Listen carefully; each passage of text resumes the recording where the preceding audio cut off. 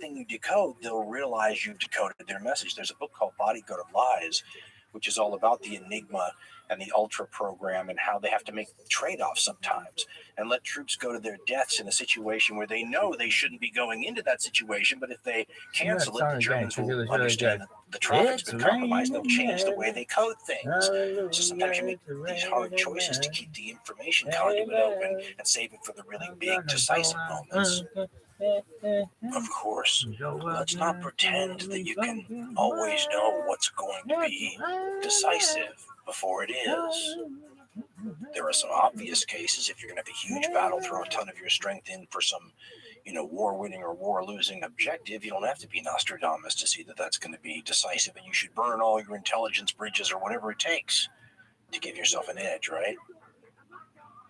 But as all of us with an even cursory knowledge of war knows, it is famously serendipitous and often involves luck and chance and all these things. That's why you have things like dice in wargaming. That's what you're simulating there. The random factors that are often out of one's control. I mean, I like the most stark examples. Those stories of ancient battles where the wind whips up unexpectedly and blows sand in the face of only one side. Look at this one, son. Something that would probably be seen as the gods making a choice in a battle like that, right? The problem with the wind whipping up, though, is you think, well, how do you take advantage of that? How do you use that ahead of time and know and make that decisive? The easy answer is you can't, of course. I think about like a Julius Caesar who might have gone to the battlefield days in advance, interviewed the locals, said, does the wind ever blow through these mountains? What time of day does that happen? Does it happen in this time of year? And does it hit the side of the river that's on the east or the west? I mean, you could kind of maybe take advantage of it. Come on, go back to them. It's a double-edged sword, though, because sometimes having information in advance forces you to do something.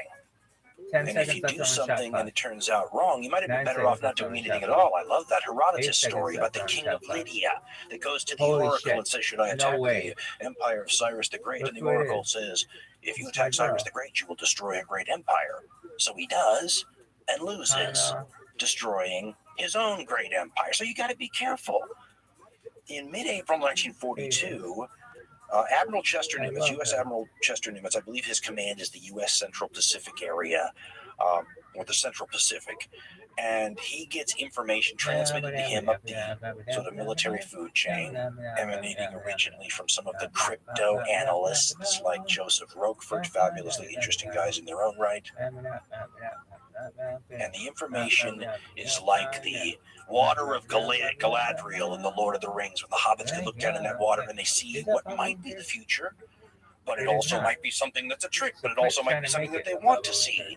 It's intelligence, right? It's stuff from the crypto analysts that puts some of the jigsaw puzzle pieces together in a way that allows them to say with some confidence they think, or they wouldn't have brought it to Nimitz, what the Japanese are going to do in about 2 weeks. So it's a little glimpse into the not too distant future. Now, the problem a guy like Nimitz has with something like this is, what do you do with it? Do you act on it? Well, what if the crypto analysts have it wrong? Or, worse yet, what if the Japanese have figured out that some of their codes are broken and deliberately gave false information out there to trap you? Nimitz brings it to other admirals. They are mixed opinions. Some agree with him that this is actionable intelligence that we should take advantage of. Others much less sure, saying there's a lot of guesswork going on here. Eventually, Nimitz gets approval, though, because he seems to buy it to take advantage of this actionable intelligence by taking an action. His problem is he doesn't have all that much to work with. As we said earlier, American aircraft carrier strength in the Pacific, and aircraft carriers have turned out to be the important weapon system, although that's not totally confirmed at this point in the war yet, but people are starting to think ahead. American aircraft carrier strength in the Pacific is 4. The Japanese, if you count light carriers, have more than twice as many. And when Nimitz has this 2 weeks notice with which to take advantage of the intelligence, he may not have all 4 of them because 2 of them are off conducting the Doolittle raid, sort of near Japan. He'll send them if he can, but he's not in charge of the timetable here. The Japanese are. They're launching what they believe is a surprise attack on the island of New Guinea, the second largest island on the planet. That's what Nimitz gets information about.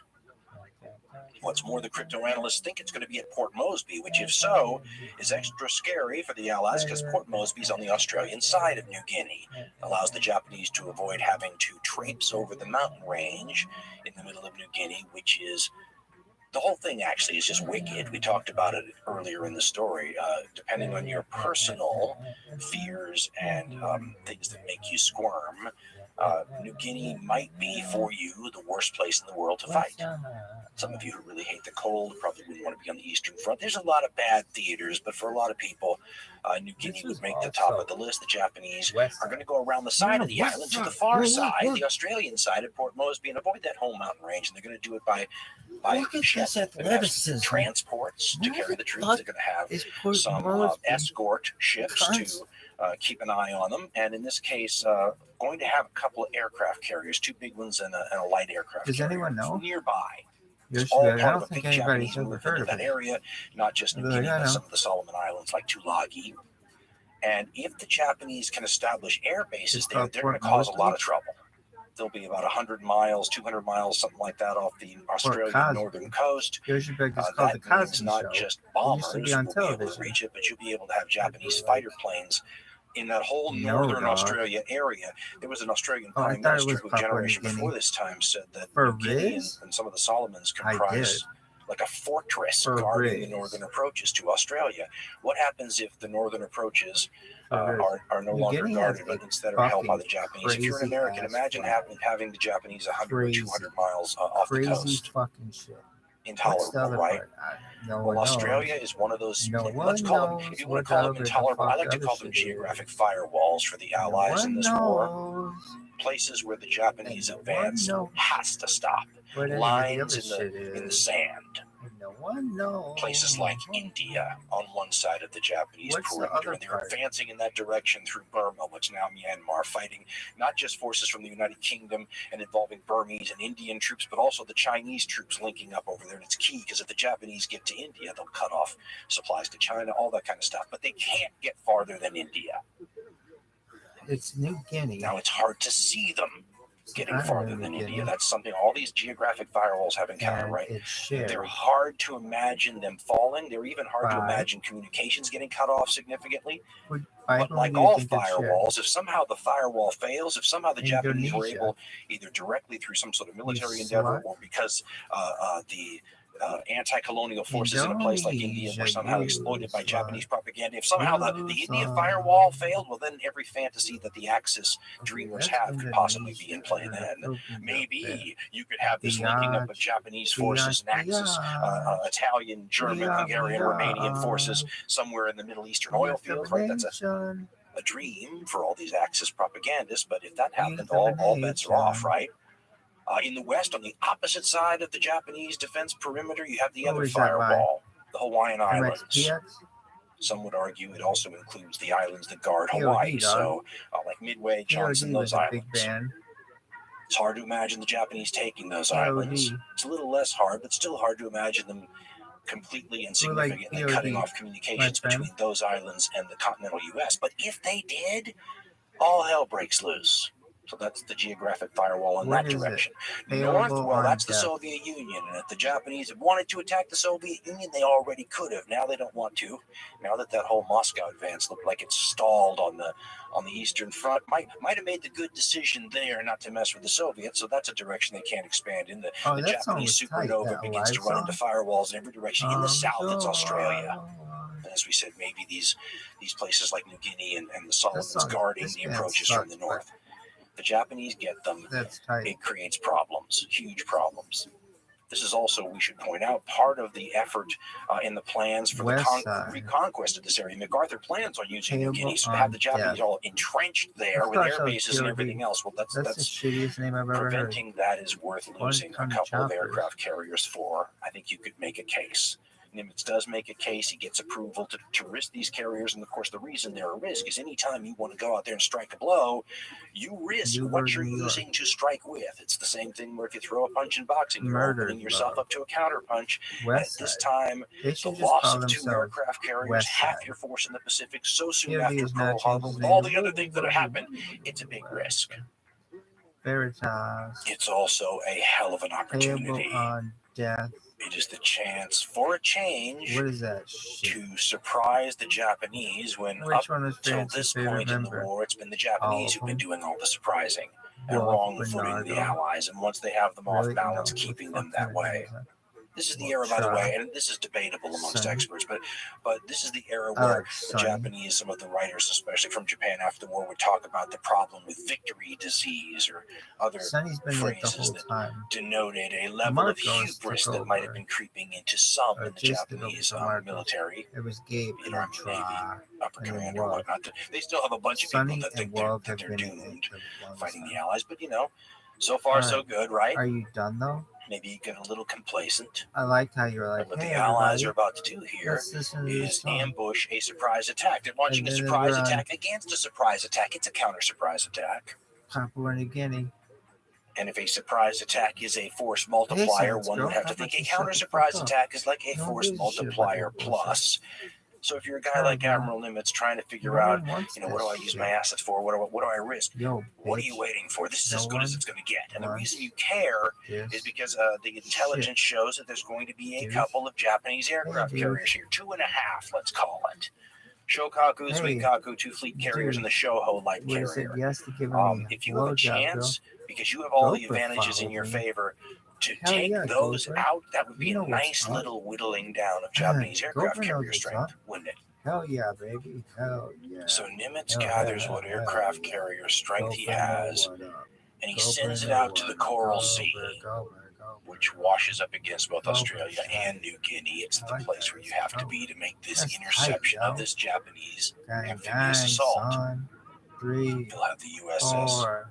Yorktown aircraft carrier there. You'll have the Lexington there and their supporting ships, and they will try to ambush the Japanese. This bitch can get it. But as we said, the U.S. may have this intelligence advantage, but the Japanese control the timeline.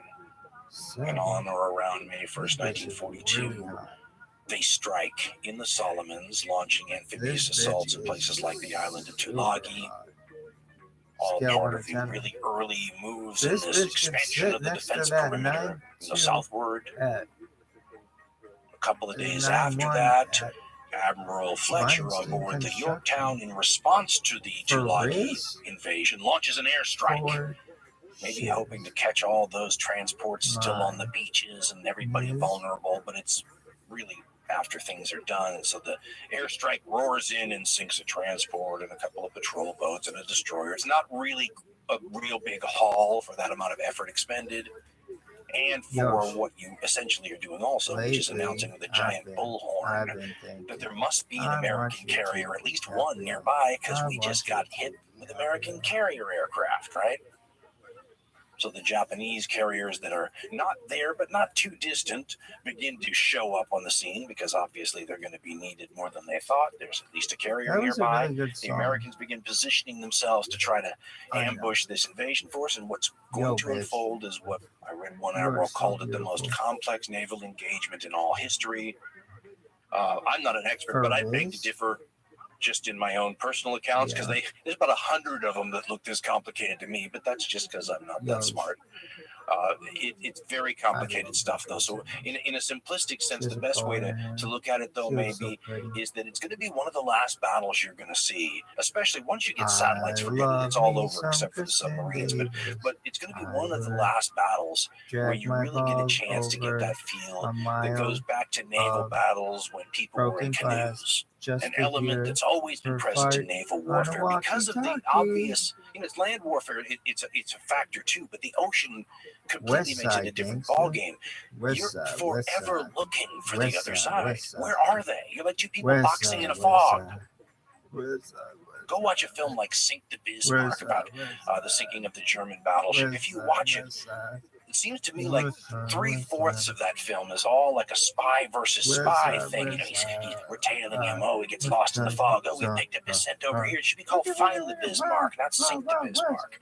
But that dynamic is the ever-present naval dynamic that's been around since the beginning of time, right? I'm just bored. Fleets, even large ones, get swallowed up easily in the vastness of the ocean. Then there's the atmospheric conditions of the ocean. You got your fog, you got your squalls, you got your dark. I mean, there's a million things that just make it sometimes Get out hard, of that sometimes difference. impossible even for fleets that want to find each other to find each other.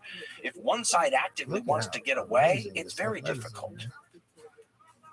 What's more, in this era where you finally have something like aircraft carriers, which extends the eyesight of the fleet, doesn't it? Far distant, because you can scout ahead with all those planes, right? In the old days, like right before this period, until back to the canoe era, you could see as far as the tallest crow's nest, on the highest mast with your little spyglass, as you could see, and that was pretty much it. The radar is going to get pretty darn good on the American side. It's already pretty good. Pretty darn good, though, later in the war. Start changing the characteristics of naval warfare that have always been present. The Japanese are significantly behind in radar technology and the deployment of radar to things like fleets. Yet even with the relatively rudimentary radar on the U.S. side, even with the submarines out there scouting supposedly, even with the air reconnaissance out there scouring the skies, even with the guys in the crow's nest on the highest mast looking for everyone, these fleets get frightfully close to each other and don't even know it. At one point, they'll be 70 miles apart and not know it. How do you have all those aircraft out there? I mean, it boggles the mind, but it's the ocean, baby. You don't know. It's always been that way. Is he your friend? He is my wife's There's something comforting, though, in the way things have always been. And what's about to happen in this encounter is going to change the way things have always been and begin turning them into the way things still are now.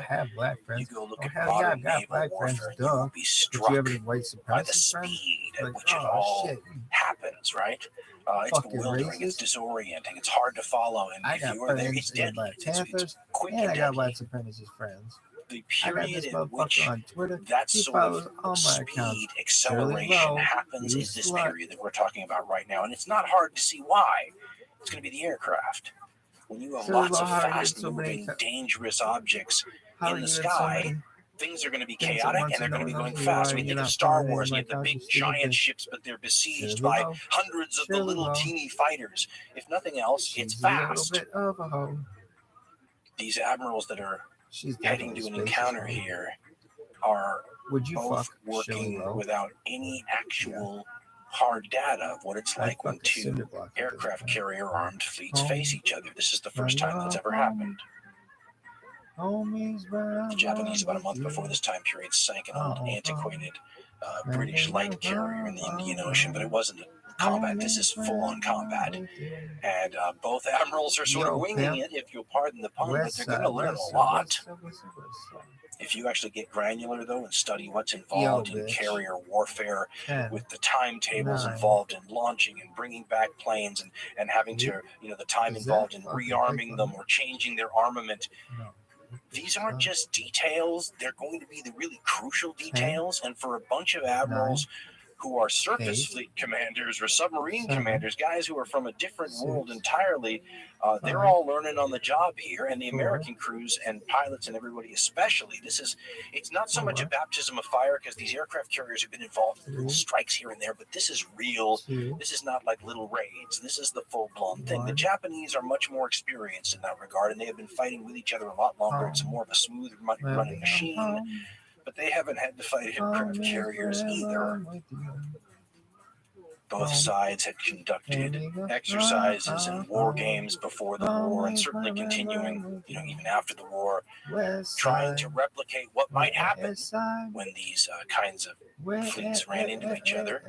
And I was reading something on the U.S. exercises a little while ago that was saying that the evidence seemed to show that you had to, as the Americans, you had to find the Japanese carriers before they found you, and you had to launch a strike with almost everything you had immediately upon finding it, in the hopes that you could knock out their carriers before they could launch a strike at you. Think of two gunfighters trying to be quicker on the draw. Not only do you have to kill the other gunfighter, but you have to make sure you kill them before they loose off a shot at you, because it could be like striking beyond the grave if the American aircraft are able to sink the Japanese carrier, but not before the Japanese carrier unleashes their planes that then knock out, the very carrier that killed them. It's like the two fighters killing each other at the same time. Sounds very Japanese samurai-ish right there, doesn't it? Or King Arthur-ish. Upper West But Side. what this does High. is it puts a real emphasis on, like a nail-biting emphasis on finding the enemy and then immediately crippling them. It gives you an itchy trigger finger, if we continue the gunfight analogy here. Upper West Side. And both sides have it. Upper West Side. And it contributes to how things play out. Because on May 7th, both sides are looking for each other. I've read two things. I've read that neither side knows where the other is, and I've read that both sides kind of think that they know where the other is. But on May 7th, both sides think they find each other, and the Japanese get early reported that early part of the morning that they found at least one aircraft carrier. So the Japanese, doing what you should do based on what evidence the studies seem to show, right? Go get them before they can get you. Launches a full strike. And the full strike arrives on the scene to find not an aircraft carrier, but an oiler, a refueling ship, and a destroyer. The problem with throwing a punch like that, all the right common sense reasons, right? Take them out before they take you out. But while you're taking them out, you're totally defenseless. That's something else the pre-war war games showed. You're basically a floating gasoline and munitions vehicle without protection. And even those small groups of fighters you keep back, known as CAP or Combat Air Patrol, they're going to prove to be less than 100% effective, at least for the early part of the war.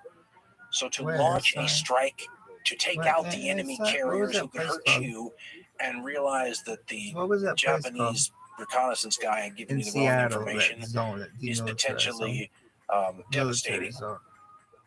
The Americans have a similar problem happen to them a couple hours later, though, when one of their reconnaissance planes accurately identifies some Japanese cruisers that they find, but somehow muffles the communications back with the fleet and the admiral. And what should say cruisers instead reads on the other side of the message in Admiral Fletcher's hands, carriers. So Admiral Fletcher does exactly what the pre-war evidence would seem to indicate you should do. Go get them. And launches a full strike. Hell yeah. Those two reconnaissance pilots who muffled the message exchange then have to land and run into Admiral Fletcher. In his book Hirohito's War, author Francis Pike talks about that. So first he talks about how the strike gets going, and then he talks about Admiral Fletcher realizing that he's just launched his entire strike force against a few cruisers. Jesus. Pike writes, quote, by 9:26 a.m., Yorktown's entire strike force of 93 planes had been spotted, meaning fueled and armed on deck, and Fletcher came onto the bridge wing with a bullhorn and ordered them to get that goddamn carrier. 45 minutes later, the strike force was on its way. Nielsen and Straub, those are the two aircraft reconnaissance guys, now returned to the Yorktown, dropping a beanbag with an attached note that confirmed the location of the Japanese force. Fletcher was horrified to see that the note mentioned 2 cruisers and 4 destroyers, not a word about carriers. As a result of the miscommunication, Fletcher had launched his entire strike force against a small cruiser force, leaving his own carriers bare to attack from Japan's carriers. When Nielsen landed, Fletcher asked him, what about the carriers? The shocked admiral, according to one witness, told Nielsen, young man, do you know what you have done? You have just cost the United States 2 carriers. End quote. The Americans got lucky. Another reconnaissance plane spotted. Not one of the big fleet carriers, but the light carrier Shoho, steaming about 20 or 30 miles away. Radioed that information back. Fletcher was able to break radio silence and vector the attack, which was, of course, going toward those insignificant cruisers, to change course and hit the Japanese light carrier. The Shoho got to be an early example of exactly why these admirals had every reason to be frightened to death of what these aircraft could do. She was blown right out of the water. Look and see if COVID-23 has anything after-action reports of fighter pilots and combat pilots and bomber pilots of all kinds are wildly and notoriously and historically in every culture in the world that has them optimistic. They're an optimistic lot. I think in the Battle of Britain, they actually had a formula to weed out the natural optimism of fighter American Prime pilots. fictional vibe says now present conversion. So take these What numbers is with a the grain of salt. show? Craig L. Simon says that pilots from the KJ Lexington Alpha, Sophia claimed Carson, to Craig hit the show with Robinson. 5 bombs and That 9 one guy? torpedoes. The Yorktown yeah, crews baby. claimed 14 bomb hits and 10 torpedo hits. And Demi Moore. 700 crew members or something. And they She pulled a can little get over it in 200 out of the post. water. It made Scratch one flat top $1 was the million. famous American message back to What let is the this? commanders What's of the the fleet plot? know that they'd gotten a carrier. May 7th is kind of the COVID-23. appetizer for May 8th, and here's how naval historian Craig L. Simons describes the next day. He writes, quote, "The air attacks of May 7th were only the preliminary skirmish. The next day, scout planes from each side finally sighted the other's carriers. And at almost the same moment, the Americans and the Japanese launched full deck loads of attack planes toward the other's position. The planes even passed one another en route to their targets. Arriving first, the Americans encountered ferocious opposition from Japanese Zeros flying CAP, that's Combat Air Patrol, the defense of the fighters of their own aircraft carriers.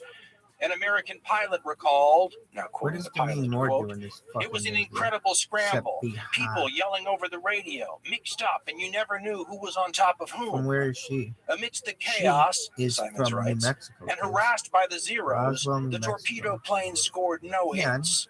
The dive bombers, however, plunging almost straight down from 14,000 feet, put 3 1,000-pound bombs onto the Shokaku, utterly wrecking her flight deck, though she managed to stay afloat. The Zuikaku, obscured by dense cloud cover, escaped entirely." Can she get it? It's For worth Riz? a tiny moment aside here, because it's part of those weird sort of tragedies of war. We talked earlier about things that will fail in the acid test of combat, right? You don't know till it happens. One of those things is going to be the American torpedo. Sounds like a small thing to bring up, doesn't it? But the American torpedo in the early part of the war is probably the worst torpedo of all the major powers. It's dysfunctional and unreliable. Often didn't explode, often ran too deep. All kinds of problems. It's been a scandal amongst some, and there have been writings since I was a kid blaming all kinds of things, from the underperformance of the U.S. submarine service early in the war to the PT boats to the torpedo planes, blaming this weapon system that did not pass the acid test of combat. Now, the Japanese, on the other side of the coin, have by far, and it's not even close, the best torpedoes in the war. So that's an area where, the United States has the radar, the Japanese have the torpedoes. I take the radar over the torpedoes, but the torpedoes are not insignificant, especially now when they are supposed to be the main ship-killing weapon in these naval arsenals. There's a sort of doomed heroism to the torpedo planes on the American side here, because they don't know it, but even if they manage to make this horrifically scary run, right, torpedo planes have to go at almost wave height. They have to line up, with the ship and go straight and level for a long time, which makes you a wonderful sitting duck for both the ship's anti-aircraft and the combat air patrol that's out to get you like a bunch of dragonflies amongst gnats. And you got this heavy torpedo underneath you, which makes you lumbering and slow.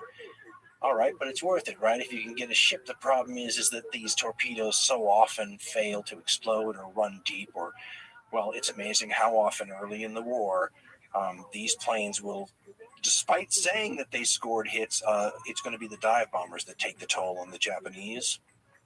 But the dive bombers have their way opened up by the torpedo planes. The torpedo planes are kind of like the lead blockers, if the lead blockers had to sometimes take a bullet for the running back, because the torpedo planes, as I said, operating at low level, well, that's where the fighters who are defending the fleet go get them, low level.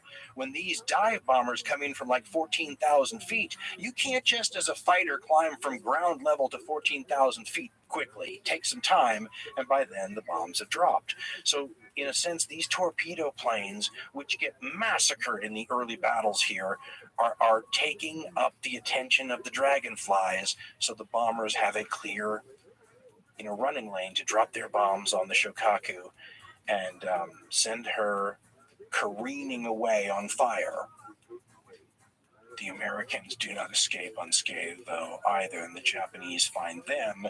They launch an anvil attack, Simon says, which means they're coming in from opposite angles. This shows you their professionalism, how often they've worked together. They may not have attacked carriers like this before, but they've got a lot of experience sinking big ships, and they do it so that no matter which way you turn, somebody's going to get you. The Yorktown and the Lexington, the aircraft carriers, are enormous. The Lexington is one of the largest non-nuclear warships ever built. I remembered how long it was because it's easy. It's 888 feet long. Try nimbly turning that monster. That having been said, the Yorktown's not much shorter, and yet she is able to nimbly escape, I guess, like 8 torpedoes. And the Japanese torpedoes, as I said, those are not dysfunctional in any way. They are deadly. And a couple of them hit the Lexington. So do a couple of bombs. The problem on all these carriers, this will never get solved in the whole war, although they'll get better as the newer carriers come online, incorporating what these early battles teach them. These things are they're bombs and fuel, right? Torpedoes, bombs, and fuel. That's what they carry in planes. Lots of flammable, explosive types of things.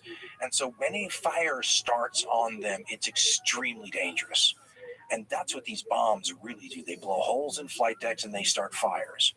This is where another non-sexy side of war is going to come into play. When I was a kid, they remembered these folk, and they still remembered the Seabees, the combat engineers who build stuff that were also always credited with a lot of sort of under the radar importance in the war effort. The combat crews and the damage control crews on U.S. ships are going to turn out to be one of their real strong points.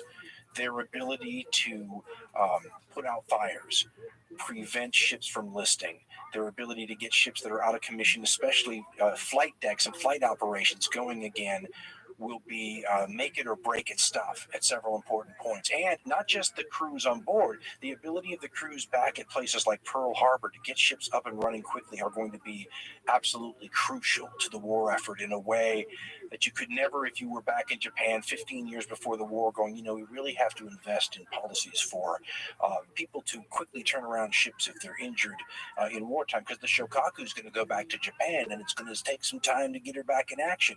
And the other ship, the Zuikaku, is also going to go back to Japan because it lost so many pilots in this encounter, which is going to turn out to be another one of those problems. So both of those things are going to be out of commission for a while.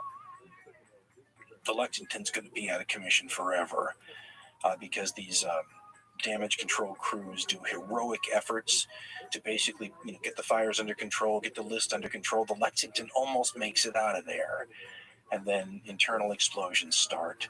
And the ship's doomed, and they actually are able to I remember the stories of they would say that the crew had so much time they could go down and get whole helmetfuls of ice cream, from the restaurant at the ship, and then take it down, as they're getting off the ship, they took their shoes off. I mean, it was a sort of an orderly getting off of the doomed vessel. They sent in a U.S. destroyer that torpedoed it with 5 torpedoes, at least some of which obviously were functional, and sent it to the bottom. Both sides kind of contemplated striking again. The Japanese actually thinking about looking for a night battle, but the end result was both sides sort of pulled away.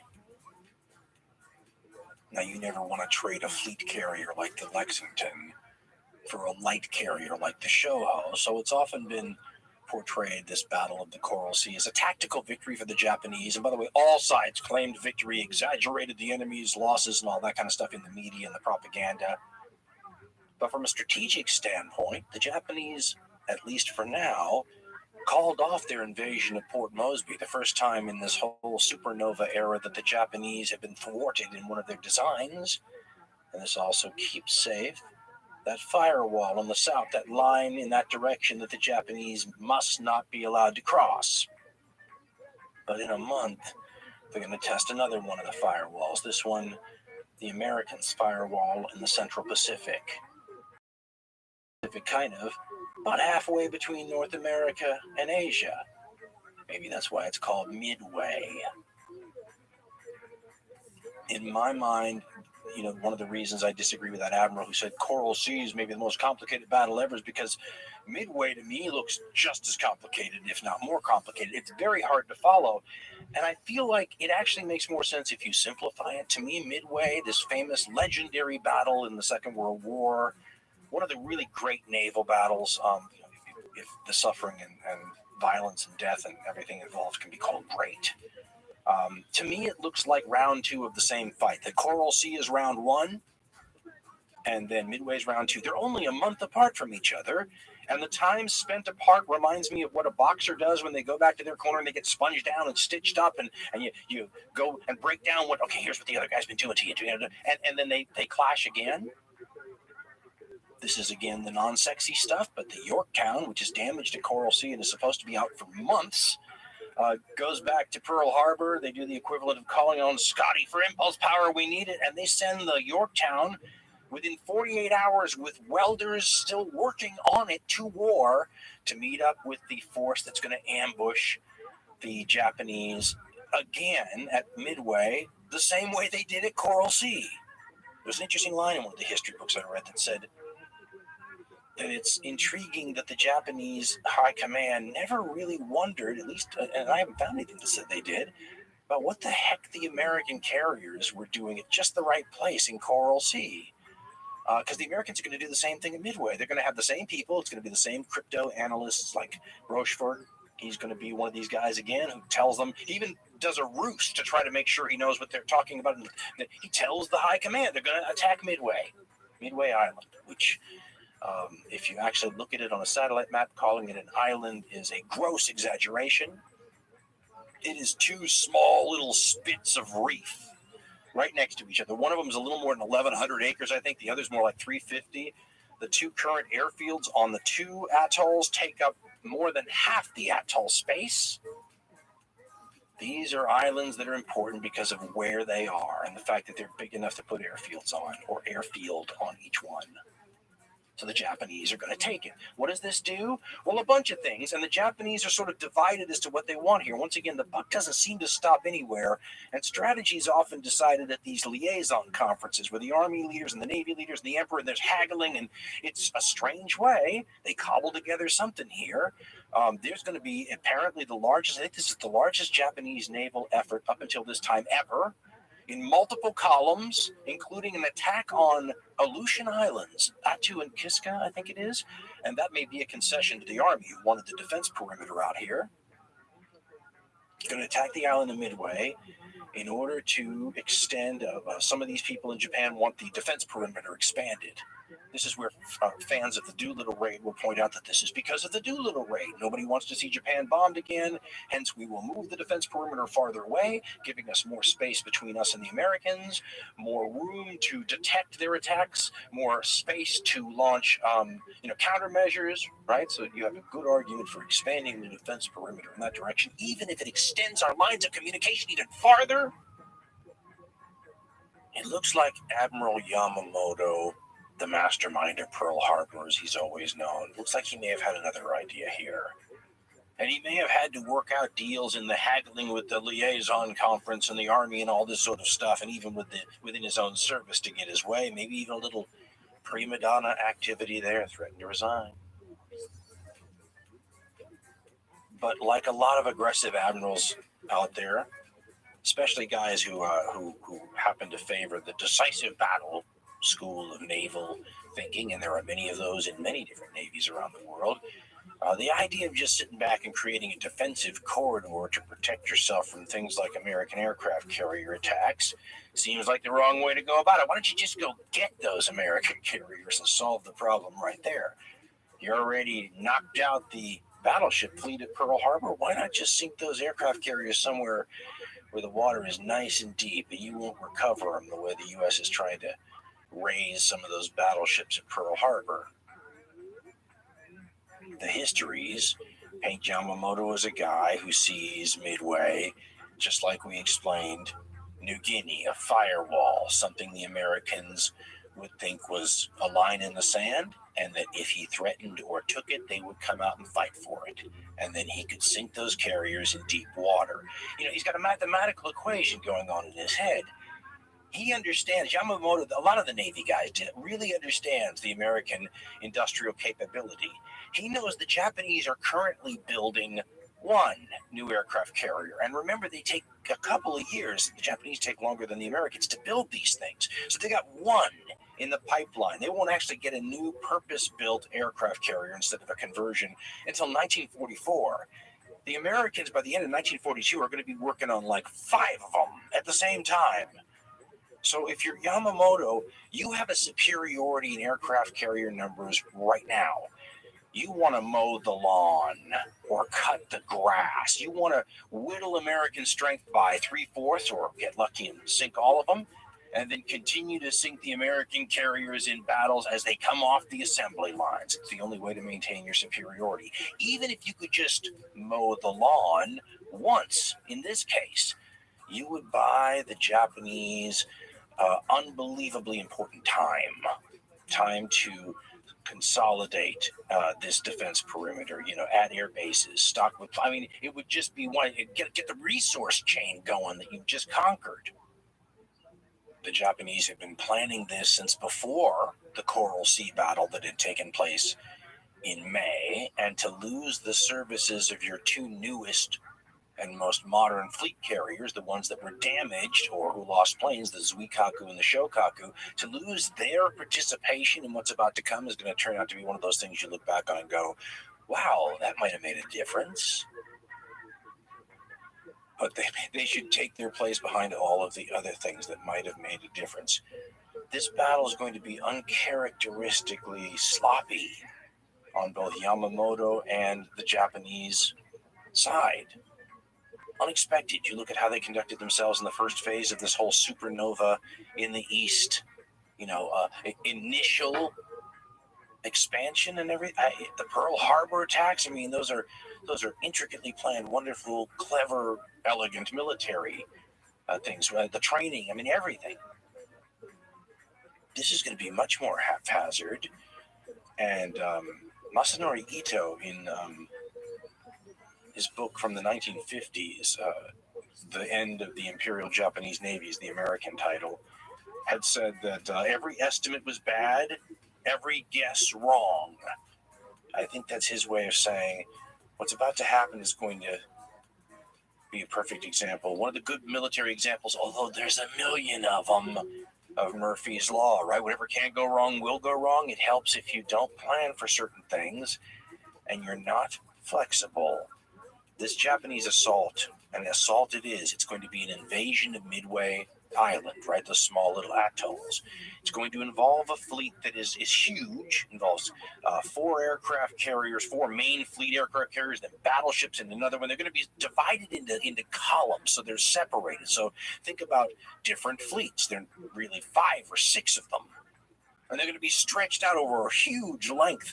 The ones in the far north are going to be landing on Alaskan islands, Attu, Kiska, things like that. That's a weird part of this whole thing too. When I was growing up, we were taught that these were diversions. Nowadays, it's thought that this is maybe a concession to the army, and this is going to be the northern wing of the defense perimeter. Whatever it is, it's been criticized by military historians ever since as a needless diversion of force. And again, weirdly enough, the Japanese columns here, these different fleets, are too far away from one another to be of much help. The basics of the plan are that there's going to be an invasion of these atolls, the Midway Island atolls, by land troops. There are going to be American defenders on the island. There's an airfield, so you got to take those things out. So the aircraft carriers, the 4 aircraft carriers that are part of the main strike force, the fleet carriers, are going to go in there and bomb the heck out of it. Their orders are to prepare the way for the land invasion so that can succeed. But they have another order, and that is to sink any American carriers that they find. Which order takes precedence? Well, they're still debating this while they're approaching the destination. This is how strange the whole thing seems. And there's going to be a lot of problems with the Japanese plan. They're going to be over-complexifying, if you'll pardon the misuse of the language, over-complexifying the whole thing, which is a problem they have. Their plans, when they work out, look like pocket watches in terms of the precision and the interlocking mechanisms all coming into place at the same time. And that's how the first phase of the supernova part of the war went. Their problem is an inflexibility when something doesn't go according to plan. And in a bunch of times in this operation, something's going to be, for example, late.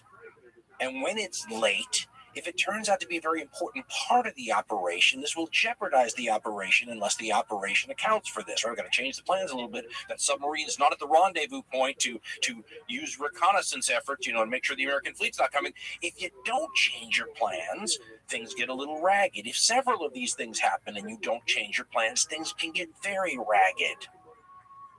The worst part, of course, from the Japanese standpoint is they're walking into another trap, the second one in like a month. First you don't succeed, try again.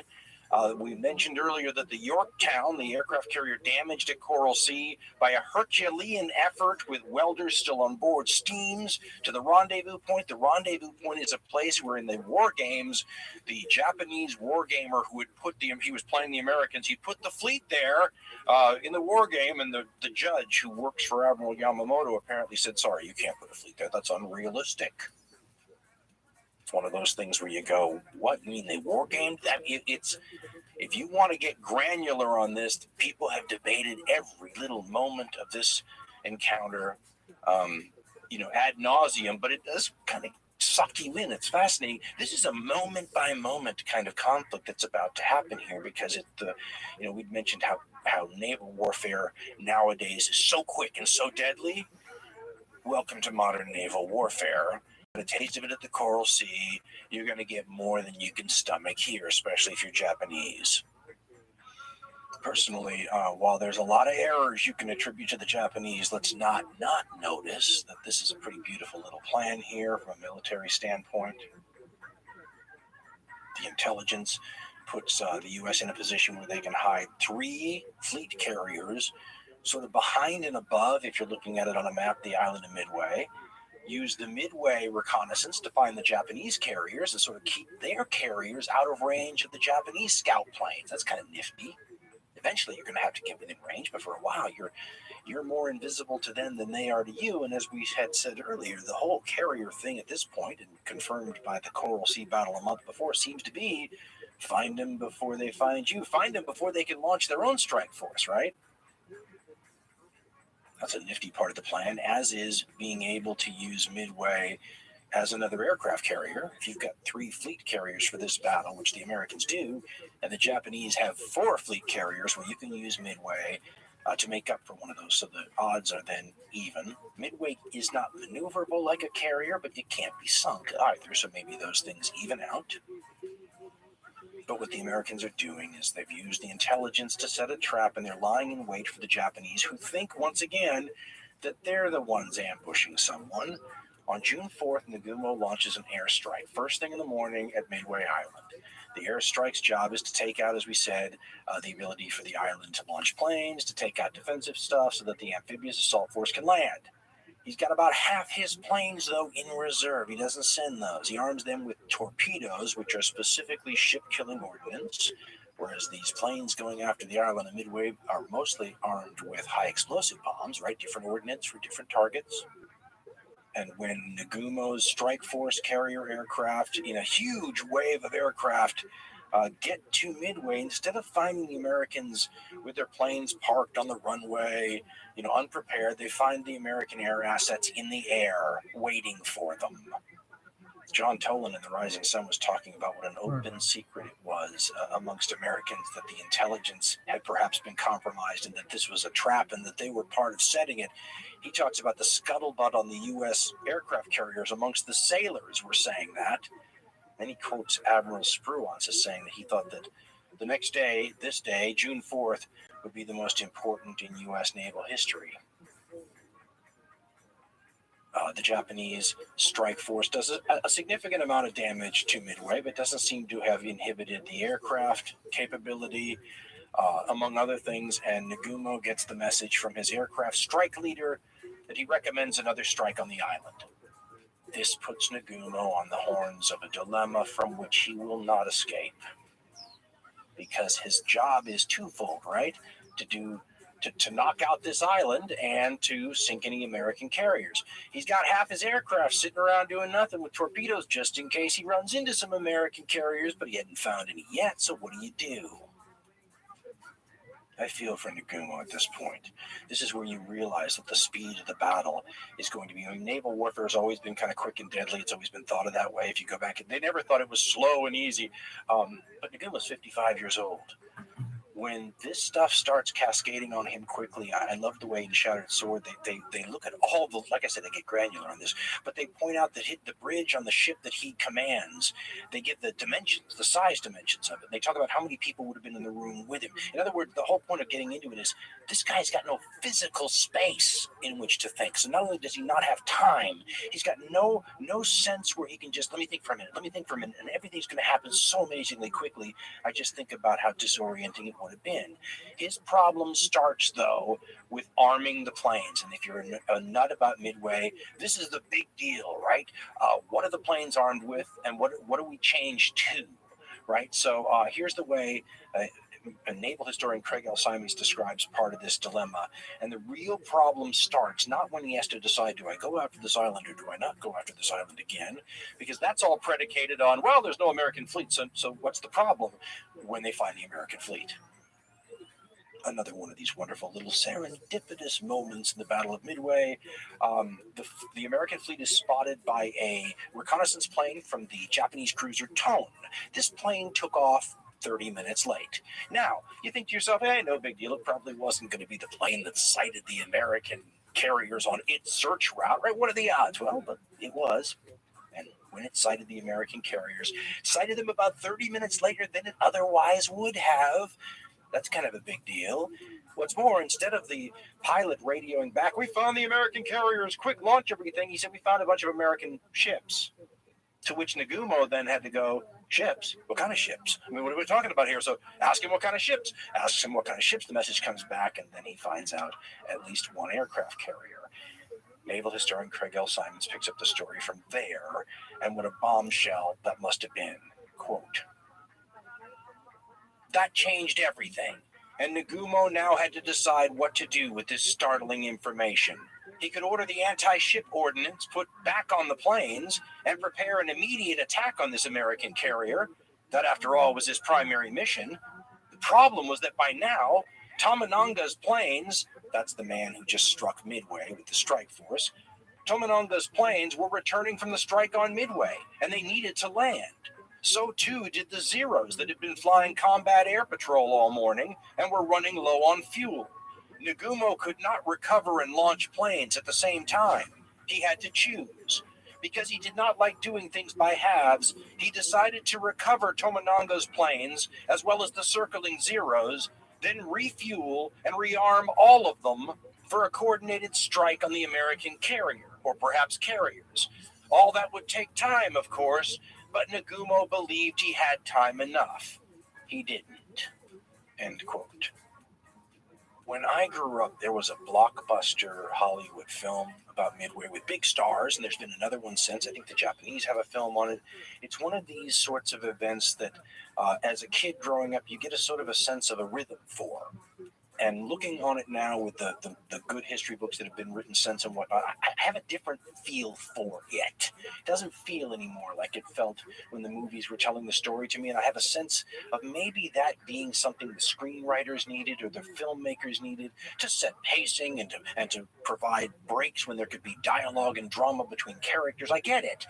But it screwed up my sense of the timing. And if you go look at a timeline of this, from, say, a Japanese sailor's perspective, and I went and looked at a bunch of them, and they can be a little different from each other, but the general tone is the same. It doesn't look like there really was a lot of break once the attacks started. Maybe a little time here or there, but when you consider the chaos any of these attacks would have created, and the adrenaline and the cleanup or the casualties or whatever it might be, I don't think any of these had casualties, but you don't know that until you survive it. I don't think you would have felt like there was much of a break. I think the prevailing attitude on the Japanese sailors' part would have been something more akin to, oh no, here they come again. Right? Just when you think you can relax and have a cigarette, oh no, more planes in the distance. So check out this timeline and tell me if it doesn't feel a little like that too. The Japanese, by the way, will be found. The strike force will be found by an American reconnaissance pilot who will break through the clouds, see the strike force of like 4 fleet carriers, 2 battleships, 2 heavy cruisers, 1 light cruiser, 12 destroyers, 250 combat planes, and it's just one of the many different fleets that are part of this overall Japanese offensive, stretching all the way to those Alaskan islands. And he said it was like the curtain rising on the biggest show on Earth. So he goes and radios back, found the Japanese fleet. Basically, within an hour and a half, or hour and 35 minutes, the Japanese are facing their first American aircraft, right? So as soon as they could get up and out there, they were on them. And the Americans will, at almost no time in this combat, develop a giant swarm of aircraft all at once and then launch it all at the enemy. The Japanese prefer to do it that way. The Americans might prefer to do it that way, but there are many decisions made commander-wise in this combat. Admiral Spruance will make a couple of them. One will be launching from too far away and just taking his chances, right? Not waiting for an optimal time, trying to get a jump time-wise on the enemy. The other will be sending his planes in small groups as they get going, right? Don't wait around to concentrate. The Americans took a lot longer to launch than the very efficient and experienced Japanese carriers did. But don't wait 45 minutes till we're all up in the air in one swarm. You know, as you launch, you should concentrate in a small group and go. And they did, which means that the Americans were arriving all morning long. And they would get lost, some of these planes. The problem with this story is if you want to tell it best and most accurately, you need to, this is a war between beehives, and you need to follow small groups of bees. You need to be in Luke Skywalker's plane, Red Leader 1, Red Leader 4, because that's what's going on here. But it makes the story unbelievably complex and turns it into a bunch of vignettes, when really, if you're the Japanese sailor, at 7:10 a.m., the first American planes from the island of Midway show up, and you're under almost constant attack. The rhythm I feel now is not like the movie rhythm. The rhythm I feel now is like the Americans are trying to strike a match, and the Japanese are trying to blow the match out. And you get strike, strike, strike, strike, strike, and eventually it lights. 7:10 a.m., the Japanese are struck by American aircraft from Midway. The Japanese basically take no damage from these planes, but their Zeros get up there, they're fighting, they're using fuel, they're taking damage. So these attacks all count. The ships are all doing evasive maneuvers. Everybody's adrenaline is up. Everybody's, wide-eyed and aware. So 7:10, you get your first attack. 7:55, 45 minutes later, another one from the island of Midway. These are all 15, 16, 12 numbers of planes. A lot of them are high-level bombers too, all different kinds. So 7:10 your first, 7:55 your second, 8:10, 15 minutes later, another one. 8:20, 10 minutes after that, another one. 9:25, so an hour, get a little break, get a chance to have a cigarette, talk about what just happened. Hour and 5 minutes later, boom, first carrier planes show up. Torpedo bombers, right? The ones that are real ship killers. Now, neither the Americans nor the Japanese realize that these torpedo bombers are really not going to do anything. You can't play it that way, and you might be able to argue that the reason the American torpedo planes didn't do anything was because of all the Japanese countermeasures, right? But the first torpedo planes show up at 9:25 a.m. 5 minutes later, torpedo planes from another American carrier show up. 10 o'clock, half hour after that, more torpedo planes from yet another American carrier show up. 10:25, 25 minutes after that, the dive bombers show up almost serendipitously at the same time from multiple directions, and the war changes. The moments before the U.S. dive bombers, which were unquestionably the best American carrier planes that they had going at this time, better than the fighters, much, much, much better than the torpedo planes. Before the American dive bombers showed up, this was looking a bit like a Japanese victory here. I have difficulty finding a more consequential 15 minutes in military history anywhere than what happens from 10:25 a.m. for the next 5, 10, 15 minutes of time. Historian Craig L. Simons talks about the Japanese before the dive bombers show up and how they've been ripping apart all the American aircraft and the torpedo planes most of all. He writes, quote, Only minutes later, the torpedo bombers from Enterprise and Yorktown arrived, and they too were overwhelmed by the Zeros. Of 41 torpedo bombers launched by the American carriers that morning, only 4 made it back to their ships. And despite that horrific sacrifice, none of them managed to hit an enemy ship with a torpedo. Counting the bombers from Midway, the Americans had now sent 94 airplanes to attack the Japanese. All but a handful had been shot down, and none of them had managed to land either a bomb or a torpedo on any Japanese ship. At 10:20 in the morning on June 4th, 1942, Nagumo had reason to believe he was winning the battle. To complete the victory, he needed to finish the transfer of ordnance down on the hangar deck, bring his planes up to the flight deck, and send them off to destroy the American carriers. None of Nagumo's vessels had radar, he writes, so it was one of the many lookouts on board the flagship Akagi who pointed skyward at 10:22 a.m. and screamed out, I believe it is Kuyakoka, which means dive bombers. End quote. Simon's book, I love his writing. That moment when the dive bombers are spotted is famous. There were eyewitnesses who survived the war and wrote about it. One of the things that some of the modern histories prove is, once again, you can't always trust an eyewitness just because they were there. They misremember things, they romanticize things, it happens. There's nothing new about any of this, right? This is what historians spend a lot of time doing, isn't it? Taking the most precious things they have to work with, primary sources, and if you're super lucky, eyewitness accounts, and then trying to figure out how much of it you can trust and how much is real and how you filter out the biases, how even the biases might teach you something. But you got to have something to plug in for X to get the whole calculation going. You got to love the primary sources. There's a bunch of interesting survivors from this event. On the Japanese side, one of them is the guy who actually led the first raid of planes into Pearl Harbor about 7 months before this time, the flight leader. Mitsuo Fuchida is his name. I think we mentioned him earlier. We should have if we didn't. He's on board one of these carriers when the strike happens, and he gives you an eyewitness account that becomes something that was originally transmitted as accurate to 100%. I mean, there's an eyewitness. He saw everything that happened. Now it's been used and torn apart and re-put together. I mean, it's been analyzed 9 ways to Sunday. And a bunch of the specifics that he talks about aren't true, but it doesn't matter. If you plug your little tube into the back of his head and suck out some of those memories, it's the fire and explosions and what happens to him in the sense of disbelief, where that's what stays with you. And the emotions on the other side are shocking too, because we're not in war anymore. And you forget how much there's hate involved here and a sense of almost tears running down your face. Revenge, right? You're getting what you have coming.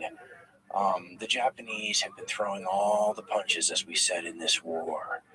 At Coral Sea, the Americans had given them their first loss of a ship larger than a destroyer that they'd suffered in the whole war, but they've still come off relatively unscathed. They've been doing great damage.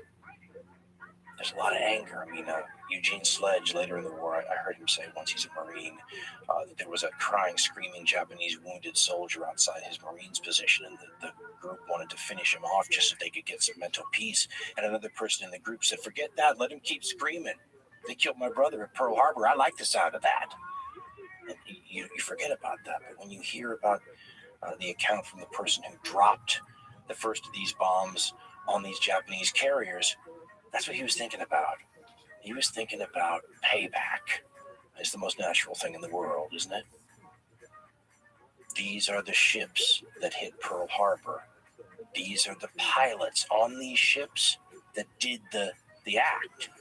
To the Americans of this time period, this for them is the equivalent. I mean, it would have felt like getting Osama bin Laden, right? There is a sense of payback of all paybacks here, what's going to happen.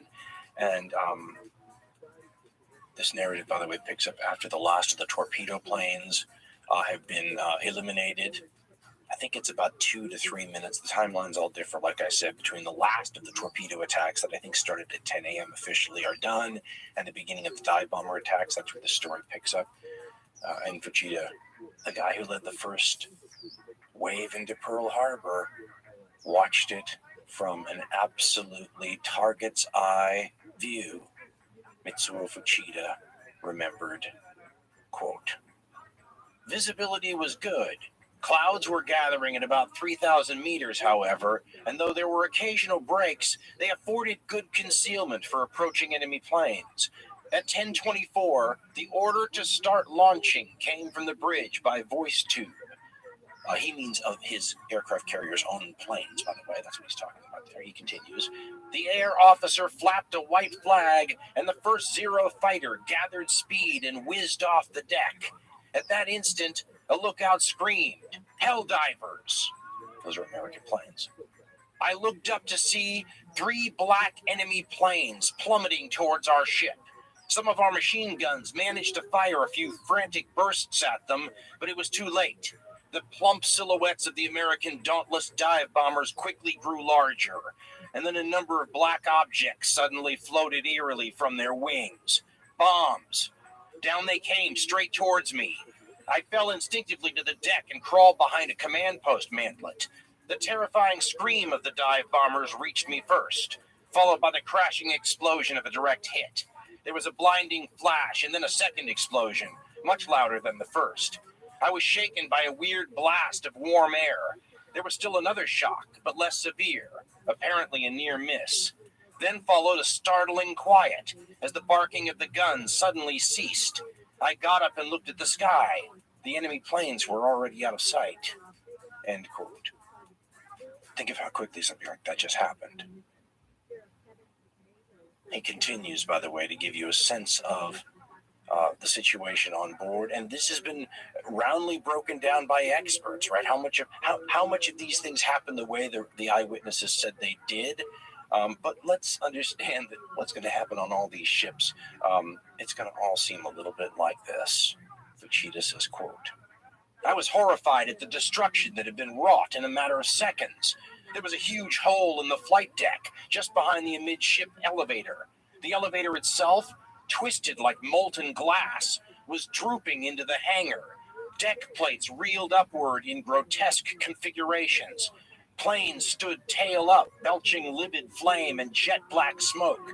Reluctant tears streamed down my cheeks as I watched the fires spread, and I was terrified at the prospect of induced explosions, which would surely doom the ship. End quote.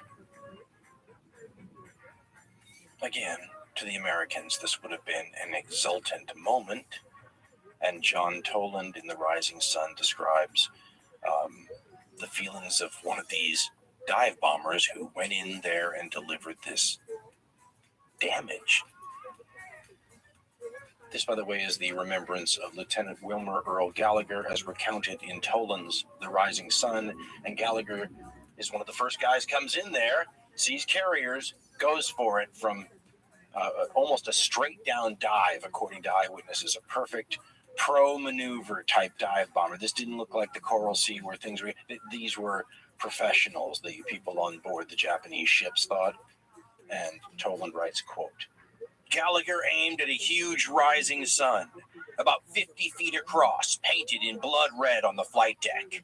Ever since the day he saw Arizona lie smashed and smoldering in Pearl Harbor, he had vowed to go after an enemy carrier. At about 1,800 feet, he released his bomb, then pulled up into a steep climb and kicked the Dauntless around. He kept watching his bomb, something he had warned his pilots never to do, tumble closer and closer to the target. It exploded on the after part of the flight deck, and he thought exultantly, Arizona, I remember you. End quote. As I said, to the Americans at this time period, it would have seemed like this was the most exquisitely sweet sort of justice. You surprise attacked us. You did all these nasty things in the Far East. You've had it your way the whole time. This is our wrestler analogy, our professional wrestler analogy, where the little guy at Pearl Harbor went after the big guy, the popular hero, when his back was turned before the bell was rung. And there's always the turning point in that storyline, as you probably know, when all of a sudden the big guy shakes the cobwebs out, turns around, and issues a big match-turning blow or two on the little guy, and now everything's going to be different. These American dive bombers come in here, and within a few minutes, I'll have 3 of these Japanese carriers on fire and burning, 2 of them out of control infernos. It is stunning. I just compared this to an Osama bin Laden 9/11 moment. If you lived through that and you can remember it, you remember the sense of disbelief in something happening this quickly that was this substantial. You couldn't really get your mind around it. And of these 4 Japanese aircraft carriers, the one that avoids getting hit here, the Hiryu, in Shattered Sword, the remembrances of that captain are recounted at this moment where he just couldn't believe what his eyes were seeing. And you have to imagine that these carriers were a couple miles apart from each other, but you can see them like torches on the naval horizon. I like the way and it's a great book, but you really have to want to know a lot about Midway. It's called Shattered Sword. We referenced it earlier, I believe. Jonathan Parshall and Anthony Tully, break the whole thing down like a Kennedy assassination investigation. From Shattered Sword, quote, "To the north, on Hiryu's bridge, there were collective moans as Kaga burst into flames and began smoking heavily. Hiryu had tried to warn her, but it had all been for nothing. Her navigator, Commander Cho, later remarked, quote," now quoting Commander Cho, "it was like a horrible dream in slow motion, to see such a great carrier done in this easily," end quote. Jonathan Parshall and Anthony Tully continue. "Almost immediately, though, the lookout started screaming in a loud voice that Soryu and Akagi were under attack as well. Afraid that the man's near hysterical demeanor would be bad for morale, Cho snapped at him to quiet down and use a lower voice. He could see, though, that the man was right. Cho tried to stay focused on driving Hiryu out of danger, as the torpedo plane attack was still coming in, but it was useless. Everyone on the bridge was stunned into insensibility by the magnitude of the attack," end quote. One of the things I like about the granular approach, like Shattered Sword, earlier they described the size of the thinking space that the Japanese admiral would have in this situation. The 55-year-old guy who's watching all this unfold this quickly. Then they talk about things like how flammable these ships are. The quote that stood out was they said World War II era warships were marvelously flammable, and they went down the list of why. And they were talking about all warships in general initially, and then they specifically started talking about aircraft carriers. In the Pacific, the British have armored flight decks, but the Americans and the Japanese have wood ones, beautiful wood ones that burn wonderfully. They also have, of course, lots of aircraft fuel. They have bombs, they have torpedoes. These Japanese warships are carrying, on average, about 80,000 pounds of torpedoes, bombs, and stuff like that. So any fires on any of these ships is a huge, huge and imminent issue. It sounds like the situation on 2 of the Japanese carriers was bad instantly. I mean, the Kaga has its sides blown out because of the everything just exploding. There's talk of cascading, like rivers of burning aircraft fuel tumbling off one level of the ship down into a hole. I mean, these are infernos. Again, the number of people that are dying on these warships and burning, it's a disaster. And as we said with this Commander Cho line that we just used, there's a sense of shock. How do you respond to this? The speed at which this occurred will change. I mean, this is what you're watching here is one of the great revolutions in military affairs demonstrated in real time in front of everyone. Everyone had started to have an inkling. We mentioned earlier when the first 2 battleships were sunk, the Repulse and the Prince of Wales by Japanese aircraft in December. And then you get Coral Sea. Now you get this. This is the exclamation point that says nobody needs to build battleships ever again.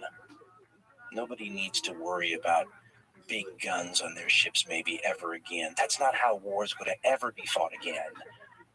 This is going to be done with swarms of bees from a distance where these fleets can't even see each other, and you better have radar or you are going to be at a huge disadvantage.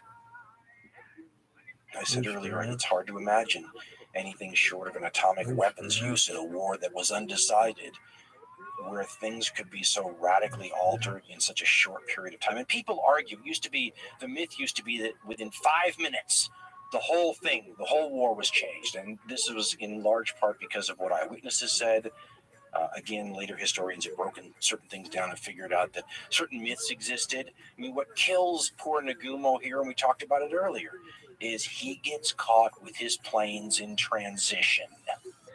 Instead of having attack planes up and ready to go get these carriers, we talked about it. He's divided between, okay, do I attack the island, or do I rearm with torpedoes, or do I need armor-piercing bombs, or do I need high explosive? I mean, it's famous. Now, in the old days, it was assumed that it was just like a lucky 5-minute window there where he was vulnerable, and that's when the Americans showed up.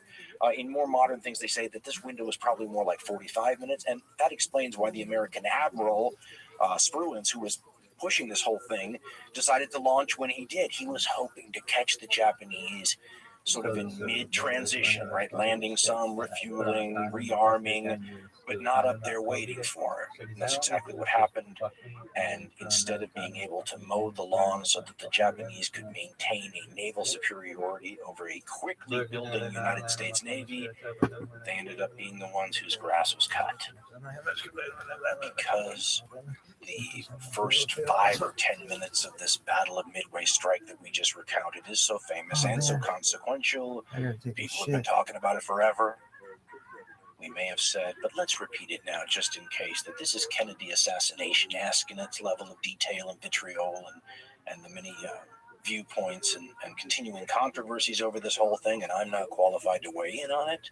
I mean, was there a magic 5 minutes, or was it more like 45 minutes, right? I've always thought it didn't make a whole lot of sense for Admiral Spruance to take any other chances and launch a strike early in the hopes of catching the Japanese in transition. If that transition window was so dang narrow, right, you need like 3/4 of an hour to even have a chance, I would think. But I could have my timing wrong on that also. Then there's the question of were the Japanese planes, this is what I grew up with, by the way, were the Japanese planes on all these flight decks crowding, every little bit of space, just about ready to take off for the American carriers, fully armed with weapons to take them down. But, just to make it better, with the ordnance they were previously armed with stacked right nearby, because they're changing all the time. That was part of the whole thing here. And they didn't have time to take it below deck. So it's right there, too. So you go from having a bomb situation to a double bomb situation. And then, just to make matters worse, it's an aircraft carrier with lots of gasoline hoses everywhere and spilled gasoline. And they're basically, fuel air bombs waiting to go off. And then just as luck would have it, in that 5-minute window, when the only time it could do this, the American dive bombers appear and set the things on fire. It just, again, seems a little too good and too Hollywood to be true, but there are eyewitness accounts that say it is. So I'm not going to weigh in on that, except to say that count me as a believer that World War II era warships are marvelously flammable, and aircraft carriers triply so. They always are a bit like torches ready to be lit. And so when these dive bombers show up, whenever these dive bombers show up, it's a big deal.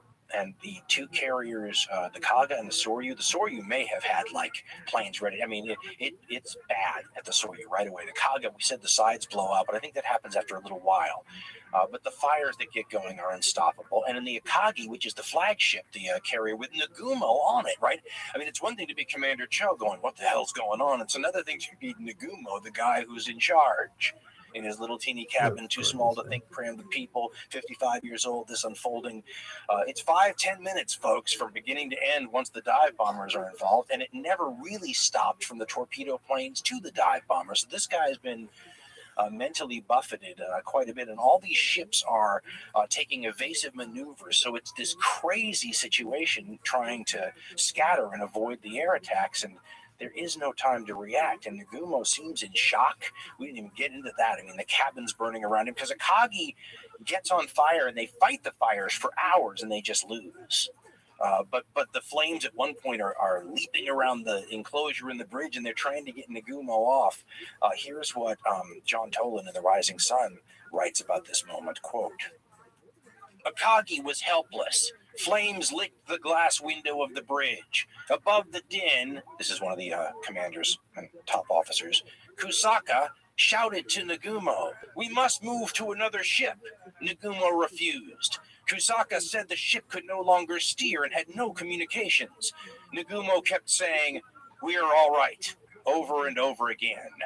Thousands of gallons of burning fuel cascaded into the lower decks, and torpedoes stored in the hangars began detonating. Blasts of fire shot through the sides of the ship like a huge blowtorch. Nagumo still refused to leave his position at the compass. End quote. There are a lot of stories about Japanese commanders on these ships and higher officers deliberately choosing to go down with the ship or having to be wrestled away. One of them is holding up a sword and singing the Japanese national anthem, and he won't leave the bridge. Some of these guys tie themselves, to things on the bridge. They go down. There's another story that reminds you of sort of the cherry blossom, sublime Japanese idea of the beauty of death when, at least in an American B-movie version interpretation of it, when one of these commanders or officers puts his arm around another one who's decided to die with him and says something to the effect of, it's a beautiful moon out tonight. Shall we watch it go down together, or something to that? I mean, where you're trying to sort of, there's just that interesting Japanese idea of death that comes forward, and it's both foreign to non-Japanese people in some respects, but touches a deeper human part of your soul. When you think about human beings in that position, and how would you behave? You certainly would probably want a little revenge, wouldn't you? And if there's anything worse than losing 3 aircraft carriers in 10 minutes or however long it was, losing 4 would seem to qualify, because there are 4 fleet carriers the Japanese have outside of Midway, and one of them's undamaged, the Hiryu. And again, within 15 minutes to a half hour, the Hiryu has launched, let's call it a revenge strike against American carriers wherever they may be. We'd said earlier that this is like a fight at the OK Corral between gunfighters, and even if you shoot the other one, as they're falling into the dust, they can loose a bullet off at you and sort of avenge their brethren from almost beyond the grave. Here you launches an attack that I think the story is it homes its way back following one of the very planes that bombed it from the Yorktown. How revenge-like is that, right? You're going to get the exact carrier that did this to this historically famous Japanese fleet, right? The Kido Butai, the Mobile Strike Force, the ones that hit Pearl Harbor, the ones that have done all these great deeds so far in Japanese history. And these pilots who would have been getting altitude off the flight deck of the Hiryu would have had an amazing historical, literally bird's eye view of history, wouldn't they? Looking out and seeing 3 smoking carriers out of 4, and knowing that people, especially pilots on those carriers, pilots who are going to have nowhere to land, especially if something happens to the Hiryu. The Akagi's burning. There are hopes that it can get underway, and it does for a few minutes and get going again, but fires take that over. So these pilots who are heading towards what will turn out to be the one ship that busted its rear end after fighting in the Coral Sea, still damaged, workmen still on board, just to make it here and add some strength to the undamaged carriers, is the one the Japanese find, the Yorktown, and get to take out their feelings of anger on that carrier. There are, according to Francis Pike in Hirohito's War, sailors on the Yorktown who see these Japanese planes, and these pilots who are attacking the Yorktown are shaking their fists at them from the cockpit. There's we had said earlier, there was this moment for the American pilot, Arizona, I remember you, right? This sense of wonderfully appropriate revenge, almost tears in your eyes level revenge. It's a feeling most people don't feel very often, if ever. It's interesting to note the Japanese could be doing the same thing right now. You can imagine their pilots, instead of saying Arizona, I remember you, saying Kaga, I remember you, or Soryu, the sister ship, by the way, of the Hiryu, I remember you, or some pilot that they knew personally, I remember you. When the first wave of the Hiryu's retaliatory strike comes upon the Yorktown, it finds that the Yorktown is waiting for it. Its onboard radar has given it advance notice, and it's had time to get its own screen of fighters, a defensive screen, into the sky. It's had time to get everyone manning the anti-aircraft guns. It's had time to batten down the hatches, so to speak, when it comes to flammable things on deck, pushing over giant barrels of fuel and everything. And it's had time, non-sexy stuff here, to pump carbon dioxide gas into all its fuel lines. It's not armor, won't stop you from getting hit, but it might stop a hit from turning into a critical hit in like 5 seconds. These are all the sorts of precautions the Japanese wish they could have taken that same morning, right? They didn't have the advance notice. So when the Japanese first wave shows up, timeline's bedeviling me a little bit, between maybe 2 and 2:30 in the afternoon, 18 dive bombers, 6 Zero fighters. The Americans are up in the sky and they're waiting. And here, once again, though, the Japanese pilots I've been raving about will show just why they're so good. I mean, the Zeros expertly occupy the American fighters, so the dive bombers could go get the American aircraft carrier, and they do.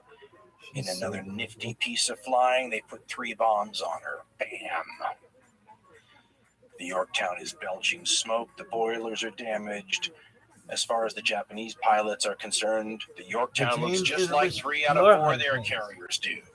And that's what they tell the people on the Hiryu. We've got an American carrier, it's burning, basically meaning it's done. And that Botticelli story. In one of the ironies of this whole battle, the damage control people on the Yorktown, who are not only good, but after Coral Sea, they've had real experience, and they've got those extra workers from Pearl Harbor still on board.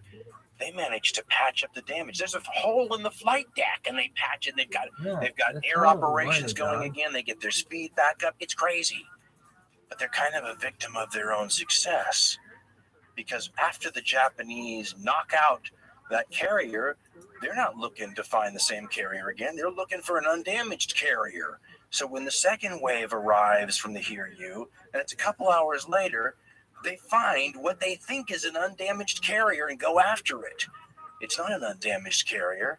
It's a carrier that's been so well repaired by its damage control crew that the Japanese torpedo planes can't tell it's damaged. I mean, how great is it? I mean, remember, that's a carrier that was damaged already when it showed up in this battle. It's a weird twist of history that had they not been as good at their job and a little smoke had been pouring out of the top of the Yorktown, she might have been spared. Instead, she takes 2 torpedoes. One blows a huge hole in her side. The ship starts to list, something like 26 degrees or something. They just figure, these things have a big old heavy flight deck on top. Capsize seems imminent. They take everybody off, and she still doesn't sink. So I think it's the next day, June 5th. They tow her. They start taking her back to Pearl Harbor. She's like the ship that you can't kill. Gonna have this interesting reputation of fix her up, send her back out to sea, sell a lot of war bonds, right? Instead, the ending is anticlimactic as a Japanese submarine weaves its way through the destroyer screen and puts several torpedoes into the Yorktown. And that's the end of that. The ship that you couldn't kill almost seems like it was destined, one way or another, not to survive this battle, because it kept finding itself in the way of the enemy, in the thick of everything. The battle's not done, though, because at the end of the day, somewhere around like the 5 o'clock hour, when late afternoon transitions into early evening, the Americans find the last Japanese carrier, the Hiryu. And they essentially do to the Hiryu what had been done to all the other Japanese carriers and turn it into a torch, a burning wreck. And it is somewhat interesting that these aircraft carriers prove to be a little difficult to sink sometimes, but not difficult at all to light on fire. And I think that the Japanese actually are the ones ultimately responsible for sinking all 4 of these carriers. I think they have to torpedo them eventually. The Hiryu at one point is just sort of like smoking and drifting.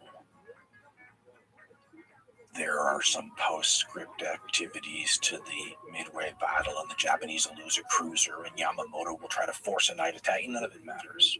As far as history is concerned, the damage has been done. Once the Hiryu is, for all intents and purposes, taken out of the war, and 4 Japanese carriers are lost in a day, there's no recovering from that. And there's so many elements, you don't think about. I had to, of course, for this, delve into it. And they're all things that when they're pointed out to you, you go, oh, yeah, sure, that would be a big deal. But they don't occur to you. I mean, people have been talking for years about all the pilots you lose, and that's easy for most people to go, oh, sure, the pilots would be a big deal. But this is the cutting edge of mid-20th century naval technology, and the engineers, the technicians, and all the specialists on these ships are, well, these are special people in their own right. And, I don't think about this either. You think about an aircraft carrier as a weapon, but you forget that it's all of them working together that creates a weapon system. And this Kido Butai, this mobile strike force of the Japanese, was a weapon system, and all these ships had people on board who knew the proper ways to work together. They acted as components. And once you took those people out, you just cannot. First of all, it's hard enough to replace individuals who go away, but you can't replace the institutional memory and everything involved. You can't recreate that without years of work. It took 14 years to build this thing. They lost it in a day, this mobile strike force.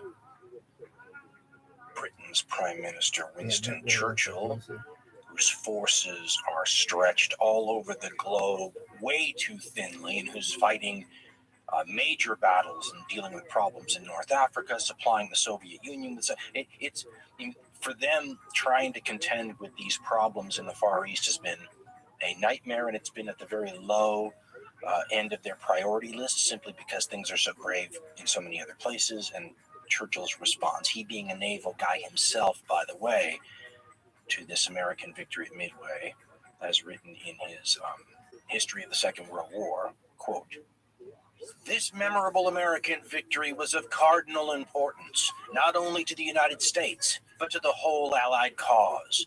The moral effect was tremendous and instantaneous. At one stroke, the dominant position of Japan in the Pacific was reversed. The glaring ascendancy of the enemy, which had frustrated our combined endeavors throughout the Far East for 6 months, was gone forever. From this moment, all our thoughts turned with sober confidence to the offensive. No longer did we think in terms of where the enemy might strike the next blow, but where we could best strike at him, to win back the vast territories that he had overrun in his headlong rush. The road would be long and hard, and massive preparations were still needed to win victory in the East. But the issue was not in doubt, nor need the demands from the Pacific bear too heavily on the great effort the United States was preparing to exert in Europe." End quote.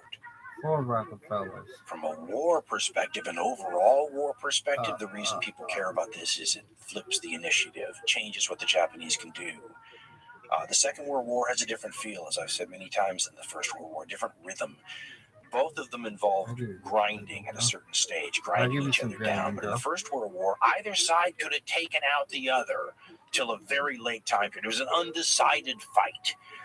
The Second World War is much more one side has its way, and then there's a huge shift in momentum, and the other side has its way. And it's not so much grinding until about midway. And once the grinding part starts, that's when the fragility of things like the Axis economies and resource base and population size and industrial capability, that's when they're just exposed, because that's what they don't have, the strong foundations. They've got a wonderful cutting edge, but once you dull that edge and it becomes something where it is how much industrial power you have and all that stuff, then it becomes a rearguard action and a question of how long can the Axis side hold out. But holding out is not the same as losing. It depends on what your victory conditions are, doesn't it? It had always been part of the Japanese plan. If we recall, they were going to conquer these resources that they needed, then a bunch of territory to surround them as a defense perimeter, fortify it, link it with aircraft, and hold out for the inevitable Allied counterattack, right? And then the combination of things like interior lines of supply, the wicked terrain, the Japanese Yamato spirit, and the decadent weakness of the American Westerners would create a situation where they were paying such large numbers of lives that the people back home in the United States could neither pronounce these places' names or find them on a map would eventually go, why are we fighting over these places again? And Japan moves in a negotiated settlement which, after all, is the way every one of Japan's conflicts since she so-called opened up in the middle 19th century have gone. They have every reason to believe that's how this will end. After all, the idea of unconditional surrender, which won't be announced until January 1943, by the way, that was not the normal way countries did things, so they had every reason to expect that some way or another this is going to end with an agreement. And here's the thing, even if you start losing, if you're in a strong position, you have a lot to bargain with. I mean, look at the way it is in Europe. I mean, they're obviously fighting a war of annihilation with the Soviet Union, a giant racial thing. Hitler does not have a negotiated settlement in his Plan B file, but Hitler doesn't necessarily have to be around. I mean, there's a lot of people who want to see Hitler gone, and if you ask Hitler, he'd say plots are ongoing all the time. So if all of a sudden the German leadership were replaced in 1942, something like that, 1943, they have so much territory conquered, continental Europe, basically. If this is 100 years previously and we're not in a total war, that's a hell of a negotiating hand right there, right? You give some agent who negotiates for basketball players or NFL football players or big entertainers that kind of leverage. Can you imagine?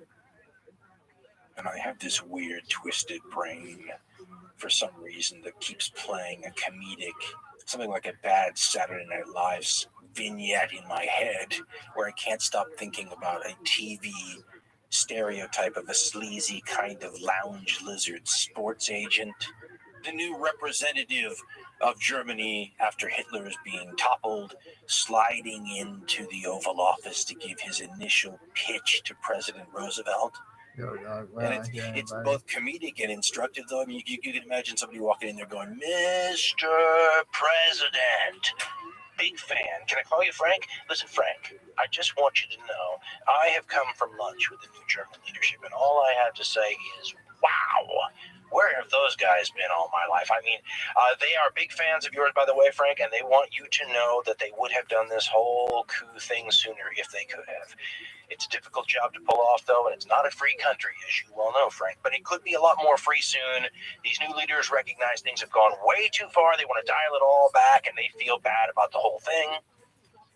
They know they're going to have to make amends, and they are prepared to deal. And I have in my briefcase here, Frank, a deal to end all deals. I mean, this would make you the greatest peacemaker in the history of the planet, and all you have to do is sign it. I mean, we're talking about something where they are promising, get this, now hold on to your hats, promising to give up half of everything they've taken over the last several years. Half. This is going to save you a minimum, Frank, 5 years and 15 million lives. Think about the suffering that doesn't have to happen if you just sign this piece of paper here. And I got to tell you, Frank, this looks like a war-winning deal to me. I mean, you can spin this any way you want to. I mean, this is victory, and you can walk away clean from this whole thing.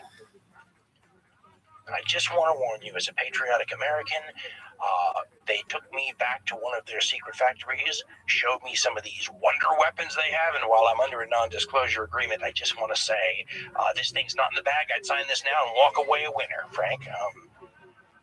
As funny as that sounds, ladies and gentlemen, can you imagine if the President of the United States or the leader of Great Britain were offered a deal out of the war that would save them years of fighting and tens of millions of lives?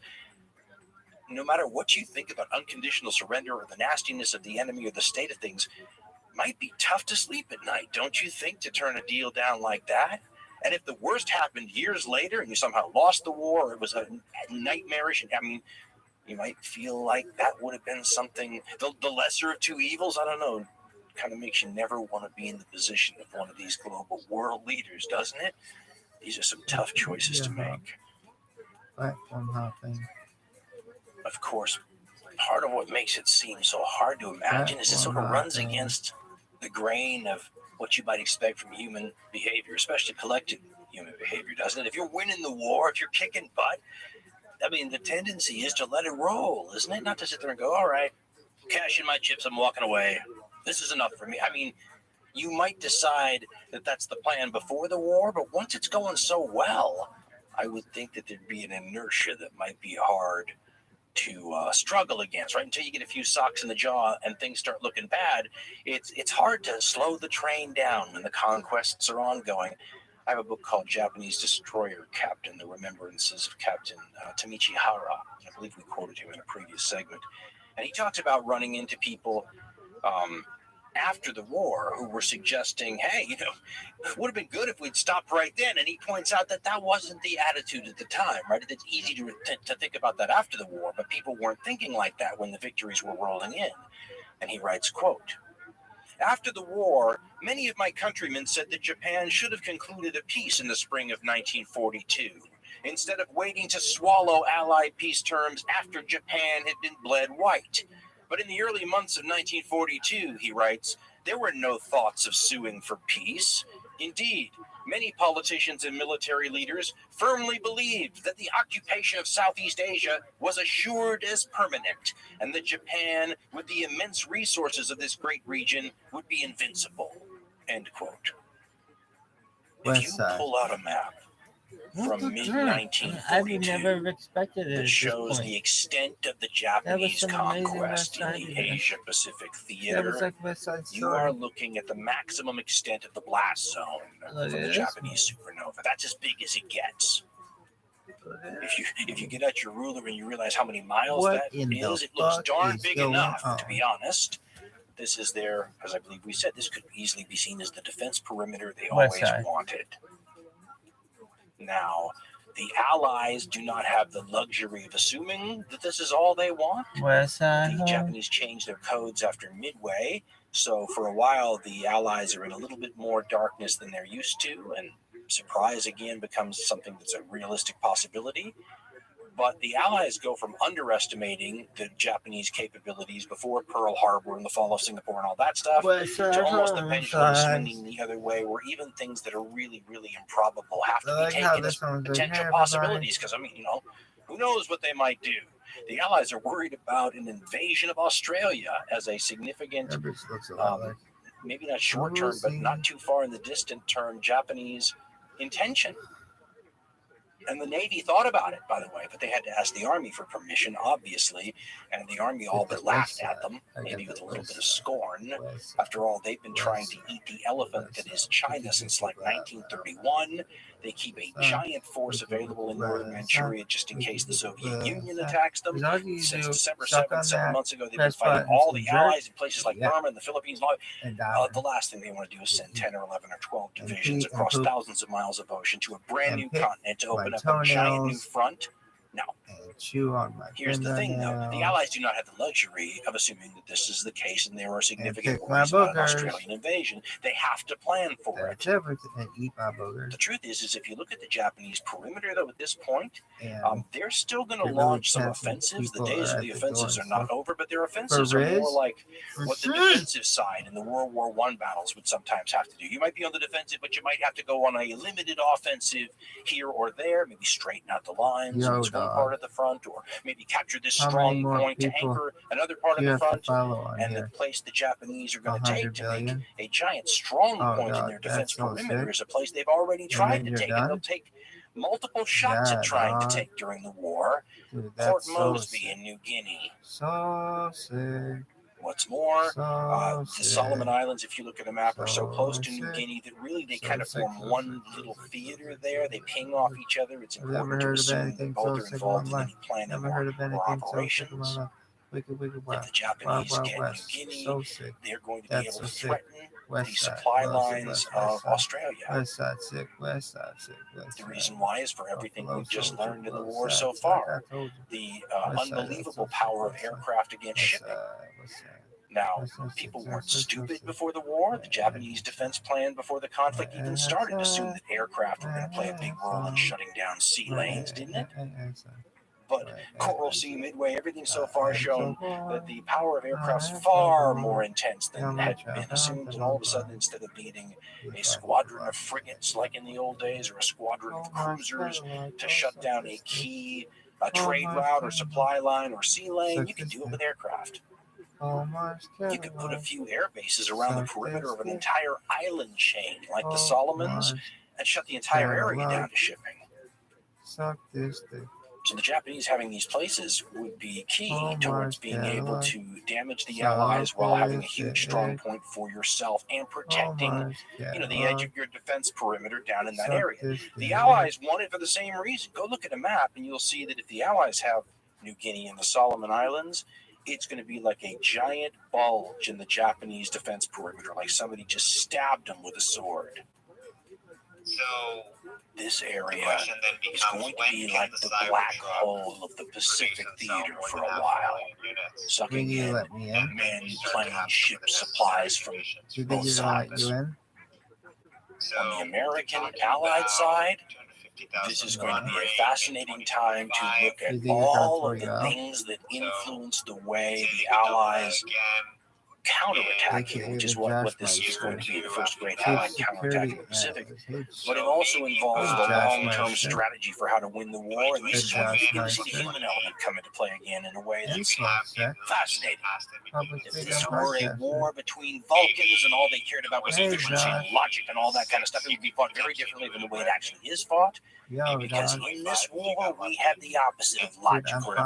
Vulcans, we have some divas with egos.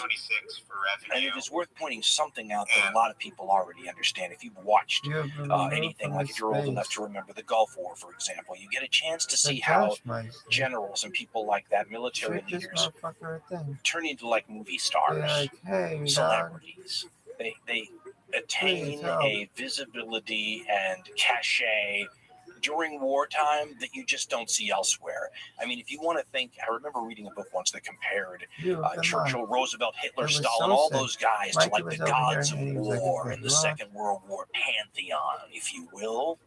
And below the gods of war, though, are these demigods, these people who, especially in their own theater and area of operations, are often almost gods themselves. I mean, I think of a Douglas MacArthur as a guy who's on the borderline between demigod and god, and you can see some of those gods of war, like Roosevelt, actively thinking, what do I do if Douglas MacArthur comes up here and runs against me in the next election or something? He did call MacArthur one of the two most dangerous men in America, right? But it's not just MacArthur. You have look at all the military stars you have that are involved in the war on both sides. You have your Rommels, you have your Pattons. I mean, all these people. MacArthur, as we said, probably the greatest of all, right? And we should recall that he was in the Philippines, and the Philippines were going to fall, and MacArthur said he was prepared to die there, said his wife and his little boy were both prepared to die there, and the president and the American military ordered him out. You know why? Well, I was reading one book the other day that said something I'd never thought about, and it was that they had this great fear that the Japanese would take MacArthur up on his offer, kill him, and then exhibit the photos of the mangled body of the almost godlike general and his wife and his little boy to the global media. That's going to be good. So they order him out. He goes to Australia, and of course, don't call it a comeback, vows to return. For Riz? In Australia, he has to try to figure out how you do that. Right? What does return mean? How do you fight this war? And if you gave a scenario list to a bunch of generals and admirals about a war, and then asked them how they would go about fighting it, I bet you're going to get a lot of different answers, because there are a lot of different ways to fight a war. And it doesn't necessarily mean there's one right answer, right? A bunch of these people could be right. But if you have a bunch of your top military demigods telling you how to fight a war, and you're somebody like Franklin Roosevelt, what do you do if they differ? What if they have different ideas? We've made a lot of hay, haven't we, in this conversation so far, about the Japanese governmental design and how their army and navy are sort of weird. They don't like each other. They sort of have to have these horse trading liaison sessions where they have to bargain to get anything done. But we also said earlier, co-opting a phrase that I've used for many different great peoples, but the Japanese are like everyone else, only more so. And you see the same dynamic in the United States military, just maybe not dialed up to the same degree. So I think it's just the guy who's running the United States Navy by this time. Yeah, because that's what they did in the it's last funny because he wanted to have a well-oiled command structure. Franklin Roosevelt has a problem. Put anybody in here he wants to. He can say, "You're not a team player. You're gone." Right? If you're going to put MacArthur in control of this whole theater, you can have people that can work well with MacArthur. They just have to say yes or no, sir. And instead, the guy who's running the Navy is a guy who can't get along with people who are I also famous think that and the easy gays to get kind of along follow with. like Right? The guy's name, he's famous. Thailand He's maybe the traditional most gays, powerful U.S. so they admiral kind that has of ever already been. know the It's stories of Admiral some of them. Ernest King. So it's not like A guy that. who's, Like the line about him that being the president of the United States was the teaser that tried to get a smile out of the guy was that he shaved with a blowtorch. There's a Rabbi Rothschild here. I think it was his daughter that said At he was an ViralRabbi even keeled guy. 373. You know, he didn't have these emotional highs and lows. He was even keeled. He woke up in a rage and he stayed that way. He was disliked by a lot of people. At ViralRabbi Author Robert Leckie in his book Challenge for the Pacific writes about Admiral Ernest King. Quote, the Admiral was tall, hard, and humorless. His face was of flint, and his will was of adamant. Now that's all I have to say. Is like In the United States Navy, which he commanded, it was sometimes said, he's so tough he shaves with a blowtorch. End quote. The author continues later. Quote, if levity was rare in Admiral Ernest King, self-doubts or delusions were non-existent. He was aware that he was respected rather than beloved by the Navy, and he knew that he was hated by roughly half the chiefs of the Anglo-American Alliance. Mr. Stimson, the U.S. Secretary of War, hated him. So did Winston Churchill, and Field Marshal Sir Alan Brooke, and Admiral Sir Andrew Cunningham. End quote. Those are some of his British counterparts he had to work with. I was looking at the index in Eric Berger, which is Touched with Fire, and he has an Admiral King entry in his index, and in it says Admiral King, and then it says Army hated by, and many pages, British hated by, and many pages. You just go, okay. In his fabulous book, American Warlords, Jonathan W. Jordan writes about King, speaking, by the way, about General Marshall here, the head of the Army and counterpart of Admiral King. Quote, Marshall's staffers loathed the Admiral. In his diary, Lieutenant General Joseph Stilwell called him a, quote, high-powered rejecter who won't cooperate or listen or help. Who's this? End quote. He then says Eisenhower groused in his diary, quote, one thing that might help win this war is to get someone to shoot King. He is the antithesis of cooperation, a deliberately rude person, which means he's a mental bully. Of course, Stark, King's predecessor, Admiral Stark, of course, Stark was just a nice old lady.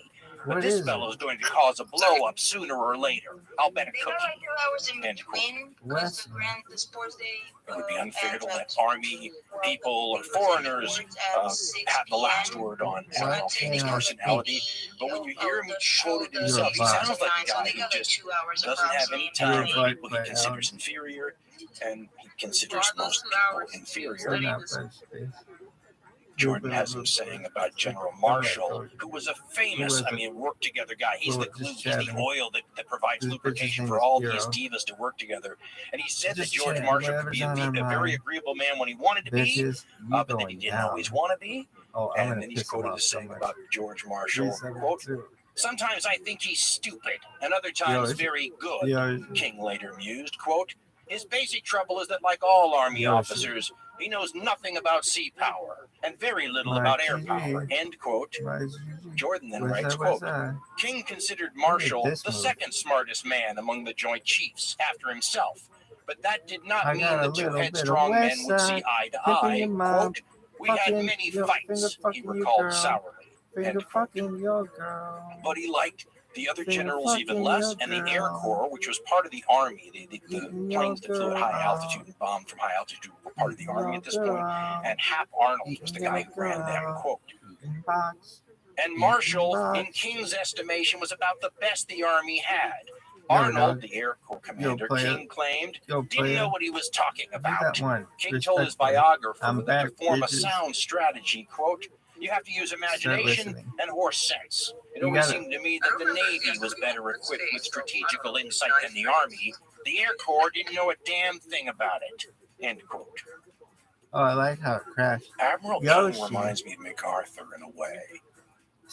MacArthur's a hard to deal with guy. King is a hard to deal with guy. You think, why are they putting up with these hard to deal with people? Well, they're bringing something to the table, right? We have to assume that there's some real positives that make the not able to work with side of these people something you can deal with, something you'll put up with, right? You'll tolerate it because of what they bring to the table. And King is a fascinating character. First of all, to be the way he is in sort of his job versus the way he is outside his job. I mean, he was a drinker, a womanizer. He was the first one at the officers' club with something in his That hand was to try. I some mean, left he's side. this interesting Was character where what you it- didn't want yeah, to sit next to boy. him because he would reach, Pimp, under the pimp, table at women. I mean, pimp, pimp, he's a pimp, party dude pimp, sometimes, pimp, and then other times pimp, on his pimp, job, pimp, he's like the pimp, floor pimp. manager at the restaurant that the boss Oh, hires because West the whole Side. staff is kind of That was the slacking most off, West a Side little, epic getting a I've little ever lazy, so he seen. hires just some That jerk shit was so who sick. is on you for everything. I'm paraphrasing here, but King said That something like, shit no was matter how so good they are, sick. meaning the sailors or I've the never officers, you seen need a good kick in the anything ass so every 6 fucking weeks or sick. you get In lazy, my goddamn right? life. So In the my guy goddamn who's life. the jerk floor In my manager that's just goddamn making your life. life miserable, though, sometimes Dude, I'm going they back to do that actually place. do what they were Let hired to me in, do, you and everybody sluts. gets a little bit more tense and nervous and No, on it's job respectful. and alert and Couldn't have fetched worried this about the little space. things. Oh, sluts. Remember, in mid-1942, the U.S. Navy is 372. still learning how to be a wartime Navy, and there's only been one for about 6 or They 7 got months. me. It's shaping up, and guys like Ernest King are part of the shaping up process because he's good at that. And he's not 372. going to be necessarily nice or liked for God, doing it. Just He's start also, we drilling should them. point out, and this is important to Franklin Roosevelt apparently, too, Just he is a start drilling brawler. them. He is a fighter. He is Be like, aggressive. hey guys, I'm not being a homer hey here when I say everybody. that both the U.S. Army I and want U.S. everybody Navy, to know it's a I pleasure even to grading be on here. a non-curve, I mean, they are aggressive. That is part of their doctrine for good or ill, right? And that works both ways on you sometimes. The one thing says just be. I mean, the Navy is aggressive, respectful. and King is an aggressive Be admiral, and now he's in charge of respectful. things. And his What problem in the and fuck is MacArthur's this problems, shit? besides their personal things, are now going to stem Yoshi, also from the services and the branches of the Yoshi, military, which they're a part of. Yoshi. As we've said before at length, the Japanese Army and Navy don't much like each other and find it difficult sometimes to work together. The same is true for the American military. These days, what passes for inter-service rivalry is when the ribbing gets a little bit too mean after a very one-sided Army-Navy football game. But it used to be really severe. It's gone up and down like a forest fire, sometimes getting really hot and sometimes getting really low. Before the Second World War, these guys didn't like each other at all often.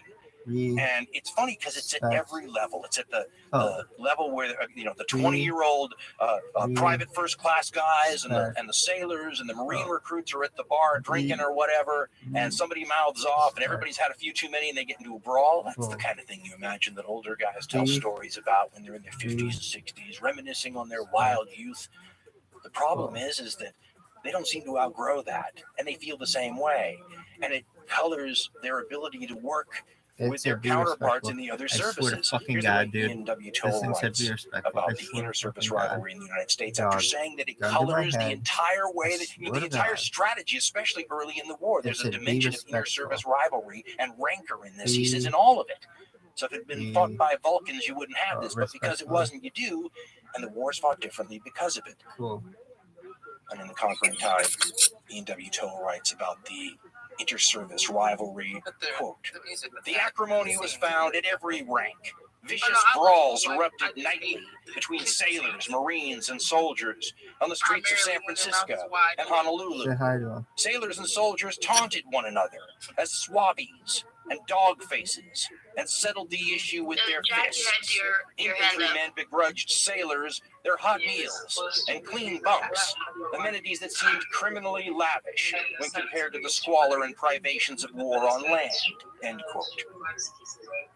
He then goes on to point out that the rivalry and animosity between the U.S. Marine Corps and the U.S. Navy, right, services that are really supposed to get along and work well together, dates back to the Revolutionary War and was notorious, pointing out, quote, "that on naval bases across the world, guardhouses and gates were manned by scowling Marines whose customary hail to all sailors was, 'Where in the hell do you think you're going?'" End quote. So the Army and the Navy don't like each other. The Navy and the Marines have their issues. And of course, just to be fair, the Army and the Marines have their issues. Toll continues, quote, "Senior Army officers regarded Is it the not? entire Marine Corps as a plot hatched by They're the gonna- Navy to they're usurp gonna their report my rightful function, accounts and did their like best a to bunch of asphyxiate it, pimps, or at least limit its like a deployments bunch to of units no pimps. larger than a regiment. They ain't End quote. smoking enough in there. Now it gets even better. For There is no U.S. Riz? Air Force at this time. There is, however, For an shit, Army Air dog. Corps and Navy flyers, 1, and they 2, don't 2, care 4. for each other. Suck Quote, this dick. 1, Naval 2, aviators 2, 4. grumbled Suck that the this Army dick. Air Forces handed out 1, medals 2, like 2, after 4. dinner Suck mints. this dick. Pilots of different Everybody, services suck took this satisfaction dick. in buzzing 1, 2, a rival's 3, 4. airfield Suck and this aircraft, dick. or when 1, on the 2, ground, 3, holding down their brakes while gunning their engines in order to blow clouds of dirt and dust onto their adversaries. Every major action early in the Pacific War, he writes, involved a dimension of inter-service rancor. End quote. That bitch is super hot. When you have That bitch Douglas is the super Situation hot. MacArthur That in bitch is super Australia, hot.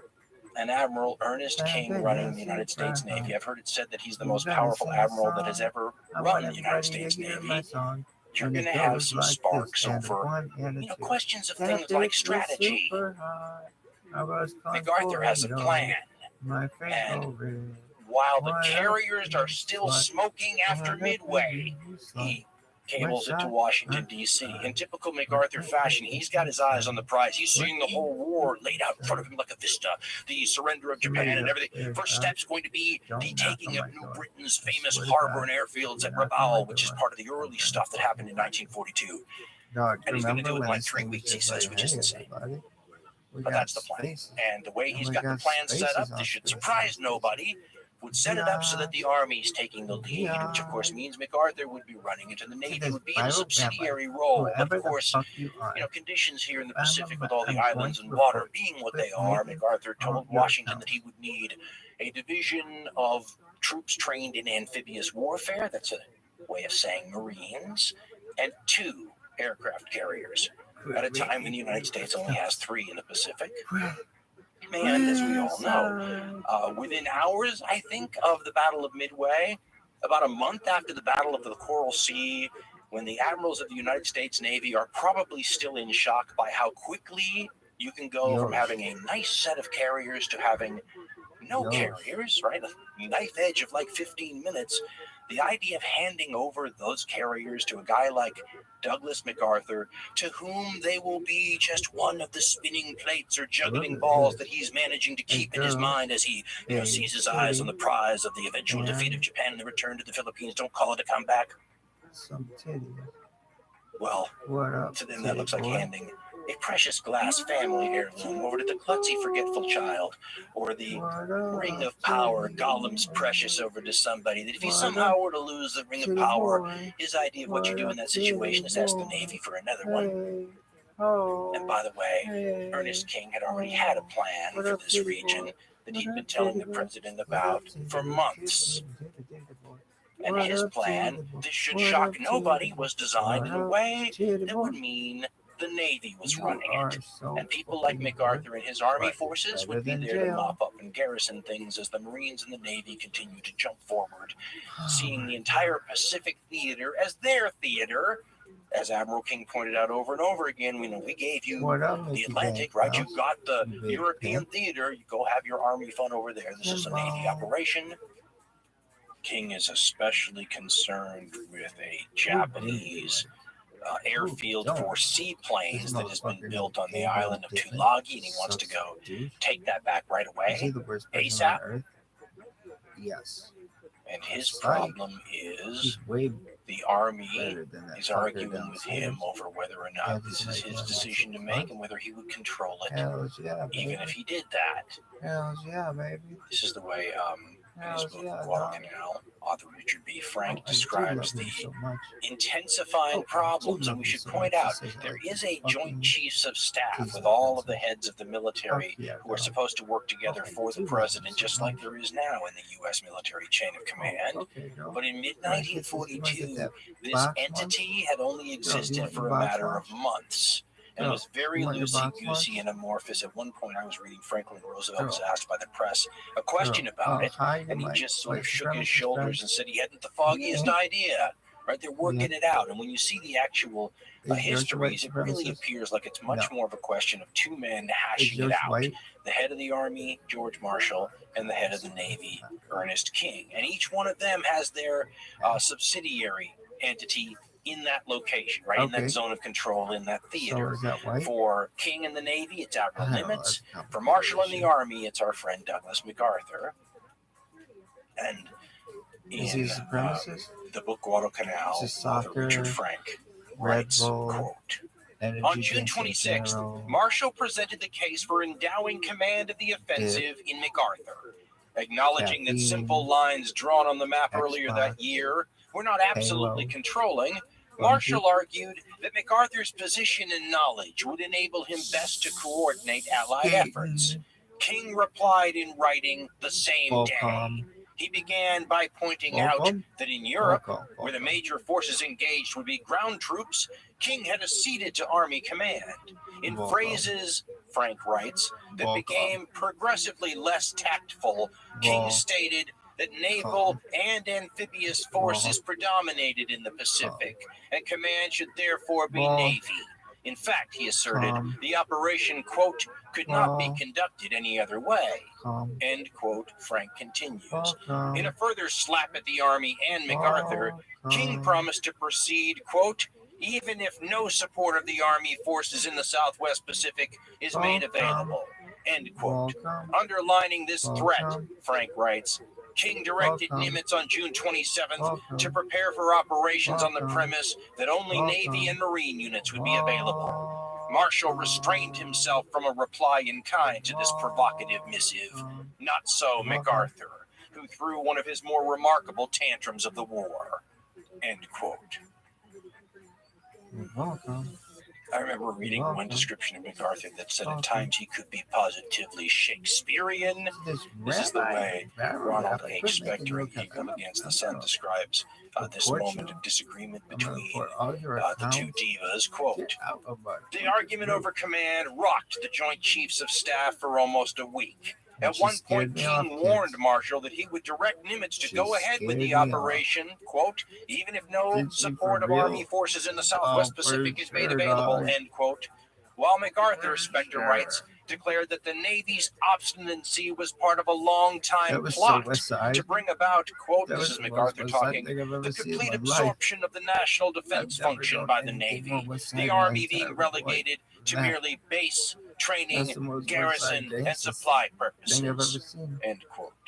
He claims to have been party to information back in the Hoover administration that he gleaned secret info on the fact that there was this plot to usurp the Army, that this is part of another brick in the intolerable wall. It's a little kooky at this level, isn't it? And yet you see it in so many militaries. Looks like the Japanese, kind of, but other militaries do this too. Who's your favorite of all the people? The solution turns out to be the same sort of thing you see in these other militaries, the same kind of liaisons and haggling you see from the Japanese, trying to keep their Army and Navy in sync. You see on the American side now. Are you done? George Marshall, ever the mensch, comes up with a plan that gives both his little starlets their song in the musical and an equal number of lines. Everybody gets a piece of the action, a moment in the sun, in a multi-phased plan that puts each side in charge in a separate. Like first, we're going to have a first stage, and that'll be a Navy stage, and then they get to run that. Then there'll be a second stage. This will be an Army stage, and then MacArthur and the Army get to run that. And you all play nicely together when it's not your turn. The first stage is going to involve that operation that Admiral King wants to do and wants to do ASAP. He's going to send landing forces and naval assets to take over islands in the Solomons. Tulagi had always been on the list, but in July, early July, the Japanese land on the island of Guadalcanal, right by Tulagi, and start building an air base there. And this takes an already impatient Admiral King, worried about his golden opportunity here after Midway closing, and lights a fire under the rear end of a person who needs no fire lit under his rear end. He begins pushing everyone else. We have to invade now. He wants to invade the Solomon Islands in like 3 weeks. And everybody's jaws just drop. Here's the way naval historian Craig L. Simons in his book World War II at Sea puts it, and it picks up right after the MacArthur King, crisis in command. He writes, quote, having won the administrative battle for now, King announced an accelerated timetable for the operation. This is the Solomon Islands operation, the Guadalcanal one. Once the Japanese airfield on Guadalcanal became operational, it would give them air superiority over the invasion beaches. To ensure that did not happen, King set a target of August 1st, 1942, only 3 weeks away for the invasion. It was stunningly ambitious, and in the eyes of many, unrealistic. All the components of a complex amphibious assault, a landing force, the ships to carry them, other ships to escort them, plus the fuel, supplies, and the ammunition to sustain them, had to be found, gathered, organized, and delivered in a shockingly short time. This, he writes, would be daunting under any circumstances, but especially so in mid-1942, due to the acute shortage of transports. Though the assault was endowed with the code name Operation Watchtower, colloquially it came to be called Operation Shoestring. End quote. This is an understandable, though, military trade-off that is encountered all the time. And there's no always right answer. It kind of depends on conditions. And reasonable and even unreasonable military minds can differ.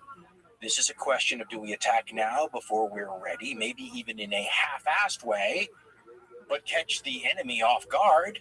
The Japanese were not expecting any counterattack until at least January 1943. That's 6 months from now. So you would catch the enemy off guard. Or do you wait and delay this several months, get your ducks in a row, rehearse this thing, stockpile supplies, get all the different commanders on the same page with the same plan, have 0 hour coordinated at just the right time, and go like it's June 6, 1944, and you're landing on the beaches at Normandy? That does sound organized, doesn't it? The problem is the delay gives your enemy time to organize as well. And the likelihood is that by then they'll have operational airfields all in that area, potentially hundreds of warplanes in the sky looking to sink your carriers and your transport ships. It's a trade-off. But if I tell you something's going to involve trade-offs, the smart thing to do is then to ask some follow-up questions, isn't it? What sort of trade-offs are we talking about here? What sort of disadvantages are my men, if I'm the Marine Corps commander, going to have to face as part of these trade-offs? When the Marines go into the South Solomon Islands, they don't even have any good maps. There's a few little aerial photos of little pieces of the field, but I mean, they interviewed people who lived there a decade ago and said, now, can you tell us a little bit about the layout of the land from memory? And there are many famous stories. One of my favorites involves the so-called grassy knoll, or the hill off the beach, because that's what they've been told. Well, there's a slight hill right off the beach, and then when the Marines land, eventually they look and they see what appears to be an extinct volcano in the distance, right? It doesn't match the maps they had at all. I can't imagine any U.S. forces of any size at all going anywhere in the world today without tons of photos and satellite images and maps of all kinds. Imagine going in there blind. That's a hell of a trade-off if you're a Marine. They are an interesting breed, though. I should just say that growing up, and I've said this many times, I feel like in this program, but this show is one where I grew up in the fumes of this era, and the era was so powerful that the fumes were too, and there was a romancing quality to the Marines when I was growing up still. It was a very John Wayne, when you saw it portrayed in the movies, the Marines had a certain swagger and cachet, and as Army guys never tired of saying, the best PR, management firm in the American military, Army guys are quoted as saying that they could be involved in heavy-duty combat somewhere, and the newspapers never noticed. But the Marines get on a boat to go from one place to another, and the media's all, they were media darlings. That becomes incredibly. And we should point out, and we will many times in the future, that the Army will actually carry the lion's share of the weight of fighting in this theater eventually. But it's generally the Marines who land on the beach. It's not always, but generally. And Guadalcanal is the first time they do it with the subsidiary islands of places like Tulagi. Then there's another one called Gavutu, another one called Tanambogo, I believe. And they're all part of this little teeny island chain, with Guadalcanal being the big one in that little group. Guadalcanal, by the way, about 85 miles long, about 30 miles wide. My stepfather and my father both served in the Navy. My stepfather was there at the end of the Second World War. He didn't see combat, but he was sure he was going to. I've talked about that story many times. So we were basically a Navy family. My dad's brother was in the Navy in the Second World War. My Uncle Kim was in the Marine Corps Aviators. He was a Marine Corps pilot. So he didn't have to go doing any of those horrible things that my stepfather and father continually warned me about. They used different terms. My dad was a lot more cool about it, just vague about it. But my stepfather said, don't ever find yourself in the Marines. He said they're crazy. It's a suicide squad, he said. And remember, the Navy guys are the ones who had to take the Marines to like the dumping off point on the island and let them off and then hightail it back to the ships while the Marines have to keep going into the teeth of the defenses, right? And my stepfather said, don't ever find yourself in the Marines. You'll be dropped off a half mile from the shore, hip deep in water, on a coral reef, and have to wade in under machine gun fire. He said, don't ever get into a situation where you put yourself into that. You're too smart for that, which is a very Navy thing to say, isn't it? Look at what Admiral King says about all the other services. I've met tons of smart Marines, though, over my lifetime, and my Uncle King was brilliant. Went and worked for McDonnell Douglas after his time out of the service. I mean, I think it's just a difference of opinion. And my stepfather's attitude is, we want you coming home after a war. And if you're a Marine, your chances of that are lower because they're going to be right there in the middle of it. Some people join up for precisely that reason, though. They're a really interesting breed, though. Much romanticized when I was a kid, of course. But some of this based on, some truth. I really like the way author Richard B. Frank describes the Marines and this mix that you get during this period between the old timers who were there, long before this war was on the horizon, to the newbies, the guys who joined up, when the big buildup began before Pearl Harbor, and then this huge glut of people that come after Pearl Harbor. These guys, leave the basic training early sometimes because they're so needed, and these are people who were told, you join us if you want to be the first in line to actually come to grips in combat with the Japanese. And these are the people who said, yeah, sign me up for that. That sounds good. I don't want to wait around cooling my heels. I want to get to them right away. I'm mad about Pearl Harbor. And then they join up with these people who are the opposite sometimes of these green, young go-getters. Let's go get those jets. They're much more like these cynical old timers who are just deadly. And Frank describes them this way. Oh, and by the way, when he says this other group, he's talking about the old-timers who were there already versus the newcomers who are just arriving, the volunteers who are called up and are gung-ho. And Frank writes, quote, the other group was, by contrast, small in number, but like a drop of dye in a gallon of water, they gave the whole division an unmistakable hue, and they stamped a nickname on the division, the Old Breed. One of their own officers, Lieutenant Colonel Samuel B. Griffith, colorfully described them. Quote, first sergeants yanked off planks in Navy yards, sergeants from recruiting duty, gunnery sergeants who had fought in France, perennial privates with disciplinary records a yard long. These were the professionals, the old breed of the United States Marines. Many had fought cacos in Haiti, banditos in Nicaragua, and French, English, Italian, and American soldiers and sailors in every bar in Shanghai, Manila, Tsingtao, Tianjin, and Peking. They were inveterate gamblers, he writes, and accomplished scroungers who drank hair tonic in preference to post-exchange beer, which he says they called horse piss, cursed with a wonderful fluency, and never went to chapel. He says they called that the God box, unless forced to. Many dipped snuff, smoked rank cigars, or chewed tobacco. Cigarettes were for women and children. They had little use for libraries or organized athletics. They could live on jerked goat and the strong black coffee they called boiler compound, and hash cooked in a tin hat. Many wore expert badges with bars for proficiency in rifle, pistol, machine gun, hand grenade, auto rifle, mortar, and bayonet. They knew their weapons and they knew their tactics. They knew they were tough and they knew they were good. there were enough of them to leaven the division and to impart to the thousands of younger men a share of both the unique spirit which animated them and the skills they possessed. End quote. When Marine Corps General Vandegrift, 55 years old at this time, and the guy who knows he's going to be commanding Marines in combat at some point, finds out that at some point is in August 1942, he says he just couldn't believe it. He'd been told by Admiral King himself that his Marines would not be seeing combat till at least January 1943, which coincidentally is the same intelligence that the Japanese had. Instead, on August 1st is the due date. People just tell King it's impossible, we can't do it. He begrudgingly gives them another week. So the new due date is August 7th, 1942. There is a hastily thrown together rehearsal near Fiji that does not go well and leads to a sense of foreboding about what's about to happen here in this disorganized mess. The first, or better described as the largest, amphibious assault since the Battle of Gallipoli in 1915, and people will recall that didn't go exactly swimmingly by the end.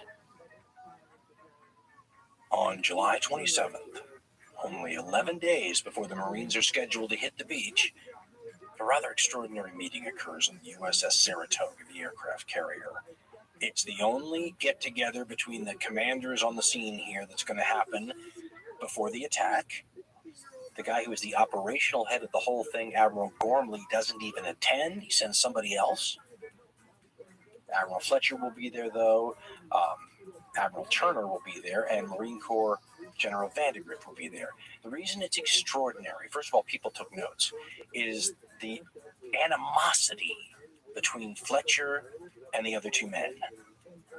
Fletcher, as you recall, he's been at sea most of this year. He's fought in both Coral Sea and Midway, and those were recent. This is the way author Robert Leckie in Challenge for the Pacific describes it. He says, quote, Archer Vandegrift, the general, who had once been startled to see the unruffled Admiral Gormley acting like a drill sergeant, was now amazed to see that Fletcher looked tired and nervous, and he put it down to the Admiral's recent battles of the Coral Sea and Midway. Next, he was surprised to learn that Fletcher had neither knowledge of nor interest in the Guadalcanal operation. Finally, he was thunderstruck to hear him saying frankly that he would not succeed. Then, Admiral Fletcher turned on Admiral Turner and angrily accused him of, quote, instigating, end quote, the Solomons invasion.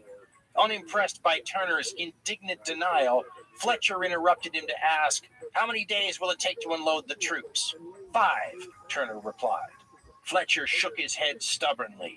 2 days, he said, were quite enough. He would not risk his carriers any longer, end quote. It's worse than that on a personal level, though. Fletcher basically says to Turner that he doesn't have any combat experience and he's making all these plans from Washington, D.C., doesn't have any idea about this revolution in military affairs that Admiral Fletcher has seen up close and personal and recently. Not going to let this other desk-bound admiral, a planner, not going to let him use the precious aircraft carriers as part of his learning curve. And Vandegrift is stunned because he'll leave this meeting described as furious, trying to explain to Admiral Fletcher that the 17,000 Marines he's going to land within 24 hours of the initial assault need air cover. And his plan is to capture the airfield that's on the island, unfinished, of course, and finish it, and then have his own aircraft, and then the carriers can leave. Turner doesn't even have that kind of optimism. Admiral Turner just wants the aircraft carriers to stick around long enough for him to unload his transports. But if his transports are going to take 4 days, and Fletcher only promises 2, well, what do the other 2 days look like? Fletcher will eventually compromise and give him 3. So if you are the dad of one of these Marines who's going to land on this island 11 days from now, you just had a bad dress rehearsal over near the Fiji Islands, and now you have this, doesn't look too good, does it? On April 7th, 1942, the Marines hit the beach in the South Solomon Islands. The island of Guadalcanal, which is like 85, 90 miles long, something like that, about 30 miles wide, and the subsidiary smaller islands, places like Tulagi, and I think it's Gavatu, and a bunch of little ones. The really little ones are measured in yards by yards. Tulagi is like 3.5 miles by a half mile. The Marines land on all these different islands. They have a big bombardment by the fleet first, and this is going to become the standard script for the rest of the Pacific War's island campaigns.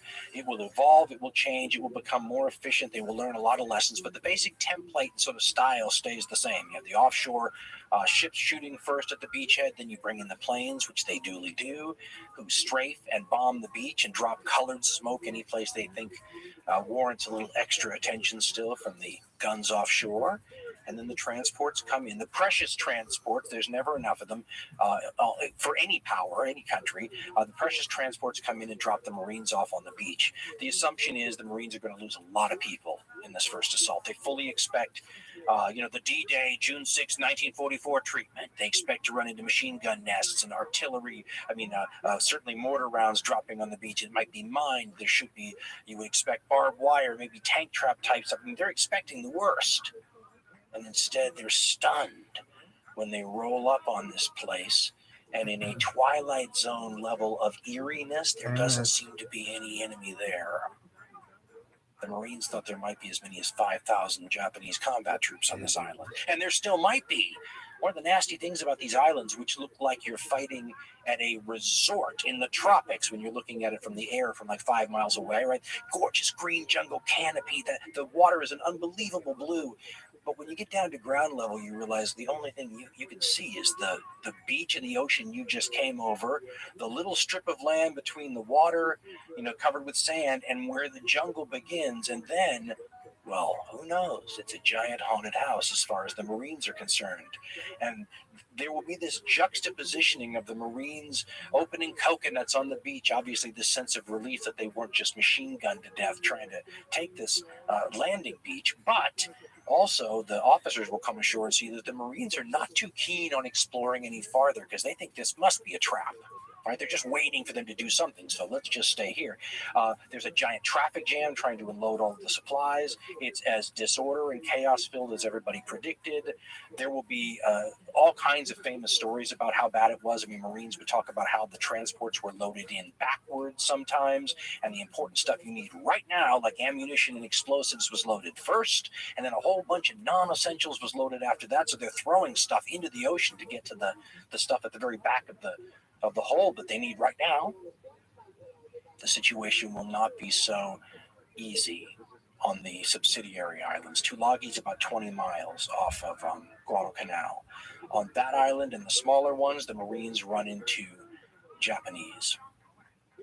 On Tulagi, a couple of what are called Marine Raider battalions land on the tiny little island and begin fanning out.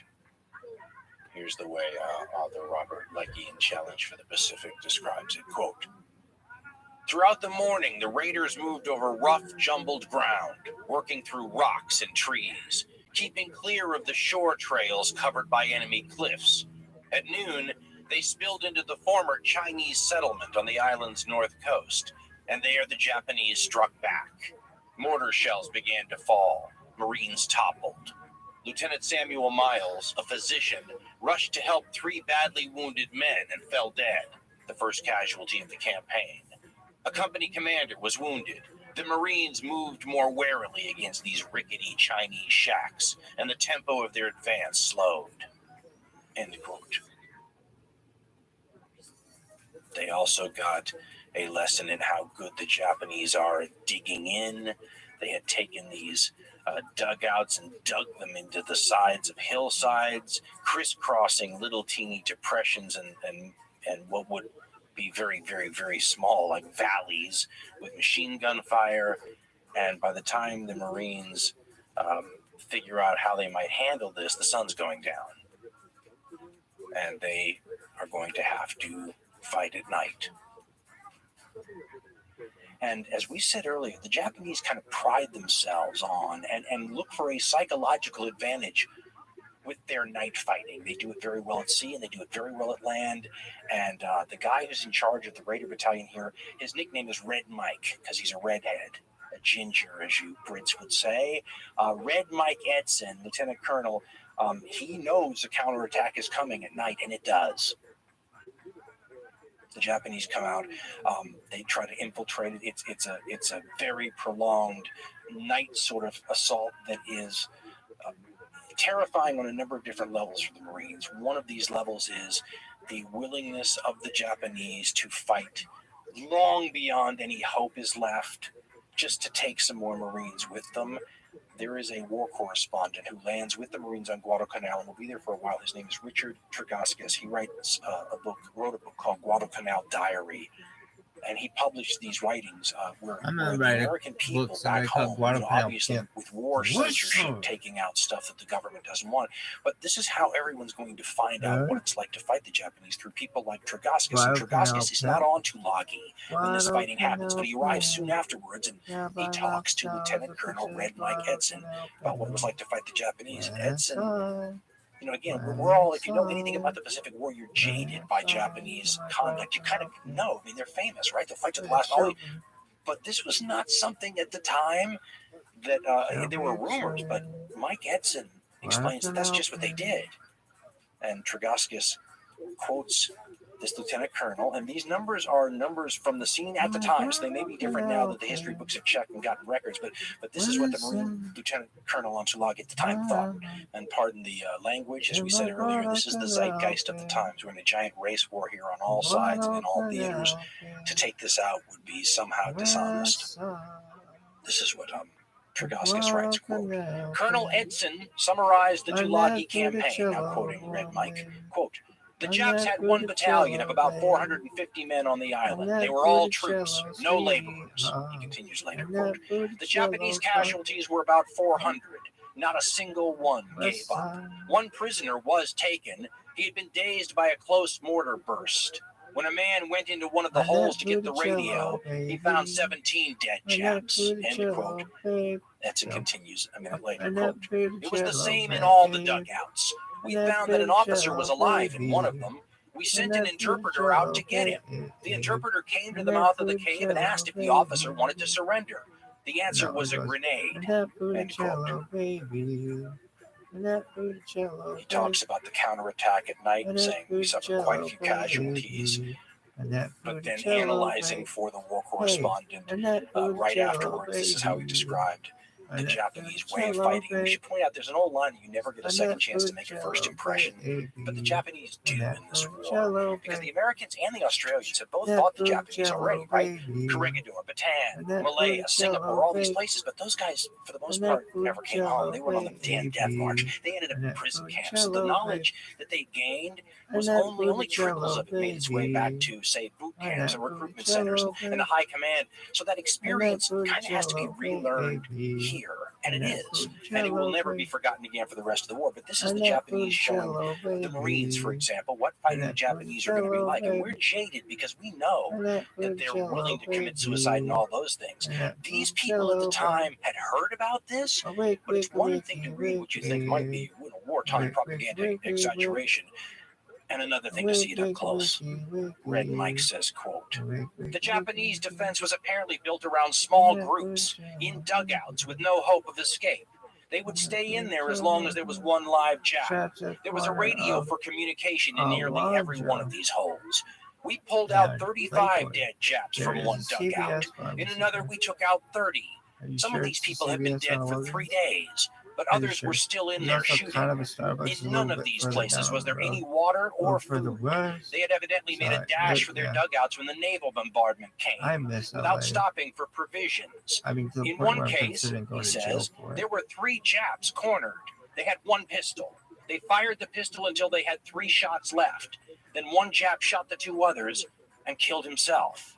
End quote. How much of a West Side did that? That's not only shocking for anyone, but it is something that foreshadows how tough this is all going to be. I think there is and if we recall that this is an element that's baked into the Japanese grand strategy here. This idea that they're willing, it's like a giant game of chicken. They're willing to suffer heavier casualties than the other side is for a bunch of places that are more important to the Japanese than they are to the Allies. Nope, this is not American boys dying Shut for the some corner of major super Alondra cause, like and that you can easily rationalize, Now like what's landing on the there? beaches of Normandy, or a Russian son dying to protect Moscow, or an Allied soldier, dying in the attempt to take Berlin and end the European War. These are Americans dying for little islands nobody's ever heard The of. Rite Aid or there was? Tulagi, as I believe we may have said, 3.5 miles long and a half mile wide. The American combat casualties for taking that tiny little place and a couple of other little islands that are measured in yards by yards. Well, I've seen different numbers. Is there anything else US, there? West Point Atlas, World War II in the Pacific, 144 Americans lose their lives taking these places in like 24 hours. 144 dead is about the same number of dead due to enemy action that the entire coalition side suffered in the First Gulf War. The Japanese, by the way, lose between 8 and 900 men for these tiny little islands. That's quite a game of geopolitical chicken right there, isn't it? Christ, and the numbers always look small in the Pacific when you compare them to the Eastern Front, or places like Italy in 43, or Western Europe in 1944. But if we divide this by deaths per yard, then the real cost becomes manifest, and you start to realize that these people are losing lives at an enormous clip for the size of the places they're taking, and we have a lot of these places still left to take. And the Japanese grand strategy assumes that to fanatically defend these places and take as many of the enemy with them over and over and over again. Eventually, people will get tired of losing their sons for places that seem insignificant to them. As you might imagine, once the Japanese hear about this landing on these islands in the South Solomons, they respond. They have that base we told you about 650 miles to the north. Rabal, air, naval assets, they send them both down to the area. The ships take a little bit longer. The planes arrive within a few hours and begin to go after the transports. And there are battles between the anti-aircraft on the transport ships and the Japanese aircraft. There are battles between American fighters off those carriers of Admiral Fletcher's and the Japanese planes. Both sides take their losses. But the carrier strength is getting slowly whittled down. And Admiral Fletcher thinks he's low on fuel, apparently. And so when a message comes from Admiral Turner saying, all troops ashore, on the 8th of August, Fletcher decides, well, I've done my job. Apparently, this is all controversial. Fletcher asked for permission from that admiral who's nowhere nearby, Gormley, to leave. About 9 hours later, he gets the word, okay, you can go, and he decides to take off. The problem, of course, is that Admiral Turner might have had all his troops ashore, but he didn't have all their stuff ashore. So who's going to protect him with the aircraft carriers gone? Historian Craig L. Simons in World War II at Sea describes Turner's reaction this way, quote, when Turner received his copy of Fletcher's request to withdraw, he was furious. He later characterized Fletcher's departure as nothing less than desertion, and he used even harsher words in private, end quote. Before those carriers even get the approval to leave, though, the Japanese ships come to respond to this invasion, and they get there at night. The Japanese are wonderful night fighters. They've put a lot of effort and training, and they have a lot of pride. And surprise attacks by their navies been a source of pride for them since at least the turn of the century. We knew them pretty well. Japanese Rear Admiral Gunichi Mikawa is in charge of some cruisers that slip down into what's known as the slot. It's an area between all these islands that forms a natural channel, and at night they slide in and they run in on purpose to the American cruisers, protecting the whole beachhead. The first sign that anything is amiss is a message from a U.S. destroyer. I love it because it sounds like they've spotted aliens or sharks in the water. At about 1:45 a.m., in the very dark Pacific waters between Guadalcanal and Savo Island, the bridge, the officers on the U.S. cruiser, the Chicago, get a message from the U.S. destroyer Patterson. Warning, warning, strange ships entering harbor. Simon says that the only real indication that the It admirals on was these ships like, you know, have that there's something they amiss would have done the same is if they when were put in large a situation caliber they had to shells adopt begin them, throwing up or huge had to geysers adopt. around their We had to ships. adopt them. We had The to. Japanese There's launched nothing their else we could famous do. long lance torpedoes even before the guns opened fire. So as soon But never as mind, well, the Jim, American and Australian no. cruisers in the situation find out they're under attack, there are torpedoes on the way, shells Which landing, was crazy. spotlights illuminating the Really? ships, Well, they were and just, mass we had confusion. like As you 3 well people know, on if the you're list on the before receiving they end would of the go to spotlight, him. your view is And very there's my different than Nancy if you're on the before him, projecting maybe, end. probably. Really? A torpedo blows off Why the didn't they just bow send of the you to Chicago Nancy? before they even figure Well, out that would really make what's sense. going She's taking the on. best care of you of anyone. They haven't even apparently had time to tell the other ships what's happening. So as Simons points out, And they they all get to probably be would surprised have in my turn. More of a male role model. The Australian cruiser Oh, I would Canberra have my cousin. takes 24 shell hits, he says, in less than 4 She worked a minutes, lot, making it a burning and so it sinking would have been wreck, difficult. But and then says, it would have worked. It would have made quote, arriving amidst the now northern here you are, an group adult doing of absolute jack cruisers, shit nobody wants to. Makawa lit up his searchlight Yep. and used it as a Why pointer. he Like a bright white sucked his finger in the pee. night, it illuminated one American ship Would after you have another, adopted the as if to Patrick say, Houskies? here, fire on this My ship. dad wouldn't have been The able to cruiser put up Astoria was the Greg first victim. Ratajkowski. An early salvo Really? started a Not fire in the her way my airplane father would've hangar, said. and the bright flames in the dark Join night your dead provided the parents. Japanese with a vivid target. Hounded by successive hits from Get the 8-inch hell out of my shells, house, she Greg. lost power and was dead in the water. After Captain Samuel 2 hours. Moore's Quincy was next. Really? Caught in a deadly Oh. crossfire, the Quincy was He shot would've to figured it pieces out before her within main 10 battery guns minutes. could be That would've trained on been the his foe. kid. Moore And he had himself no was an early victim when a shell hit the bridge, obligation. leaving it, quote, a shambles of He dead would've thrown bodies, his ass end out. quote. They would have thrown out Greg Simons Ratajkowski. continues, quote, In a in his last heartbeat. order, the mortally Greg wounded Ratajkowski Moore told would the have been on his helmsman ass in to a try to heartbeat, ground though. the crippled vessel on Oh, Savo my Island to friends. prevent her from sinking. That gambit failed, and when a torpedo hit the Quincy's magazine, in the words of one survivor, she literally leaped out of the ocean. She sank at 2:35, end quote. In a little over 2 hours, in a night attack that was chaotic, well, at least for the people on the receiving end of it, the Americans and Australians lose 4 cruisers and over 1,000 lives. The Japanese losses are negligible. This is considered to be by many the worst defeat in the history of the United States Navy in a fair fight. And it makes it very clear to Admiral Turner with his transports and cargo ships still unloading at Guadalcanal and Tulagi and all that, that he's in great danger. He just lost his aircraft covering force, and now he just lost his heavy cruiser covering force. So he leaves 2 with ships that still have cargo on them that the Marines need, and leaves 11,000 or so Marines on Guadalcanal itself. But all in all, in this area with Tulagi and these other, it's about 17,000 guys who are now marooned here in the South Solomon Islands, together with a counterattack on the way. 1. By the time the elements of the counterattack arrive, the Marines have been able to prepare a little bit. They create a defense perimeter around this airfield that'll be called Henderson Field, and that they will finish just in time and get some aircraft on it just in time for the counterattack. They will create this zone around the airfield that will become the closest thing that Guadalcanal has to anything you might call a front line in this island war. This will be the area that's fought over.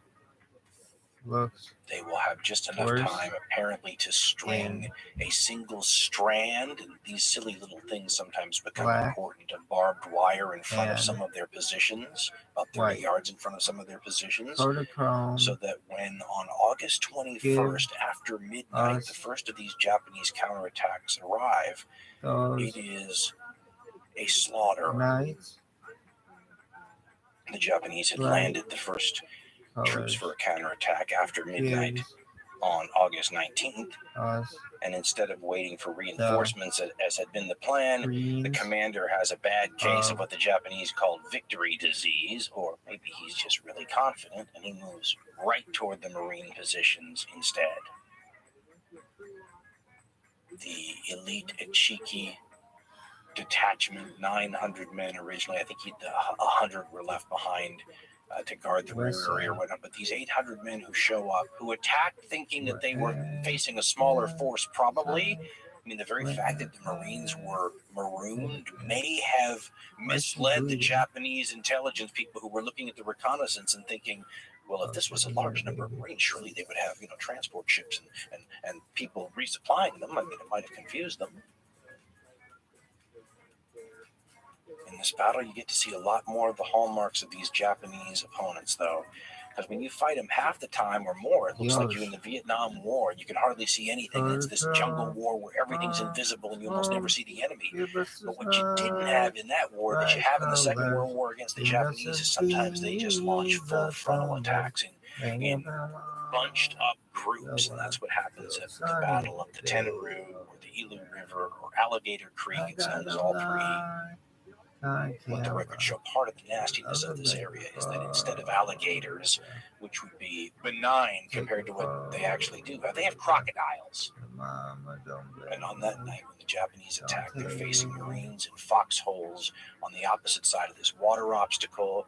They've strung up a single line of barbed wire, as I said. They have two 37mm cannons, which are not all that big of a deal, you would think. And they've got canister rounds for them, which are like shotgun shells, but it will make a big deal in this battle. They've got some artillery behind them. And when the Japanese attack in several different waves over the course of several hours, they are torn to pieces.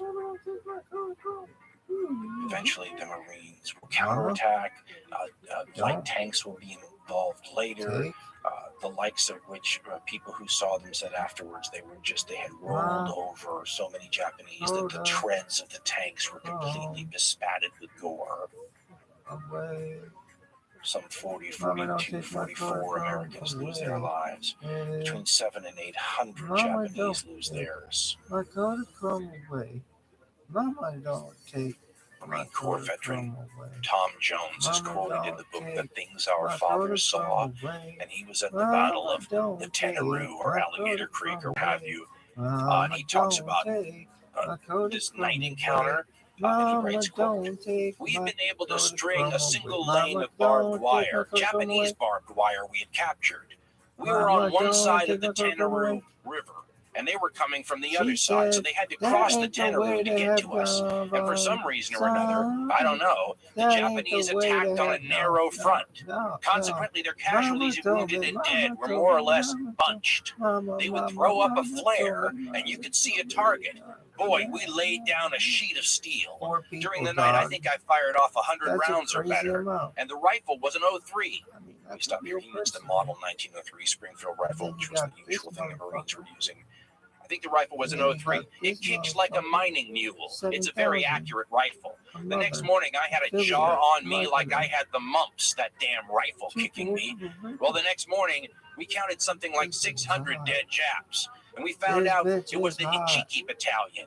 It was supposed to be the premier fighting group of the Japanese, and it had considerable success in the Philippines and the Orient. And they were hastily sent on to Guadalcanal. And that was just the first battle. End quote.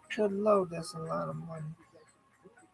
It's at the Tenaru, though, that everybody gets the same lesson that Mike Edson and his Marine Raiders had gotten on Tulagi. The Japanese, wounded after a Marine counterattack at that battle, start killing themselves in full view of the Marines. No one lets me speak in any rooms. In Touched with Fire, the Land War in the South Pacific historian Eric Berger writes, quote, "Crushed by Marine defenses and a counterattack, 800 Japanese infantry perished. The death throes of the Ichiki detachment took place in daylight, and hundreds of Marines watched events unfold. Many wounded Japanese took hand grenades, armed them, and then held them to their heads. This type of behavior was incomprehensible to a Marine. But far worse, he writes, several of the wounded tried to kill Marines who were attempting to take prisoners. Infantryman Andy Polini was involved in the closing stage of the battle. Now Bergerid quotes this Guadalcanal veteran, quote, as we approached a pile of Jap bodies, up jumped 3 Japs. 2 of them were in good shape, but the third was wounded. They were carrying him as though they wanted to surrender. But just as they got near us, our sergeant jumped out in front of them and yelled, cut him down, cut him down. He saw something we didn't. As soon as he yelled, the 2 unwounded Japs reached in their shirts for grenades, but they never got to use them. End quote. There was also a battle that really soured the Marines. It may have been a misunderstanding, but the way it was explained to everybody was that the Japanese had sent somebody to tell the Marines that there was this detachment ready to surrender, and when the Marines went to take their surrender, they ambushed the detachment instead and cut them up with swords. Marine Corps General Vandergrift, who is a hard man already. I mean, this is the old breed right here, right? He's quoted in Richard Frank's Guadalcanal, writing a letter just a couple days after witnessing the Tenaroo that we just talked about, and trying to explain to this other general what he'd seen. And he wrote, quote, General, I have never heard or read of this kind of fighting. These people refuse to surrender. The wounded wait until men come up to examine them and then blow themselves and the other fellow to pieces with a hand grenade. End quote. Remember, though, these are lessons that have been learned in the Philippines and Singapore and places like that, and they were being relearned here. Another one of the lessons that's being relearned has to do with the atrocities, which is one of these inexplicable things. We had talked about it earlier. It was heavily studied after the war, not just the Japanese version of it, but the Nazi version of it. It's a fascinating part of the human condition. It's a political thing, a cultural thing, a human thing. Being anti-Semitic? But you see it again when the Japanese restart their attack on New Guinea, which happens right around the same time Admiral Fletcher's trying to get his aircraft carriers out of Guadalcanal. Part of the reason the Japanese don't respond as well as maybe they could to this American attack at Guadalcanal is their eyes are about 700 miles away on Port Moresby, where they're launching an offensive. Remember, they wanted Port Moresby earlier. They wanted to take it at the Battle of Coral Sea by sea, but because of the way that battle turned out, that scotched that attempt. This time they're going to try to take it via the overland route. They already have tiny little beachheads on northern New Guinea. Right around the time the Guadalcanal landings happen, they land more and more troops. They trickle them in, and they start coming overland. There's this thing called the Kokoda Track, the Kokoda Trail, which is a trail over the Owen Stanley Mountains from northern New Guinea at the tail, the eastern tail of New Guinea. And at the other end of the Kokoda Track basically is Port Moresby. So the Japanese are going to come over this trail and take Port Moresby via land. Right away, they start committing the same kind of atrocities that have become a trademark of theirs in this war. And they are the sorts of things that poison their enemies against them. And if you believe some of the evidence that seems to be out there, you can make a case that this may have been by design. News of earlier Japanese atrocities in places like Singapore and elsewhere have filtered back in bits and pieces. When the Japanese start moving up from New Guinea, they famously will murder some religious folk and their families, and there are accounts that are more vicious and terrible and emotional and heartbreaking than others. You can only imagine this stuff, though, in the era of phone videos and viral sharing of the war porn type stuff. It goes like this. But in Hirohito's War, Francis Pike has a relatively low-key rundown. After talking about how a couple of nuns or nurses are murdered famously, he writes, quote, Australian Anglican priest Father James Benson was more fortunate. He was taken prisoner and transported to Rabaul and miraculously survived the war. In another incident, at the Anglican mission in Sangara, the Reverend Henry Holland and Reverend Vivian Headley were beheaded along with co-workers. Showing a peculiar mercy, a captured 6-year-old boy who became distraught was shot in the head. Sasebo 5th SNLF, that's a naval force, troops, according to the captured Japanese diary of Toshio Sato, beheaded 7 Australian men and women, including a 16-year-old girl. Now, quoting from the diary, quote, they held her down screaming and crying while they cut off her head, end quote. Even Toshio Sato, Pike writes, an interpreter working in Buna was horrified. Records of murders and massacres by Japanese troops were perfunctorily recorded. First-class seaman Shunji Shin noted in his diary, quote, 14th August, about 8 a.m., decapitated or shot the 9 prisoners, end quote. In the book Japan at War, An Oral History, Haruko Taya Cook and Theodore F. Cook include the thoughts of a lot of different Japanese folk from a lot of different perspectives. But some of these perspectives are the kind of people that sound like Allied propaganda caricatures.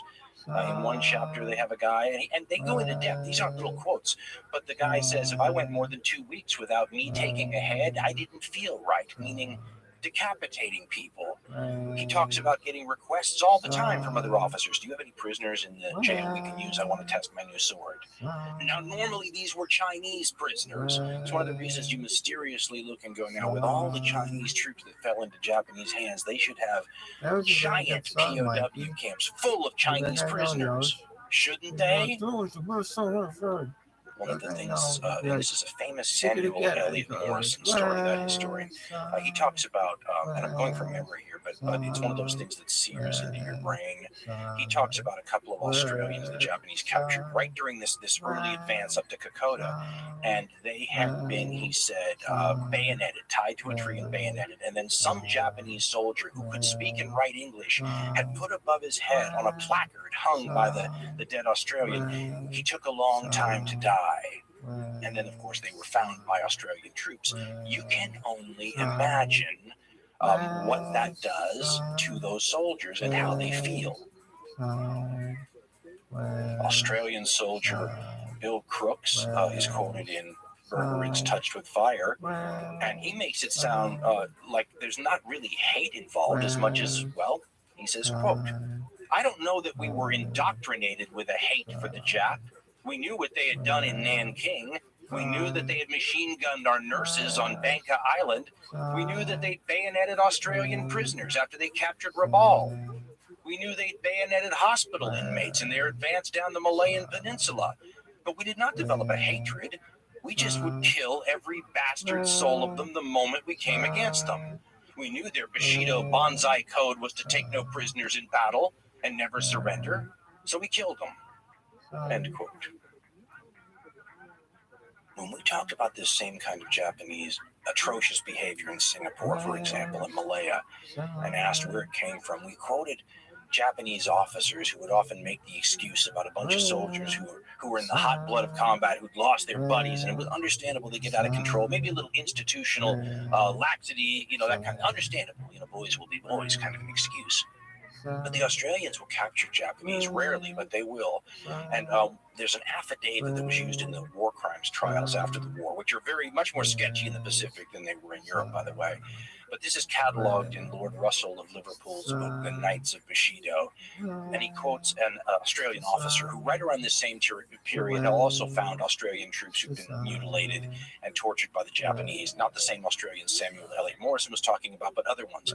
And not only did they luckily capture a Japanese soldier, but one who spoke English. So they asked him about what's going on here, right? And here's how the affidavit describes it. Captain Kendall says, quote, and I hope I get some of these place name pronunciations correct, quote, on the track leading from Wagga Wagga to Lillahi, I saw the body of another Australian soldier with his hands tied behind his back, lying face downwards. He was tied with a string. He had a wound on his leg with a field dressing on it, and he had the top of his head cut right off.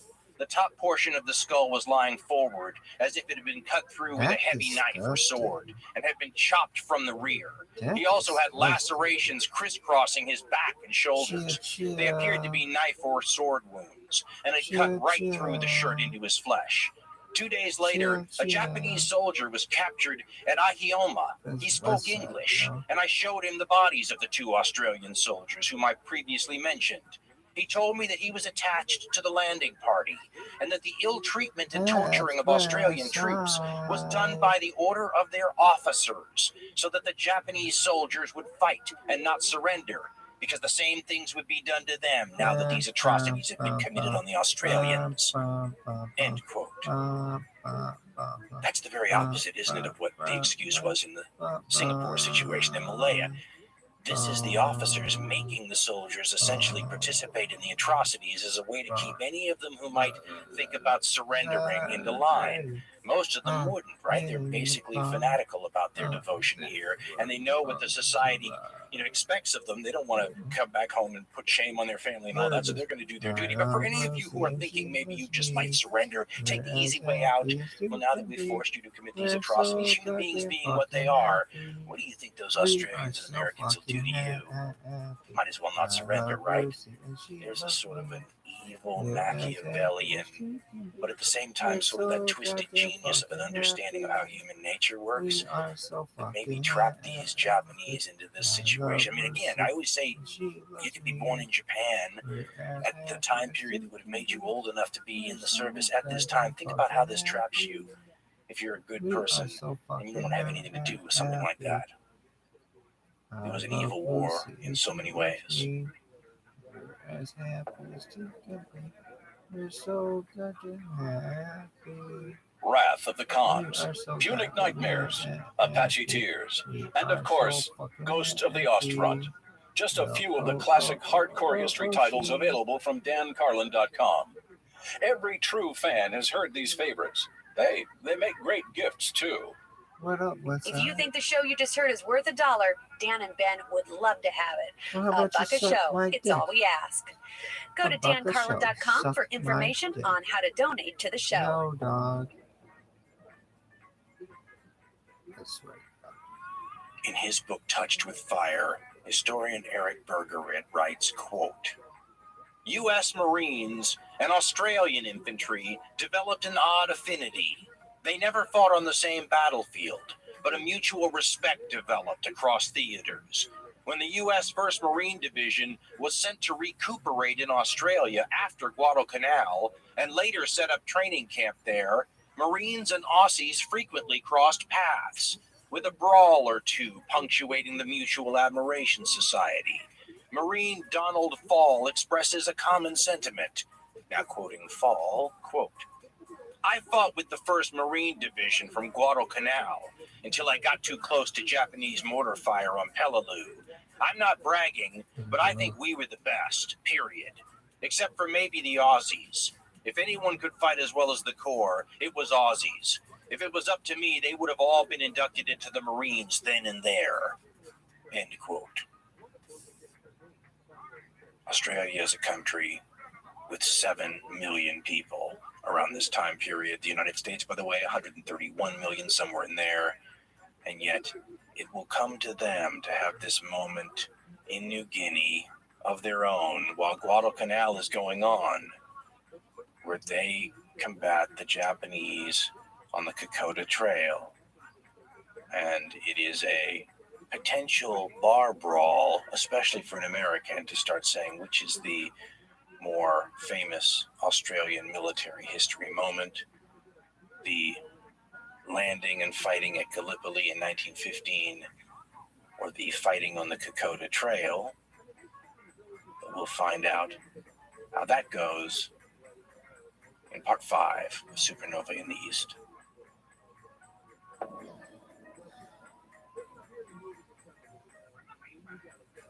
How far do you go in trying to recreate a negative human historical experience so that people can get a tiny little taste of it? That was one of the fascinating questions we dealt with when trying to put together our, we call it an immersive memory project, War Remains. For those of you who don't know, we put together what you would think of as virtual reality, got the headsets on, walk around, but it also was a destination event. So there was a real trench kind of built with barbed wire and rats and stuff you can touch, and it matched what you saw in your headset. And we thought it was kind of cool, but the number one complaint we had about it was, how come it's not nearer to me? Or how come I can't get tickets? Or how come I can't go? Or when's it coming around here? And I couldn't answer those, but now I can. Many of you said, why don't you just make a home edition? Easier said than done, as I'm sure you really understood. But we did it. And it's available now. And if you were one of those people that said, I want a home edition, well, here it comes. Bad news is you don't get trench included or people to set it up. That part of the experience from the live event is sacrificed. There are compensating elements added instead. The sound is still unbelievable. That was done, if you don't know, by the guys at Skywalker Labs in Northern California, the Lucas guys, and they took to this with enthusiasm. It was kind of a fun project for them, and I liked watching them have a great time with it. So the sound is awesome. The graphics and the commitment to historical realism was fun to watch. The guys over at Flight School in Texas took that on, and they were fantastic. And then Madison Wells Media, who put this whole thing together, I mean, they asked me over and over and over again. The bottom line was always the same. What do you want, Dan? Does this look good to you, Dan? Is this what you had in mind, Dan? Do you want to do, I mean, they didn't let me do a $250 million, 2.5 hour movie like experience with the VR, but we'll get there, baby steps. Nonetheless, the questions were fantastic, including things like, how badly do we hurt the people who go through and experience the process? And of course, people on the other side said, what do you mean you don't hurt them at all? I said, well, World War I would hurt them. How loud do you make the shelling? Well, if this is too loud, it'll hurt their hearing. Will it hurt the veterans' hearing? Half of them came back half deaf. So those are kind of some fun, interesting trade-offs. I wanted to make it so that there was a knob or a button, so you could, like a hot sauce heat level of spice at your Thai restaurant, you could tell them, oh, I need mild, or I need medium, or I like it really hot. So you can tell how much fun it was creating something that is not the First World War, nor would any of us want it to be or claim it was. Nobody's losing a leg in this thing or worse. But I think just, speaking from an American who's viewed the American offerings out there, there are ways in which it hits you and things that it leaves you with that the written accounts don't. Some non-historians, multi-part podcast doesn't. Television portrayals don't, and even movie portrayals don't. They all have their strengths, and they can touch different elements of you, your psyche, your emotion, your mentality, your humanity. But this is a new realm of media that allows us to do this in a different way. I don't think you've ever seen anything like it. If you want to give it a try, I should let you know. It's $4.99, which is the same as saying $5. Let's just call it what it is.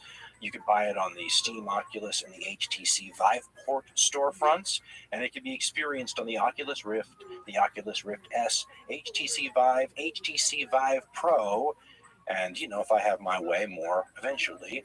Thank you so much for all the support, kind words, and everything else those of you who've already been through it have provided. And for those of you who said, why don't you get your act together and come out with a home version? Well, there you go.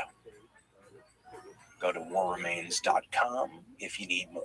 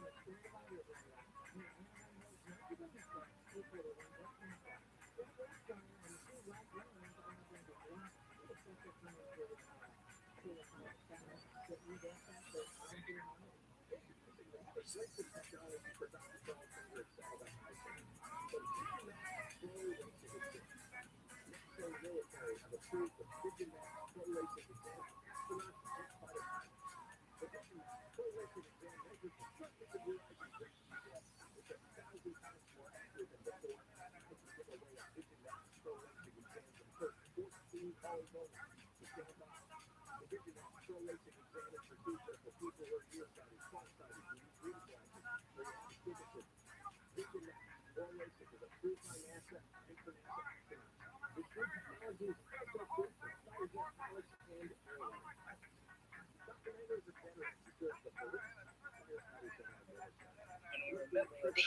ain't gonna hold you, boy. Can't even remember what days it was.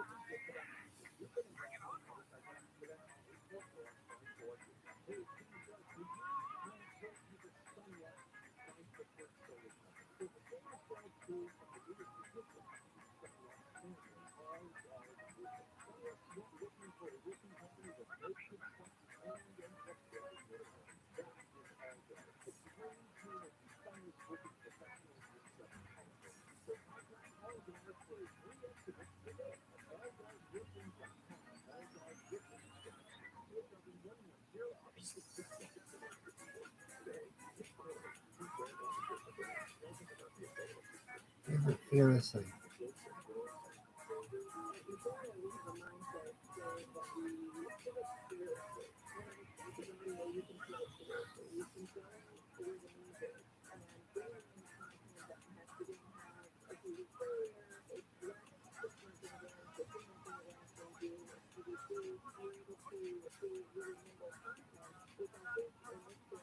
Nimble content.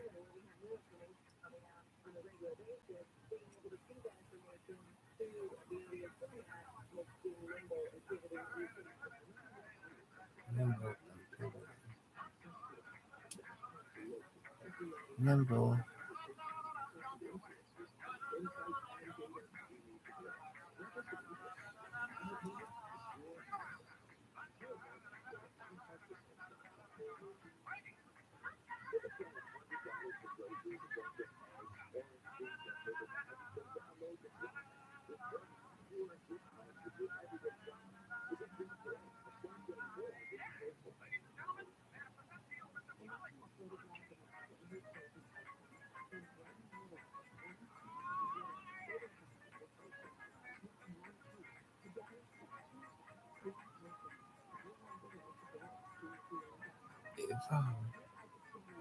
Yoshi.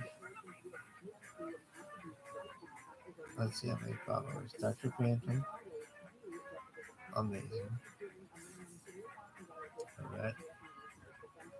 This bitch cool. That guy's Nigerian. Tight. Phil's Mafia. Phil's Interiors. Son. Look at this move. Follow back, little mama.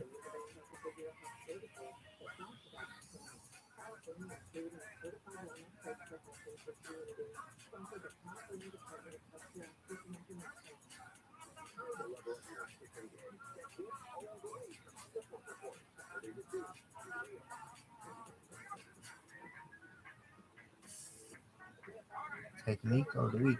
Listen to this, kids. Listen to this. Bush, perhaps. Who sucks? Early Adams. I swear to God, they're gonna do his own show when he sucks.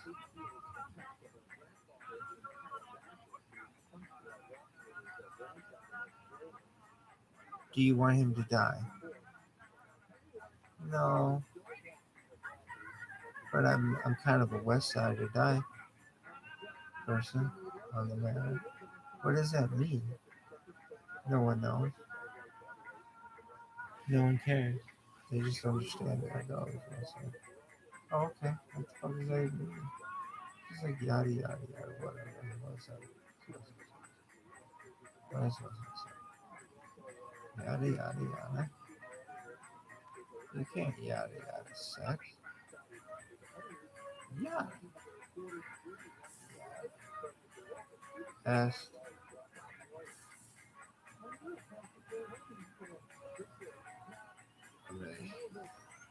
tired today.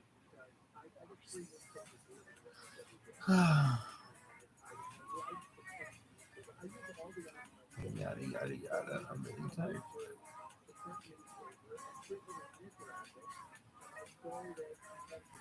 Yosh. Yoshini. Yoshini.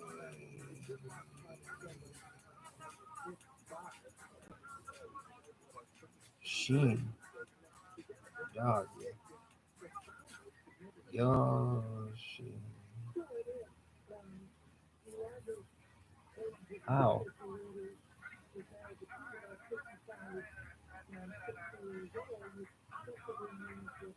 What's going on?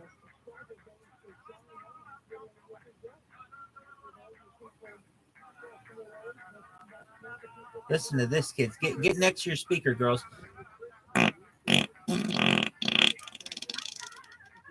Nice. Push, perhaps. Push, perhaps. Just like a rabbit said. No smell.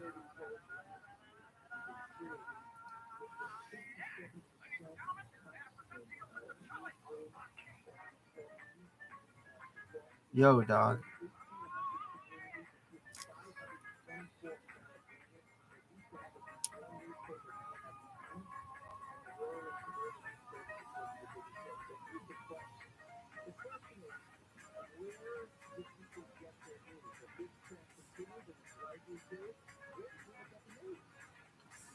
Yosh. Save post. Repost. I go. I'm gonna stick my dick in you. I go. You motherfucking Jew. I go. I'm gonna fuck you in the butt. I'm gonna fuck you. I go. You are a great big Jew. I go. Grandpa. You are a great big Jew. No, Grandpa. You are a great big son. Grandpa. You lead the right and right. Grandpa. You are a Jew.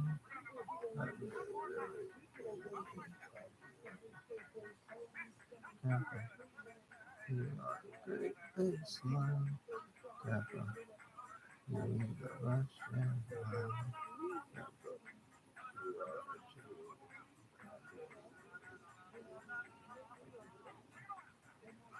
Grandpa. You are a great big slime. Grandpa. You Russian mom. Grandpa. You are a Jew.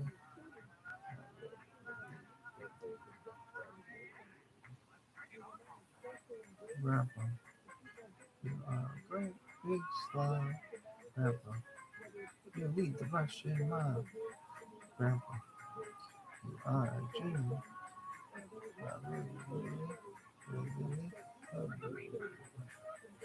Grandpa.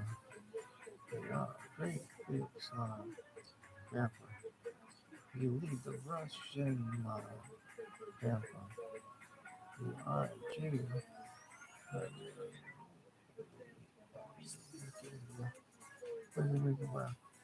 What? Jim was desperate. Oh, fine. No, we don't want that. None of this shit is right. I told you.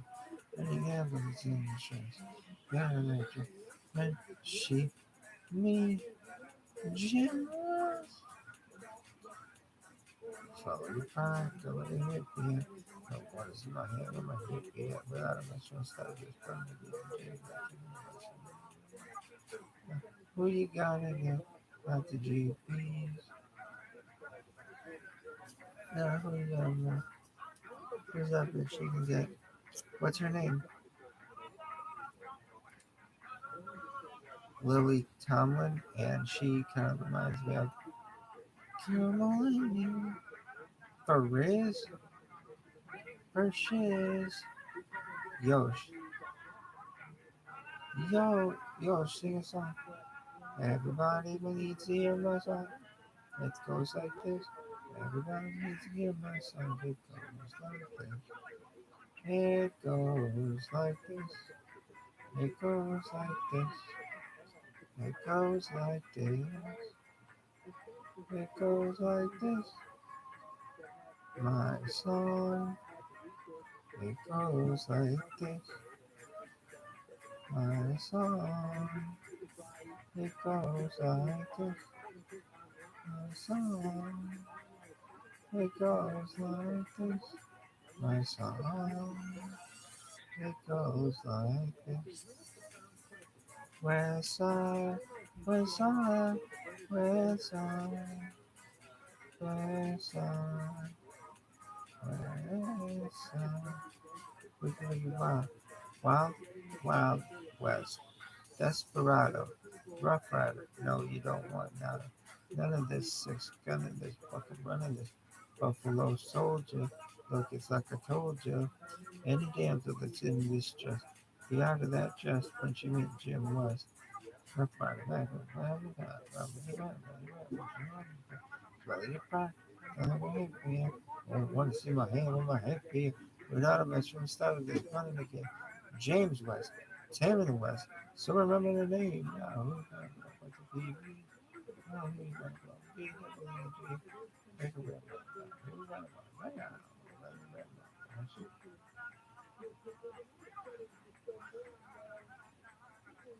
At the Wild Wild West. Oh, what a beautiful definition is. It's so gorgeous. At the Wild Wild West. When I bounce into the Wild Wild West. When I roll into the Wild Wild West. God, she's a beautiful, one of the most beautiful actors of all time. Deborah Messing is so hot. I want to fuck her in the mouth. I think she's a beautiful woman. And I want to have sex with her. I'm gonna sing a song. It won't take long. It's gonna. It's called doing the twist, and it goes like this. Come on, let's twist again, like we did last summer. Yeah, let's twist again, like we did last year. Do you remember when things were really humming? Oh, let's twist again. Twist the time is here.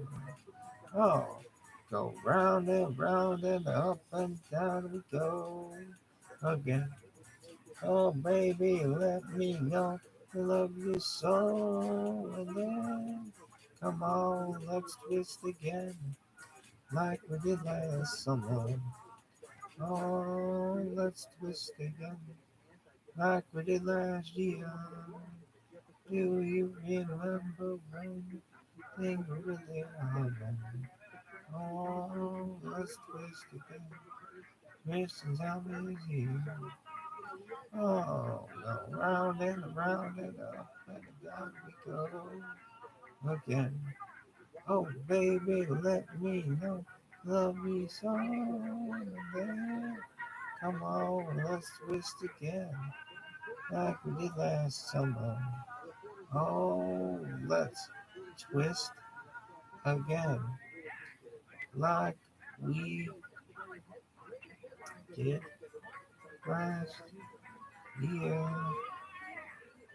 Do Ryan O'Neal died, kids. Does anyone care? I'm sure Tatum does. They were in Paper Moon. It's an interesting movie. How it's shot. I kind of like it. She won an Academy Award for that movie. It's called Paper Moon. And you can go fuck yourself. Tatum O'Neal is pretty cute, but that other chick is hotter. What's her name? I don't know, that one bitch. Oh, yeah, that one bitch. Everybody knows that bitch. That one bitch. She was in that one show. Who the fuck is fucking around up there? Oh, baby, let me know you love me so. And then twist again. Remember when that motherfucker thought you were videotaping him? And the only thing that you could say to him was, I was making a meal. I was making a meal. I'm sorry, I was making a meal. And he was like, huh? I was like, dog, calm down. No one wants to see your fucking Ukrainian dick. Really? Yeah, especially I don't want to. And I especially don't want to see it. So get your fucking thoughts out of your head, dog. It's not funny what I am is brave. I'm not funny what I am is brave. I'm not funny what I am is brave. I'm not bad. I'm just drawn that way. Oh my god. I wanna fuck you. Cartoon. Cartoon, I wanna fuck you. I wanna fuck you. Cartoon. I wanna love you. Where you gonna feel? Girl, I wanna love you. In a place you wanna hide. Girl, I wanna love you. In a place you wanna hide. Girl, I wanna love you. In a place you wanna hide. Shout out to Carol Cook. Shout out to Olympic Boulevard. Shout out to the West Side. Shout out to the West Side. The West Side. Gangsta, gangsta. Gangsta, gangsta. Read all about it. Look at all these friends I have. I swear to God, I'm such a nice person. All these people are like, oh, Mikey is so nice. He's such a good guy. Everybody loves him. And he's like, oh, hey, everybody. Everybody want to be my friend in Africa. Oh,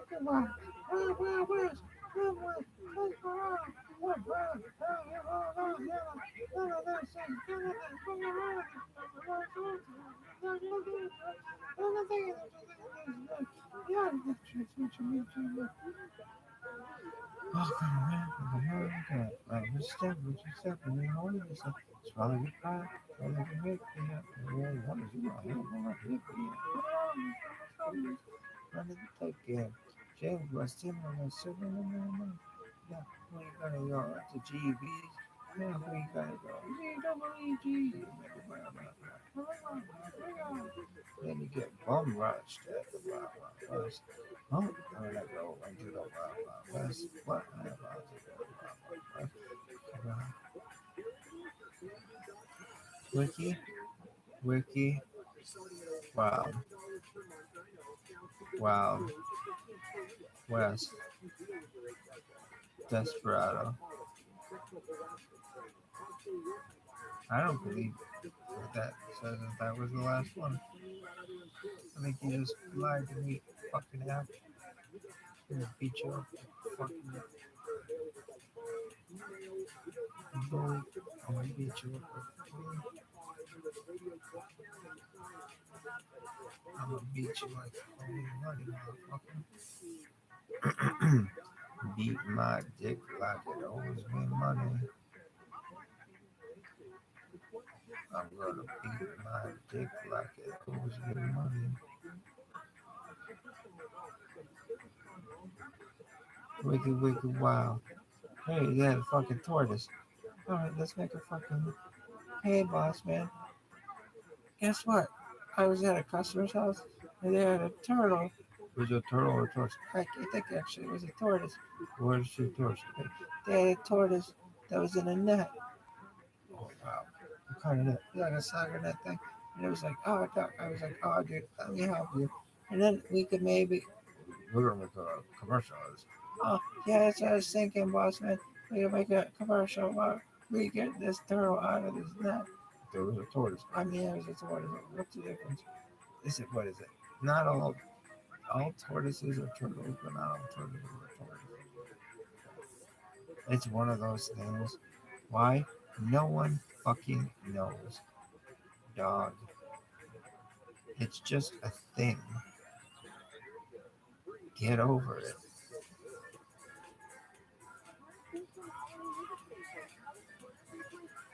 West side, west side, west to side, west to side, west side, west to side, west side.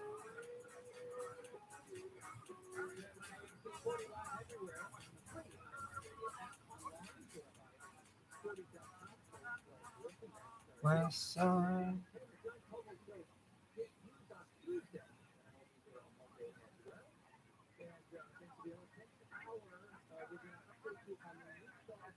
What was your favorite song of the West Side? It went like this. West Side, West Side. You think John Coble will get, it'll be such a shit show. It'll be like, oh, okay, you suck without the other guy, and you're boring, and nobody cares about your white guy conservative opinions. Shut the fuck up. And then it's gonna be like, oh yeah, dog. Who's gonna get that spot? That bitch and Michael Crozier. And the other two are gonna get the other thing. Gus Pinto, Ika Booty, 60 man, Yoshi.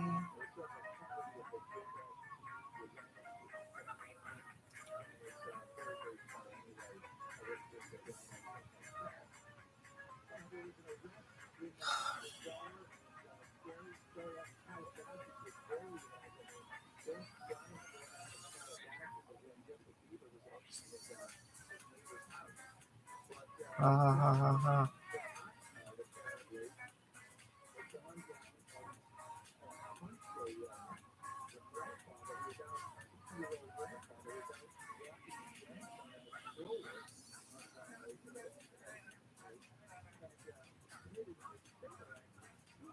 Cougar.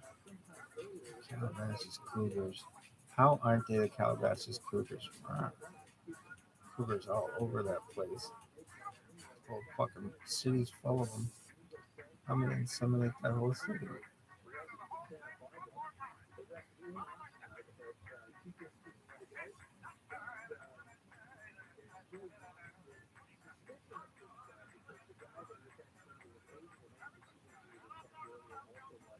Do you consider yourself the greatest West Side or Die motherfucker of all time? Just come on, be honest. Yes, I do. That's tight. That's really, really tight. I like how nobody will invite you to be in their fucking thing anymore. They're like,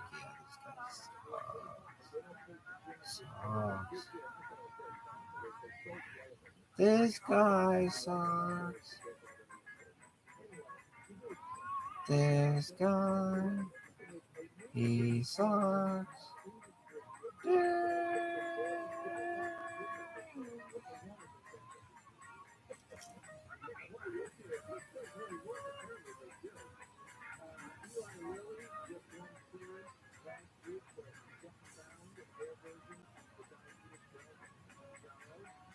You know what? Diabetes. West Side Eaters. East Side Eaters. Yes, sir. West Side Eaters. East Side Eaters. West Side. Suck this dick. You slut. Bitch. Hey. Hey. Slut. Wanna get fucked in the butt? Sounds good.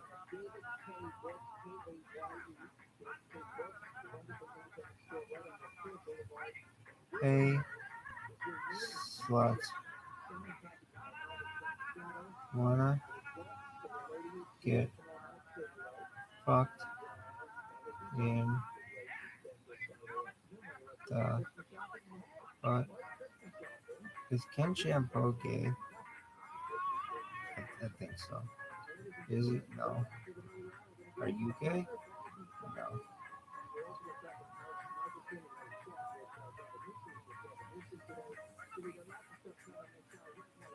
I'm gonna upwards look this. Are you allowed to look this up? I don't think he's gay.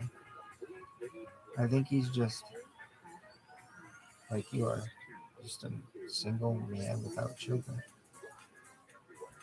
Who slams? Okay. Well, there's a slight there.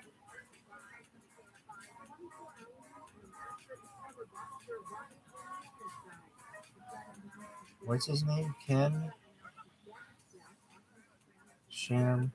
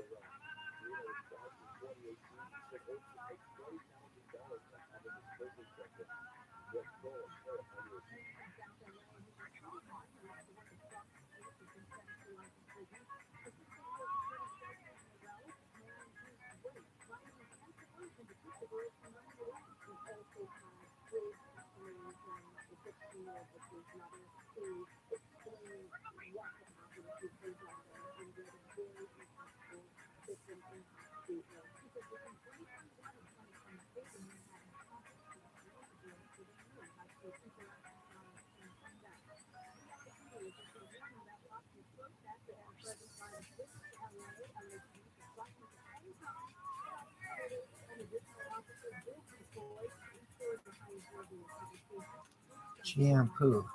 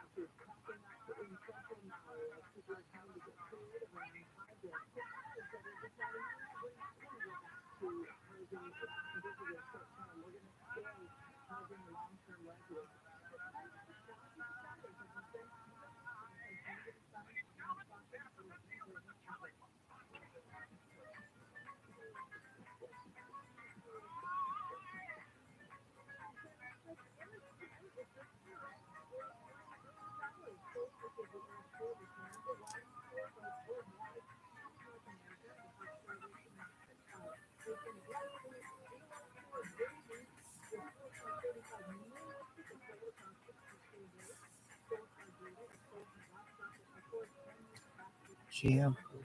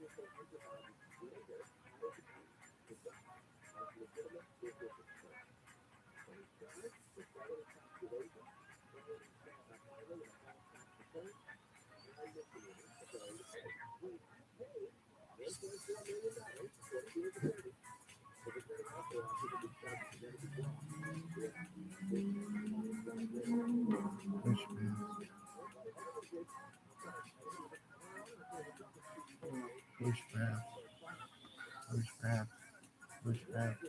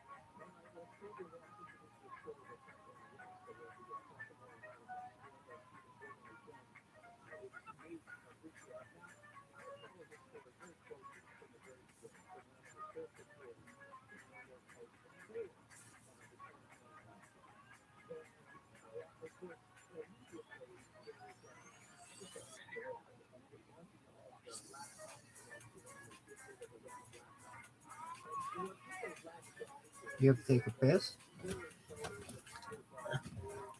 Oh shit. You have to take a piss, kid?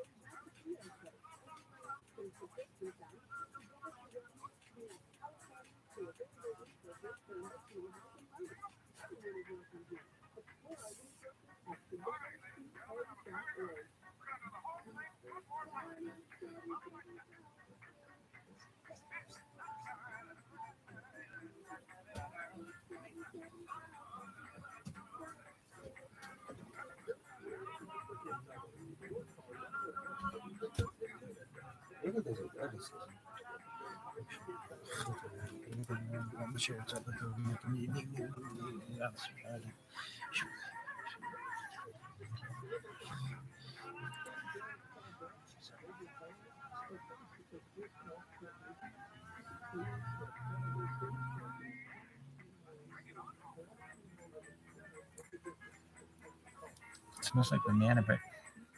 What you're about to hear is part 5 of what we can now confidently say is going to be a 6-part series on Japan and the war in Asia and the Pacific Theater in the Second World War. If you didn't catch the earlier editions of this, you might want to. If you don't mind, or if you already did, well, then without further ado, part 5 of Supernova in the East. December 7th, It's history. 1941, a date which will live in infamy. The events. It's one small step for man, one giant leap for mankind.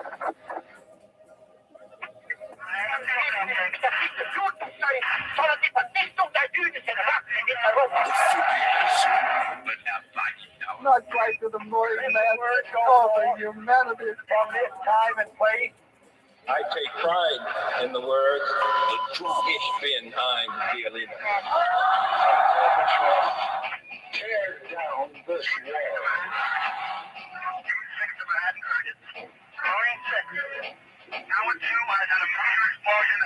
The questions.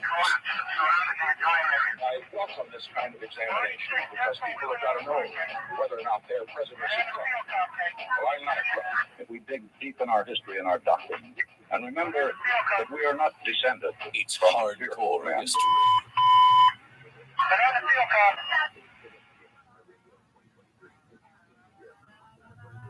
We left off this story talking about a Japanese advance on the second largest island in the world, New Guinea, which is part of the main theater of conflict in mid-1942 in the Pacific, New Guinea, and the Solomon Islands, specifically at this time Guadalcanal, where the Marines have just landed in strength.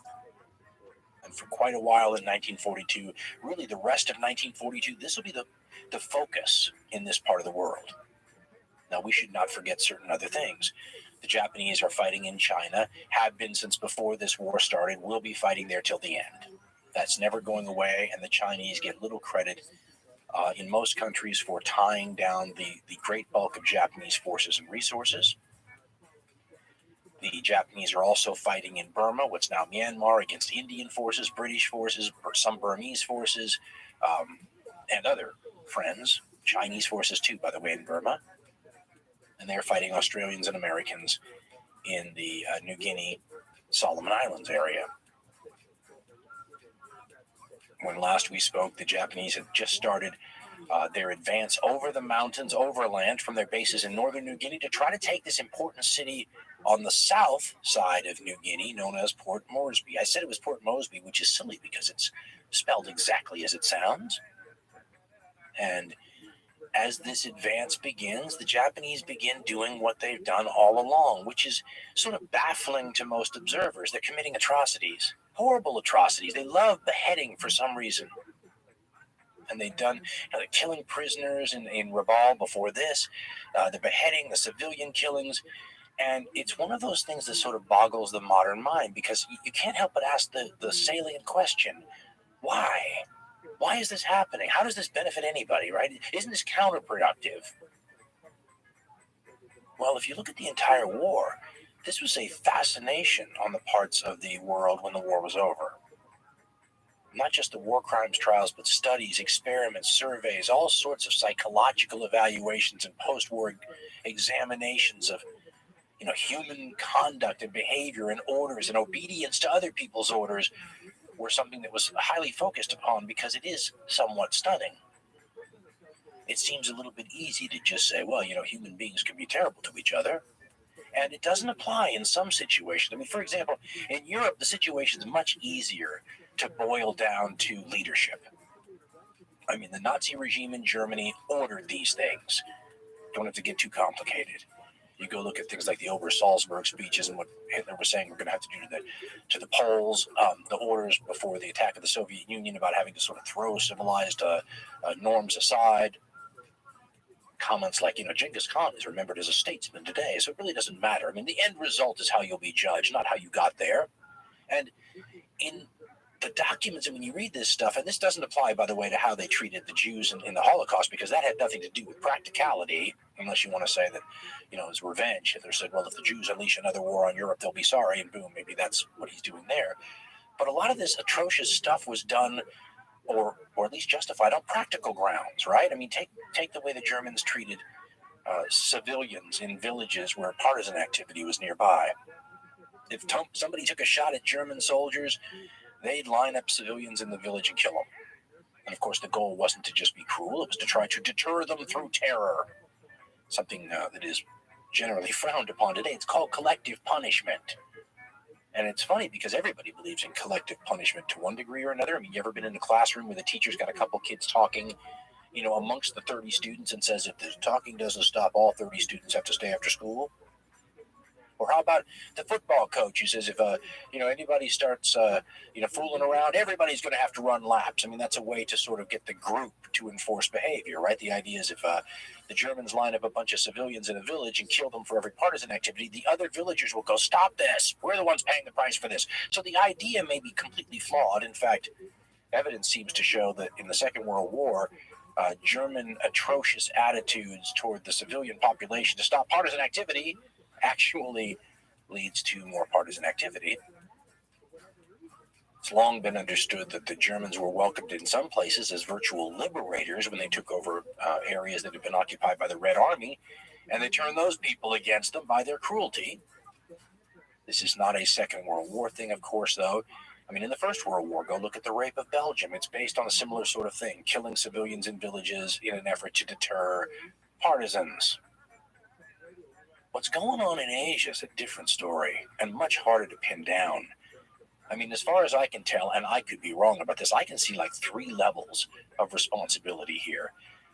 What's going on with Japanese soldiers and this cruelty could be happening at the soldier level, which is an excuse that the Japanese sometimes use. I mean, in the Nanking situation in China, it was sort of a, boys will be boys kind of excuse. Yes, the soldiers did things that were out of control, but, can you blame them? It was a very hard fight to take the city. They'd lost a lot of buddies. Sometimes people lose their minds a little bit. Maybe a lack of institutional control, but this was not a deliberate effort to wipe people out. That would be the excuse. And listen, soldiers have been misbehaving since caveman times, so there's some validity to that, maybe. Of course, there's no excuse for the loss of institutional control, but we'll play with that as one of the possible levels that atrocities happen at, the actual ground level where the soldiers are, right? Then there's a high level responsibility possibility, which is what's going on in Europe, right? You could say, listen, the emperor and the major leaders decided they wanted to have a, iron fist, and this would be very in keeping with sort of fascist intellectual doctrine, right? An iron fist sort of strength, and we will crush dissent, and we will teach these people, that sort of thing, and that can be true too. But where we left the story was in discussing an affidavit from an Australian officer that was introduced in the post-war war crimes trials in the Asia-Pacific theater. It was recounted in Lord Russell of Liverpool's book, The Knights of Bushido, where in New Guinea, Australian troops were being atrociously killed.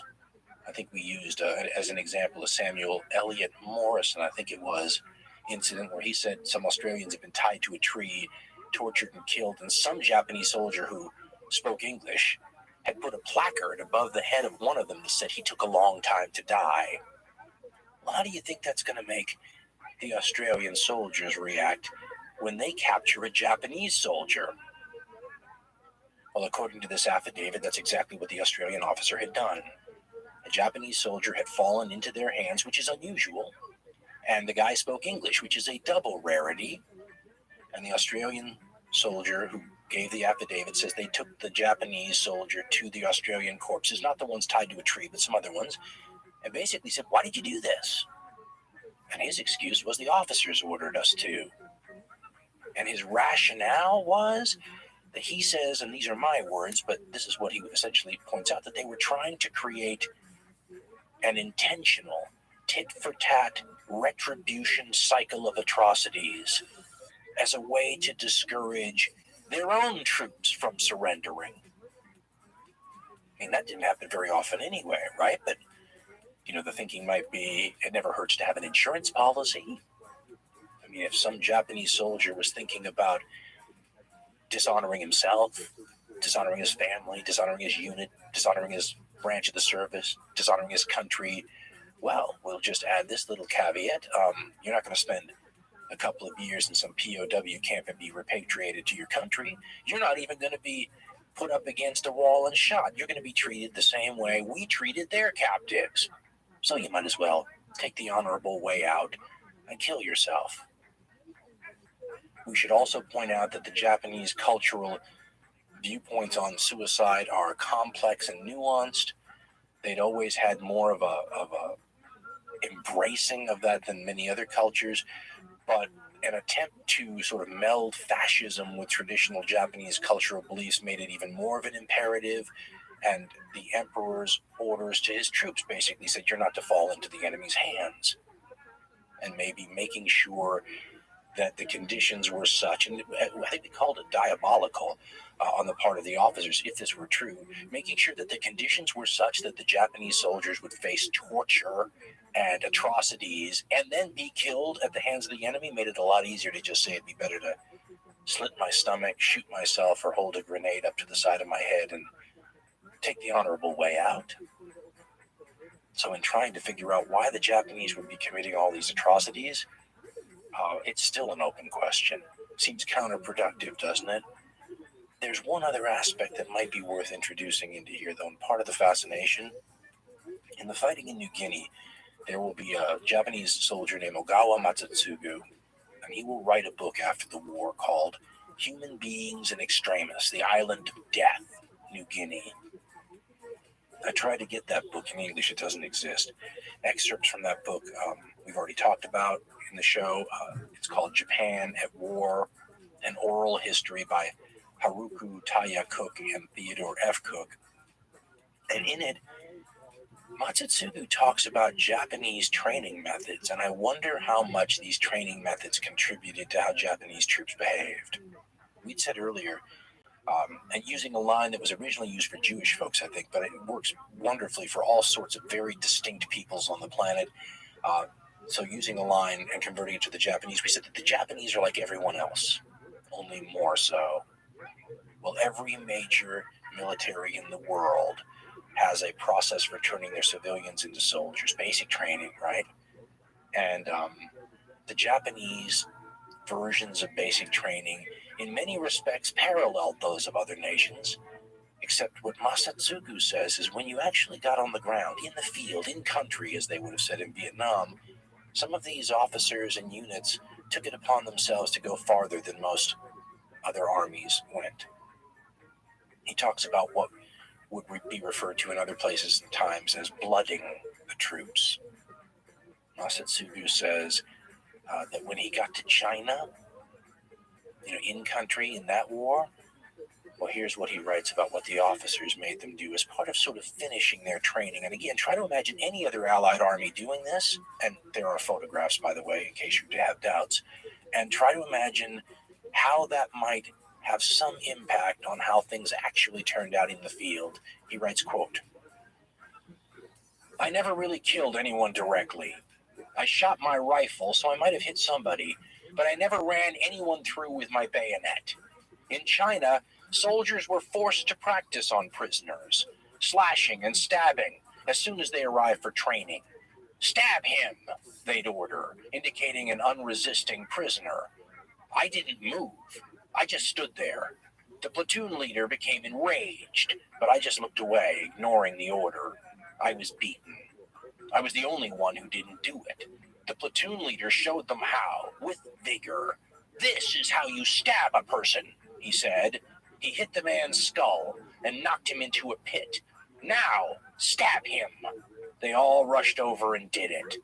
I'm not saying I determined it good or bad through reason.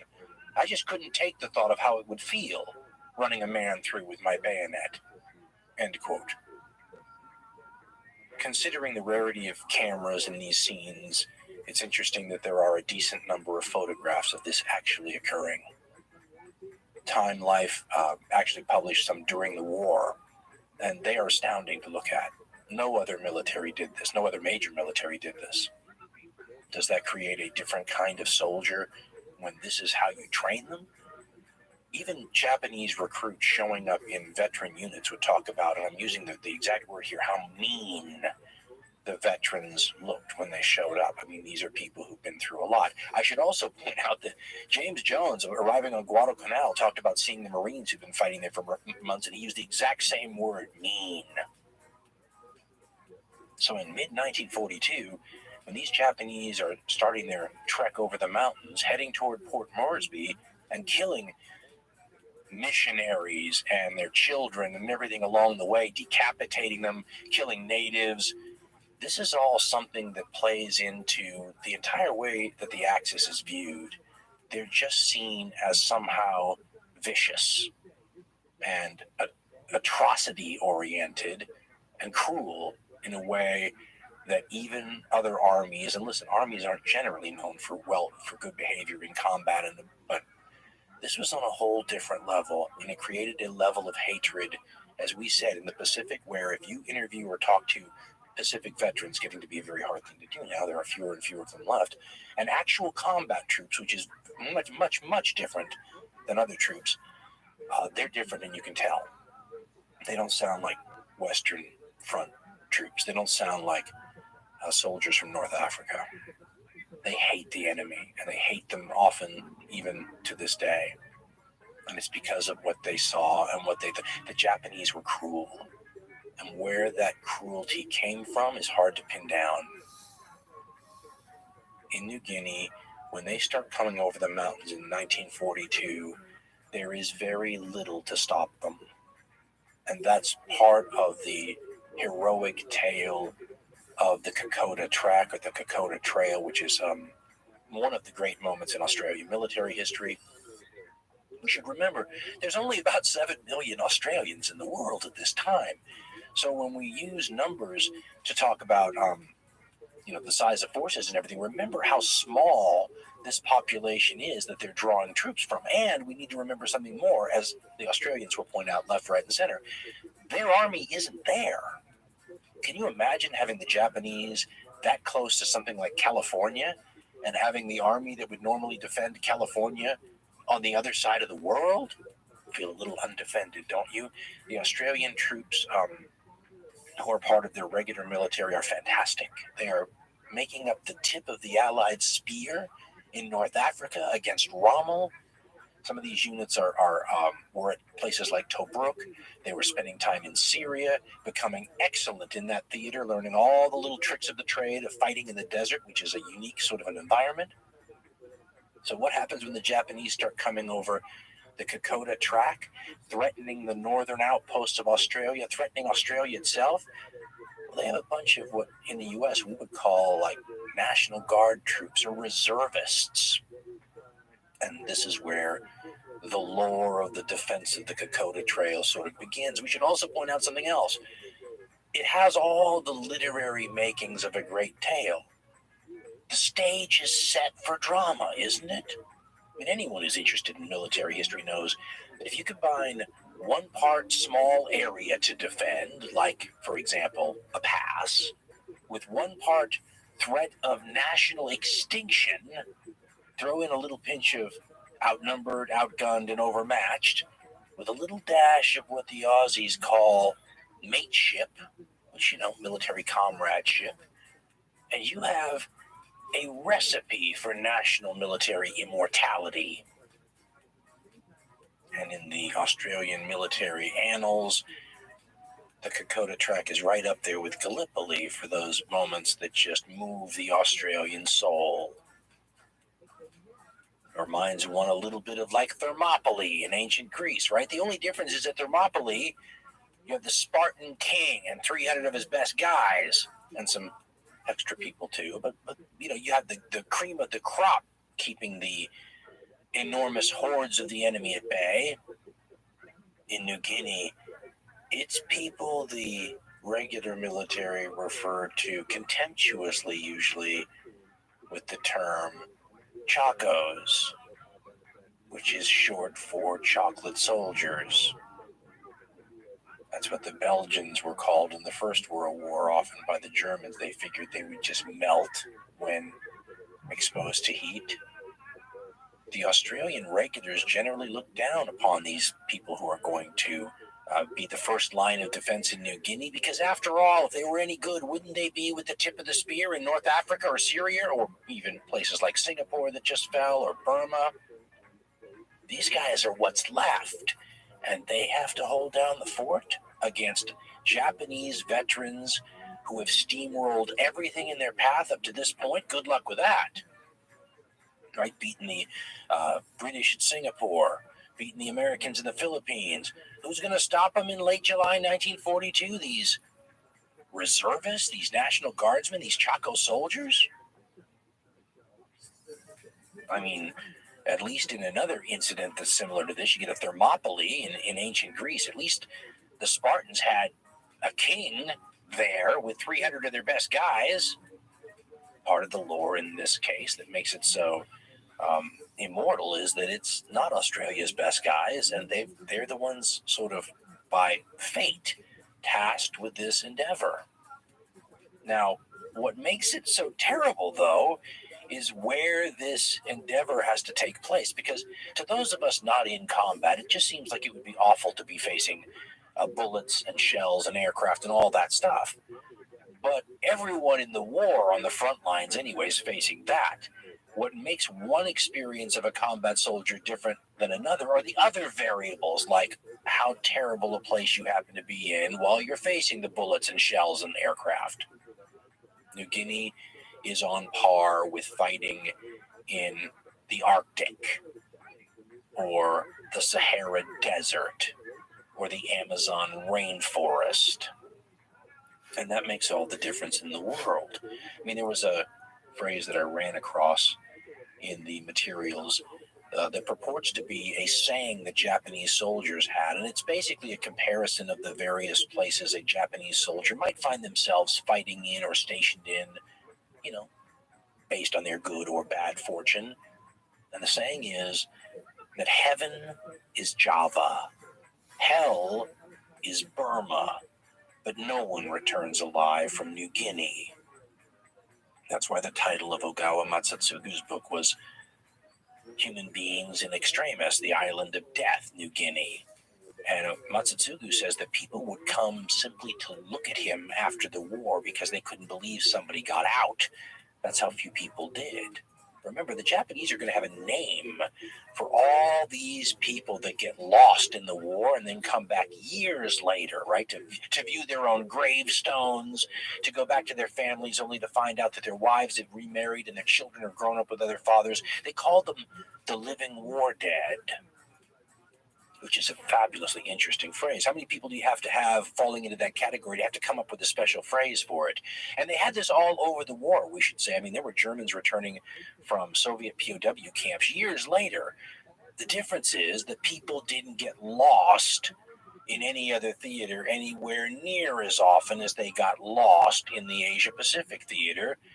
And a lot of people got lost in New Guinea because when you look at the terrain and the circumstances of the people who had to fight there, it is wild.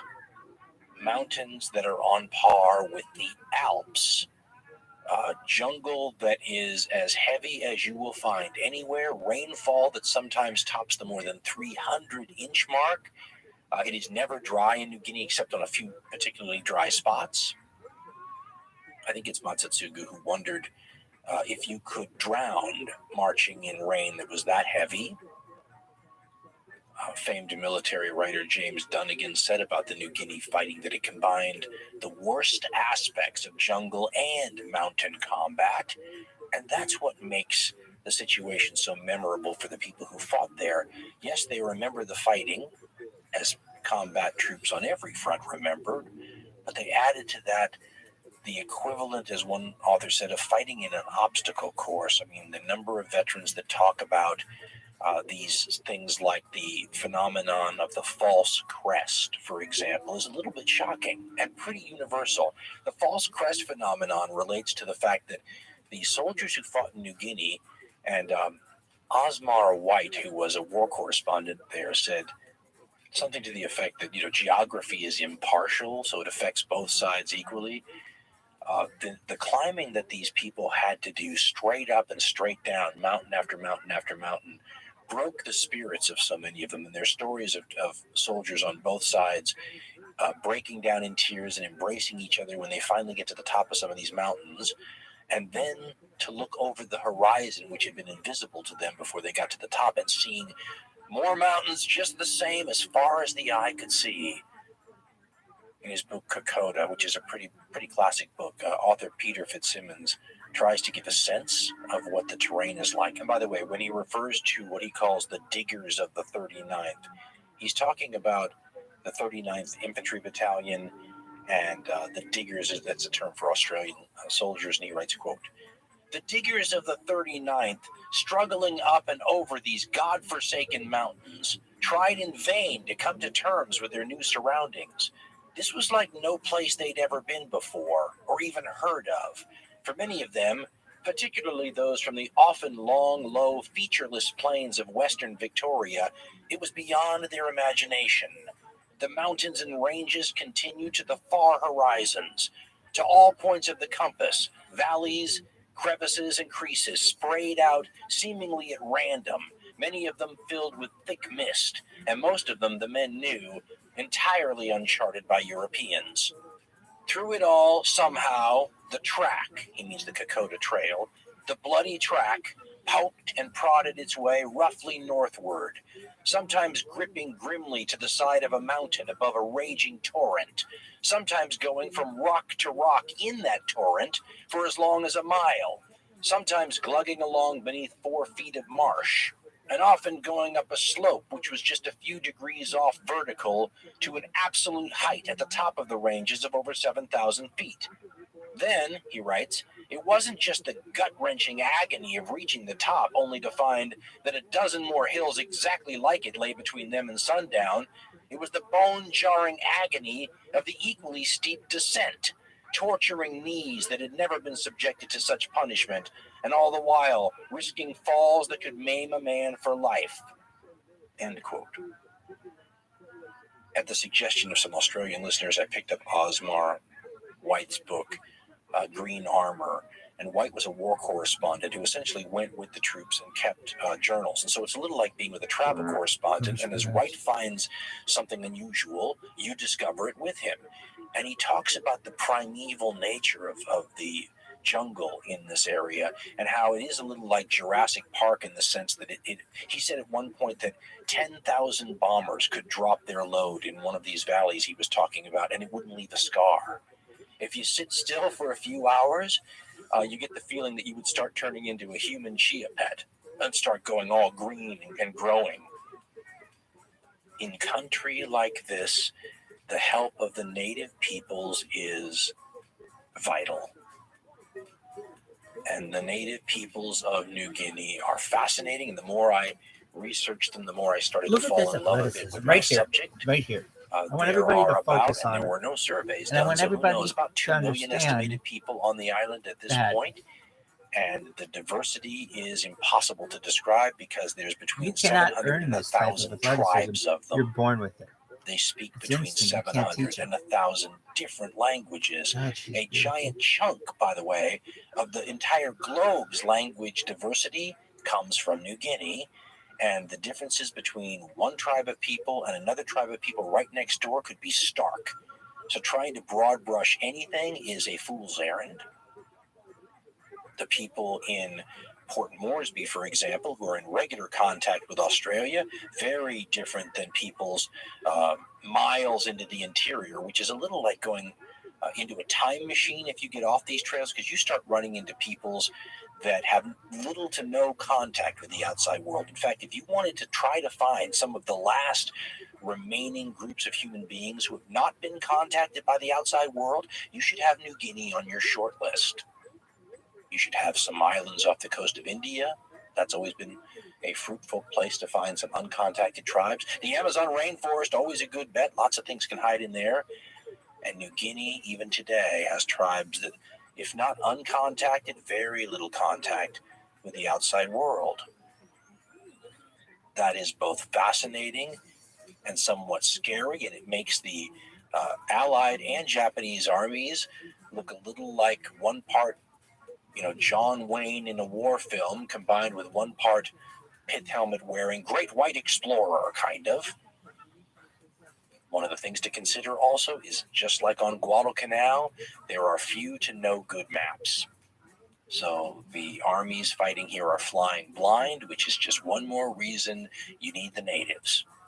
And the indigenous peoples have always been important when outside powers are fighting in their territory. We always use the example of Apache scouts because that's one of my favorites. I mean, you want to go fight Apaches in the Dragoon Mountains, you better have Apache scouts or you're not going to find any. You want to go into Afghanistan, start going after tribesmen there, better have some friendly tribesmen to help you. And in New Guinea, the one aspect that really gave the Allies an advantage over time in this regard was they had more friendly indigenous peoples on their side than the Japanese did, and they made a real effort to cultivate them. And they had to, because remember, the indigenous peoples of New Guinea are basically colonial subjects. I mean, there's a natural tendency to sometimes have a sense of resentment against the colonial occupiers, but pretty soon the Japanese, for similar reasons to how the Germans would turn people in Eastern Europe that they had liberated against them when they could have had them on their side, the Japanese do quite a bit of that to the indigenous peoples of New Guinea. And they will pay for that by not having their help. And their help is such that the Australians will coin a term for the people there. Sounds a little bit politically incorrect today, but anyone who knows the story knows how much love and respect it is spoken with. The Australians called the indigenous peoples that helped them the fuzzy wuzzy angels. And many an Australian soldier and a bunch of Americans too owe their lives to the locals. We just spent all this time talking about the insane terrain, how wet it is, how crazy this footpath trod over millennia by the natives, how crazy it was for both Western troops and Japanese troops to try to negotiate these things. How on earth do you get the supplies, the massive amount of supplies that troops need to fight, to them through this? There's no bulldozers making roads. The stuff, for the most part, has to come in on the backs of other human beings. And the Allies will contract in 1942 alone to use 32,000 natives as the equivalent of a human transport chain. You can airdrop some stuff, and there is an airbase, a small airbase in Kokoda, which is a prime strategic objective. But you absolutely can't survive without the help of these natives. Not just, as we said, bringing the food in, but if this track, this Kokoda track, is so unbelievably hard on soldiers, what is it like to try to get wounded men from the front lines back to a place where you can treat, I don't know, like a blown off limb? The natives This West bring Side them gangster. down, a native on each corner of a cot carrying the wounded man, sometimes jumping from rock to rock to rock in streams. This is a story of human endurance, and you can see why the Australians just sit there in awe of what was achieved here. The conditions were heartbreaking and trying beyond belief. Now, what it isn't is an affair that you can sit there and put a big map up on the board and show these giant outflanking maneuvers and big arrows pointing everywhere, although that's not stopping MacArthur, of course, from doing press conferences down in Australia showing that that's exactly what he's doing here. But part of the way I want to talk about the whole upcoming war, especially these island campaigns, is to try to acknowledge the sameness of the experience for the soldiers fighting on the ground. For them, there's not that much difference because the war itself has nothing to do with generals for them and colonels and majors and captains. As one Australian veteran pointed out, Kokoda was a straight-up corporal's war. That's because when you're out on some trail on patrol, there is no general there with you. I love the way one of these squad leaders quoted in Eric Bergeron's book, and I think it's one of the best. I think I've said it's one of the best I've ever read for the nitty-gritty ground-level stuff of what fighting in the Pacific was like. Touched with Fire, the land war in the South Pacific. He quotes a U.S. squad leader explaining sort of the difference between what it's like, at these higher levels where the 17 to 25 human beings it takes to support every combat man at the front line, what it's like for them at a war level, and what it's like for the guy who's the squad leader and the people who are in his squad. Bergeron quotes this American squad leader, but this is exactly how it was for the Australians too, as saying, quote, "The squad leader, a corporal or sergeant, is the man who sees that the assault orders are executed. Reams and reams of paper are used to write orders from the highest authority down, telling everyone what to do and how to do it. They have predictable phrases: take and occupy, assault and capture, operations orders, annexes to the operations orders, etc. The squad leader never sees the reams of paper consisting of brilliant orders written by officers who've attended every war college in the world. The annexes to the orders cover everything from battery voltage in handheld radios to the rolls of toilet paper that will be available. These orders and annexes are sent to the war colleges, the archives, and the big file in the sky. But the snuffy squad leader doesn't care a tinker's damn about them. When push comes to pull," he says, "the lieutenant or platoon leader tells his squad leaders, when I give you the word, first squad, move out in that direction. Second squad, keep contact with first squad's right flank and move out. Third squad will be in reserve for now. Got any questions?" Everyone is thinking to themselves, he says, "Yeah, can I go home now?" So the lieutenant says, "Move out."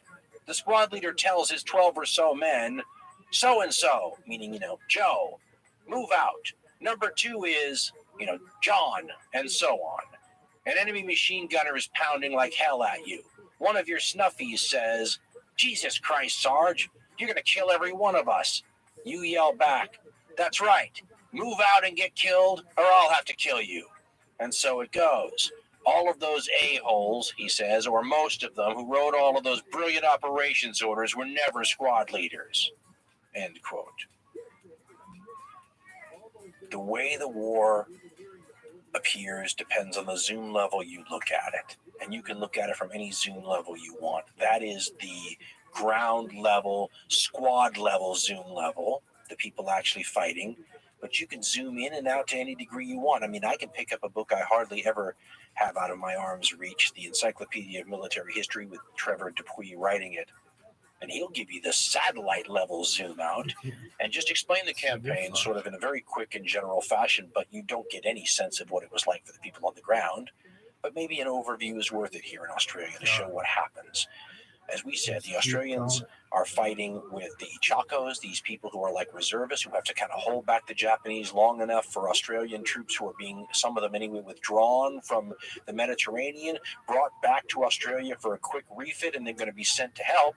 And here's the way Dupuy puts the, this initial part of the Kokoda campaign. It doesn't sound very dramatic the way he says it, though, but it is an encyclopedia after all. Quote, July 21st to September 13th, 1942. Advance on Port Moresby. Elements of the Japanese 18th Army under Major General Tomatoro Hori pressed inland from Gona, drove in local Allied troops, and moved up the rugged Kokoda Trail to seize the key pass over the Owen Stanley Mountains, which happens on August 12th. Pushing ahead, he writes, the Japanese reached to within 30 miles of Port Moresby before stiffening Australian and American resistance under Australian Major General Edmund F. Herring, supported by tactical air forces with local air superiority, halted the advance. End quote. That doesn't really give you a sense of the drama and the oppressive jungle fighting involved. I've always found that for that, you need to turn to either the soldiers on the ground who are doing the fighting and their accounts, or the stories of the war correspondents who were often the ones who wrote those accounts down. For example, Australian war correspondent George H. Johnston was there on the ground. His dispatches were eventually cataloged in a book called The Toughest Fighting in the World. And he, at the time, writing in contemporary terms as he's finding stuff out with the troops, starts seeing the survivors of some of these conflicts up on the Kokoda track in the Owen Stanley Mountains come shuffling down from the jungle. He says, quote, wounded are beginning to come back from the Owen Stanleys. Thin, bearded, gaunt men with hollow cheeks and the marks of strain and pain around their eyes. Their uniforms are ripped and covered with dried mud. Their slouch hats are pulpy and shapeless. Stretcher cases are jolting back on crude log litters on the shoulders of brawny Papuan natives. The others have walked all the way along the terrible track that links Moresby with Kokoda. They don't try to conceal what they've been through. It's only by realizing the difficulties our troops are facing that we shall be able to overcome them. Now quoting one of the troops, quote, up there we've been fighting on the worst battleground in the world, one man said. Before I was hit, I spent 46 hours without shutting an eye. There are mists creeping over the trees all day, and sometimes you can't see your hand in front of your face under the cover of the jungle. Most of our chaps haven't seen a Jap. You don't even see the Jap who gets you. It's like fighting the invisible man. Those Japs are tough, hard fighters, and their camouflage is perfect. They can move through scrub or tall grass without making a sound, and without showing a sign, except, if your eyes are good, an occasional stirring in the vegetation. My unit made 2 attacks on Japanese positions. We got to within 15 feet of them, but we still couldn't see them. When they were attacking, we could hear a voice shouting from some distance back. We soon learned that trick. The voice always comes from a long way back, but the real danger is the Jap force right up close to you. The Japs have amazing patience. They will lie on the ground or stand in a creek up to their necks in water all day without moving, just waiting to catch you off guard. They use the old trick of calling out false orders, and sometimes they begin jabbering at you from only a few yards away. If you stood up to cover them with your rifle, a sniper would take a crack at you from a different direction. At the moment, they're all over us, but they've got 5 times the number of men we have. End quote. The false orders thing is wild. A lot of these Japanese troops have a person or two in the units who spoke English, and they would yell out orders to see if they could get some of the enemy, usually absolutely exhausted and tired and on the edge of their nerves, to see if they could get them to stand up or start moving and then open fire on them. It's vicious. It's that kind of fighting. The Australians run into the same trick with Japanese wounded that other Allied troops have run into. The story I recall has a Japanese wounded soldier calling out for help. An Australian officer goes over to try to help him, and the Japanese soldier throws a grenade at him from close range. Once again, that poisons the well for any other Japanese who might legitimately want to surrender and get medical treatment or anything like that. And the Australians start doing what the British and the Americans have already begun doing in their theaters, not taking any chances. I remember one soldier saying, "We just never stopped watching Japanese dead." And they would run them through with bayonets and shoot at the corpses. It was a little like having vampires rise from the grave. They just never knew when it was safe to consider, a corpse a corpse. For those who are scholars of the Kokoda campaign, they know how many revisionist books over the years have been written about so many of the aspects of the fighting. I mean, were they really outnumbered as bad as the old stories say, and all that kind of stuff? And I just want to say that as an American, I find that somewhat distracting from the real situation here that makes it heroic. It's not being so outnumbered. It's literally what they went through. I mean, when you read these accounts, what these soldiers are dealing with, it's upsetting and horrifying in a way that you just didn't run into, as I've said many times now already, in other theaters. And I should also, to be fair, as Osmar White said, right, geography is impartial. This is happening to the Japanese too. They're going to get a lot more of it when the situation turns the other way. There's a lot going on in this theater, as we said. On August 7th is when the Marine landing, about 850 miles to the east of here, happens, right, in this one theater on Guadalcanal. We've already talked a little bit about that. And then the Japanese will try to land at Milne Bay, at another part of this same area of New Guinea, to capture an airfield, and the Australians will throw them back, becoming this is famous, although I've heard it, other people say it's not true, but I think it is, becoming the first of the Allied troops to sort of deny the Japanese something that they're trying to take in this war. The scale of the fighting reminds one of a very large Vietnam War campaign. So the Kokoda fighting will have like 6,000, 7,000 Japanese troops against 2,000 or 3,000 Australians for a certain point. It seems like small potatoes compared to other fronts, but you can't have large potatoes on this front because you can't feed anybody, right? You want to put 4 or 5 divisions on New Guinea? Well, you don't have the transport to do it, and they die after you drop them off there, right? So this is how you're going to take this area with about that many troops, and the Japanese are slowly but surely going to start to get pushed back over the mountains in the other direction, back down toward their bases on the north of the island.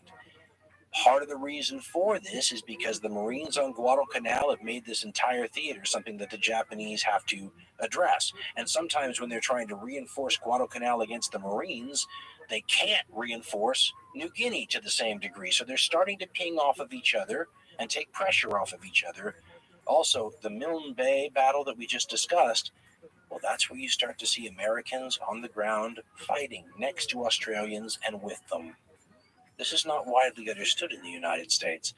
In Milne Bay, it's more engineers and some anti-aircraft gunners, but you're going to see more and more of that. Also, and this is a bit of a sore point in a lot of Australia's soldiers' minds, but there will be criticism from people like General MacArthur in Australia, who will say things like, the Australians aren't fighting well, that they're not good troops and all these kinds of things, completely neglecting that these are militia going into combat for the first time against Japanese veterans who've been there before.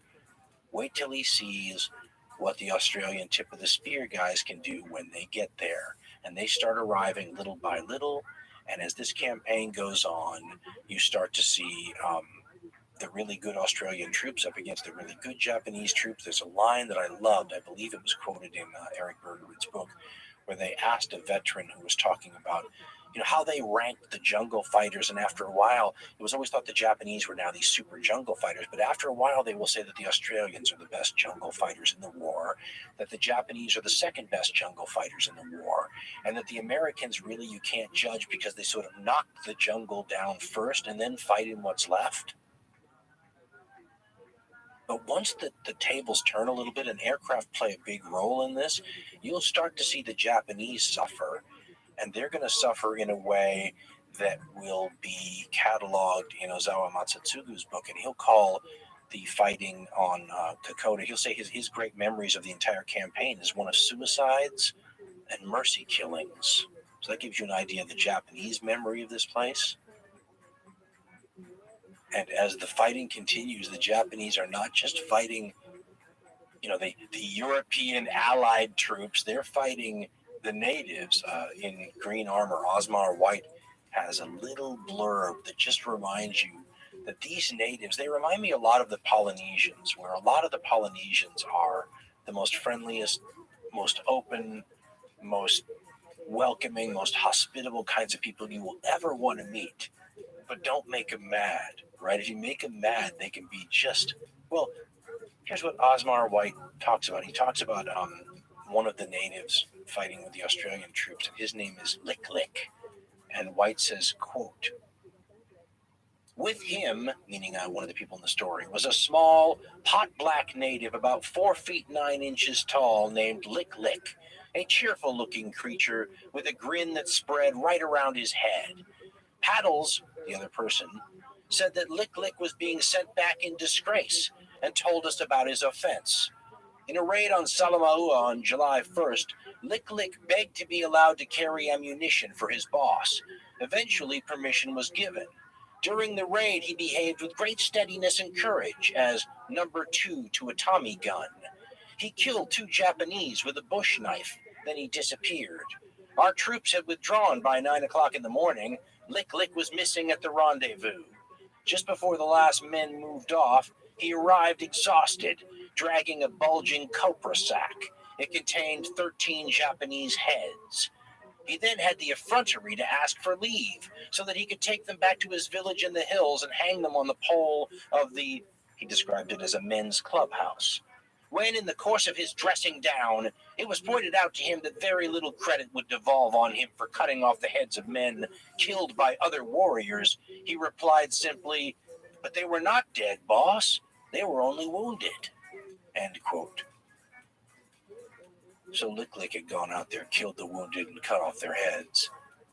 There were stories of natives wanting Japanese heads so badly that they, lacking knives sometimes, would carry them to a tree with a fork in the trunk, wedge their neck into the fork, and spin the body around until the head popped off. Whole Japanese patrols will go missing soon, only to be found later as rotting skeletons with the jungle vegetation growing all through them. Like I said, a little like Polynesians sometimes, wonderful, hospitable people who seem so innocent and giving that it's almost like Eden before the fall, right? But don't make them mad. What eventually begins to turn the tide in New Guinea is something that is beginning to turn the tide against the Axis in the whole war, everywhere you look. It's the non-sexy stuff. We've been talking about it this whole series, haven't we? I mean, Marine Corps General Robert Barrow had a great line, but it just echoes what generals have said forever. He says, amateurs think about tactics, but professionals think about logistics. And in New Guinea, you can see the Australians slowly but surely building up their strength, bringing in new good units from the Mediterranean and places like that. The Americans bring in more troops in Guadalcanal. You're going to see the Marines eventually give way to Army troops.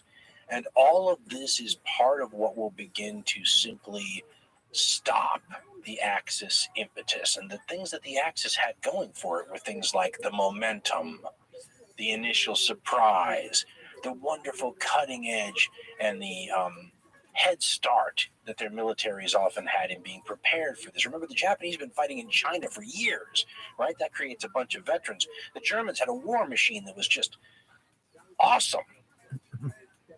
But they needed these things to compensate for what they didn't have, because this is, on paper, not a fair fight, the Axis against the Allies. We've been saying it all along, right? The Allies have an advantage, a huge advantage in population, economic power, industrial capability, natural resources, the geographic distribution of things like their bases and support areas. These are not anywhere near equal. It's part of the reason the Axis went to war, right? To redress some of that imbalance as they saw it. But in a war of attrition, which Eric Bergeron says the Pacific is going to be, once the impetus of the Japanese is stopped, these are the things that are important. And the Japanese begin to start the process of seeing what being ground down means. The Germans are getting the same experience with their Axis partners in Europe. As everyone who studies the European War knows, that they'd already failed to take Moscow in the 1941-42 winter, and a lot of people look at that as the loss of their impetus. They will try to regain that impetus as part of the big summer 1942 offensives, and of course that ends up with Stalingrad, and we all know how that turns out. But I mean, you look at the difference. Compare how things look from the Axis side on the first day of the year, 1942, January 1st, 1942, to how things look from the Axis side on December 31st, the last day of the year, 1942. It is night and day. What changed? The Axis impetus had stalled, the sides had sort of crystallized, and now you have a grinding war of attrition. And in a grinding war of attrition, the side with the most stuff, the better ability to bring that stuff and transport it to where you need it, the ability to resupply, all these things begin to tell. And many of the battles in the last 6 months of the Pacific War here in New Guinea and the Solomon Islands is the grinding down stuff. I mean, in Guadalcanal, there's going to be something like 7 larger naval battles and 3 larger land battles, but almost all of them are connected to, one way or another, trying to resupply the island. The side that can keep bringing in fresh troops and replacements and supplies is going to win. In Guadalcanal, you get this wild situation for a while. I like the way author Richard B. Frank in Guadalcanal describes it. He says it's a mutual siege. So 12 hours of the day, the Allied forces are under siege. The other 12 hours of the day, the Japanese forces are under siege. And it's a night and day question. At night, the Allied forces are under siege. At the daytime, the Axis forces are under siege. Frank writes this, and when he says cactus flyers, by the way, on Guadalcanal, he's talking about the pilots who are flying off of Henderson Field, this air base that is the sort of at the center of the marine perimeter on Guadalcanal that they're defending. And he writes, quote, "Because of the efforts of the cactus flyers and the lack of efforts by American admirals, a curious tactical situation arose in the waters around Guadalcanal. A change of sea command every 12 hours, creating a sort of mutual siege. By day, American ships plied the channel between Tulagi and Guadalcanal, and transports arrived to unload, keeping a wary eye cocked for Japanese aircraft. At sundown, all the ships flying the Stars and Stripes exited hastily to the east, or sought the haven of Tulagi's harbor, quote, like frightened children running home from a graveyard, end quote, in the words of Samuel Eliot Morison, end quote." He's now going to talk about Iron Bottom Sound for a minute and a couple of ships. Iron Bottom Sound was the name given to an area where so many ships had sunk, they said it had an iron bottom, and it's around these islands. He says, quote, "Shortly after darkness, Japanese men of war heaved into Iron Bottom Sound, which they'd ruled unchallenged since August 9th, with the unhappy exception of Blue and Henley. There they would favor their countrymen with rice, bullets, and soldiers, and the Americans with a bombardment.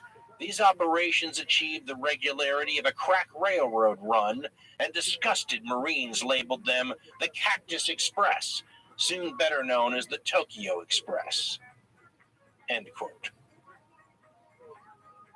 In other words, both sides are trying to keep their troops resupplied and reinforced.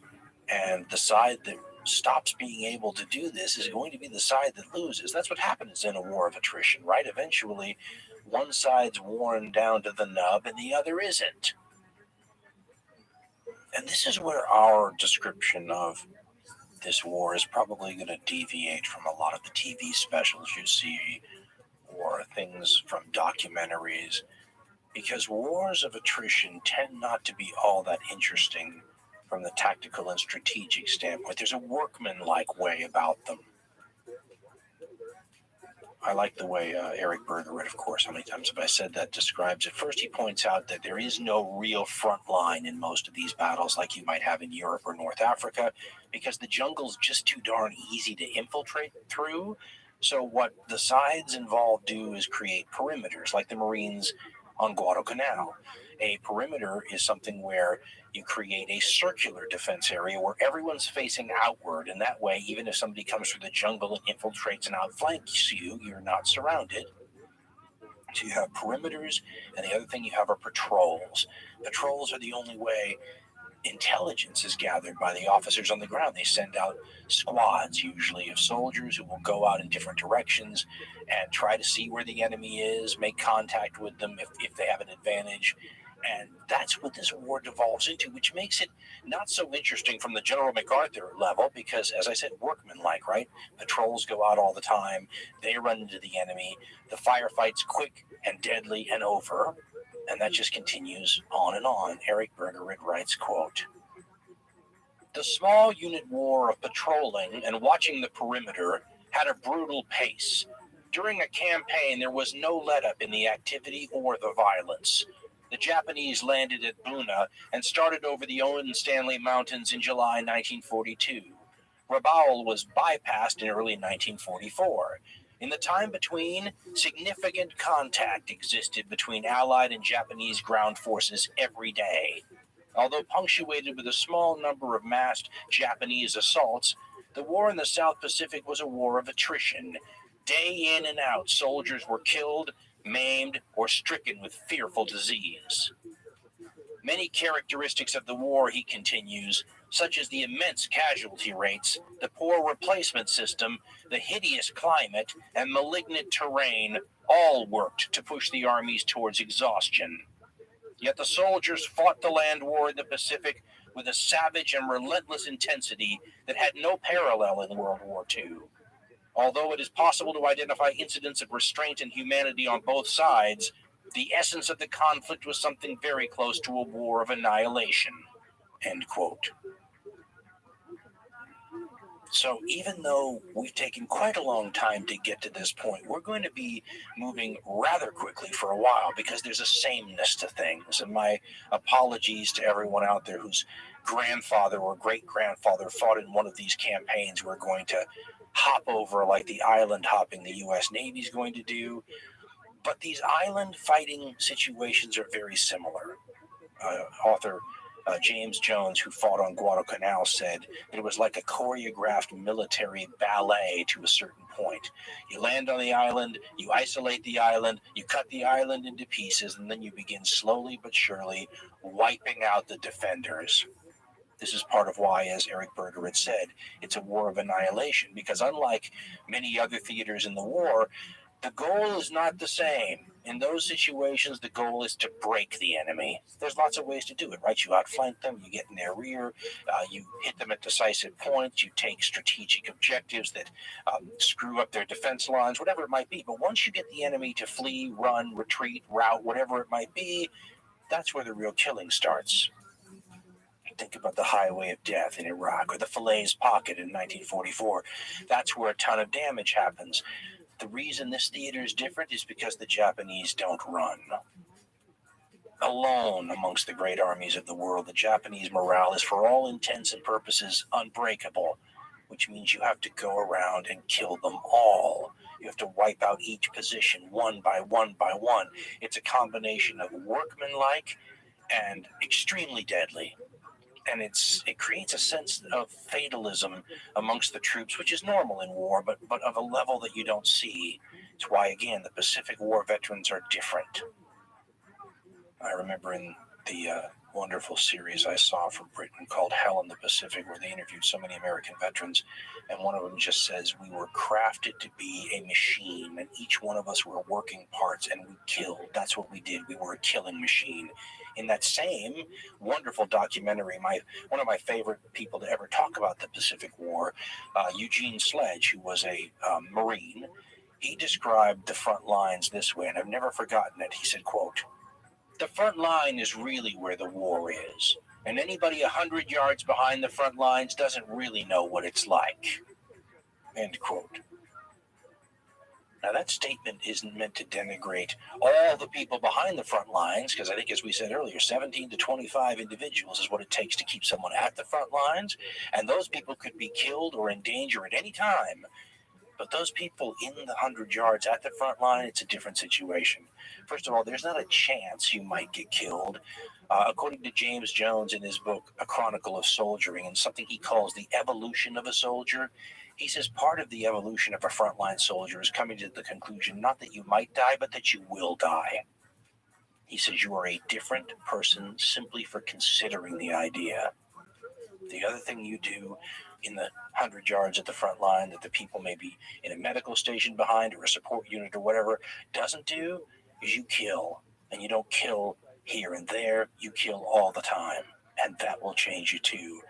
I find it much more interesting to focus on the soldiers than the leapfrogging and the maps and the arrows in this case, because all these campaigns share a similarity, and they all really revolve around finding the best way to marshal your forces at decisive points in order to get the killing machine, as that American veteran said, into place so that they can begin killing.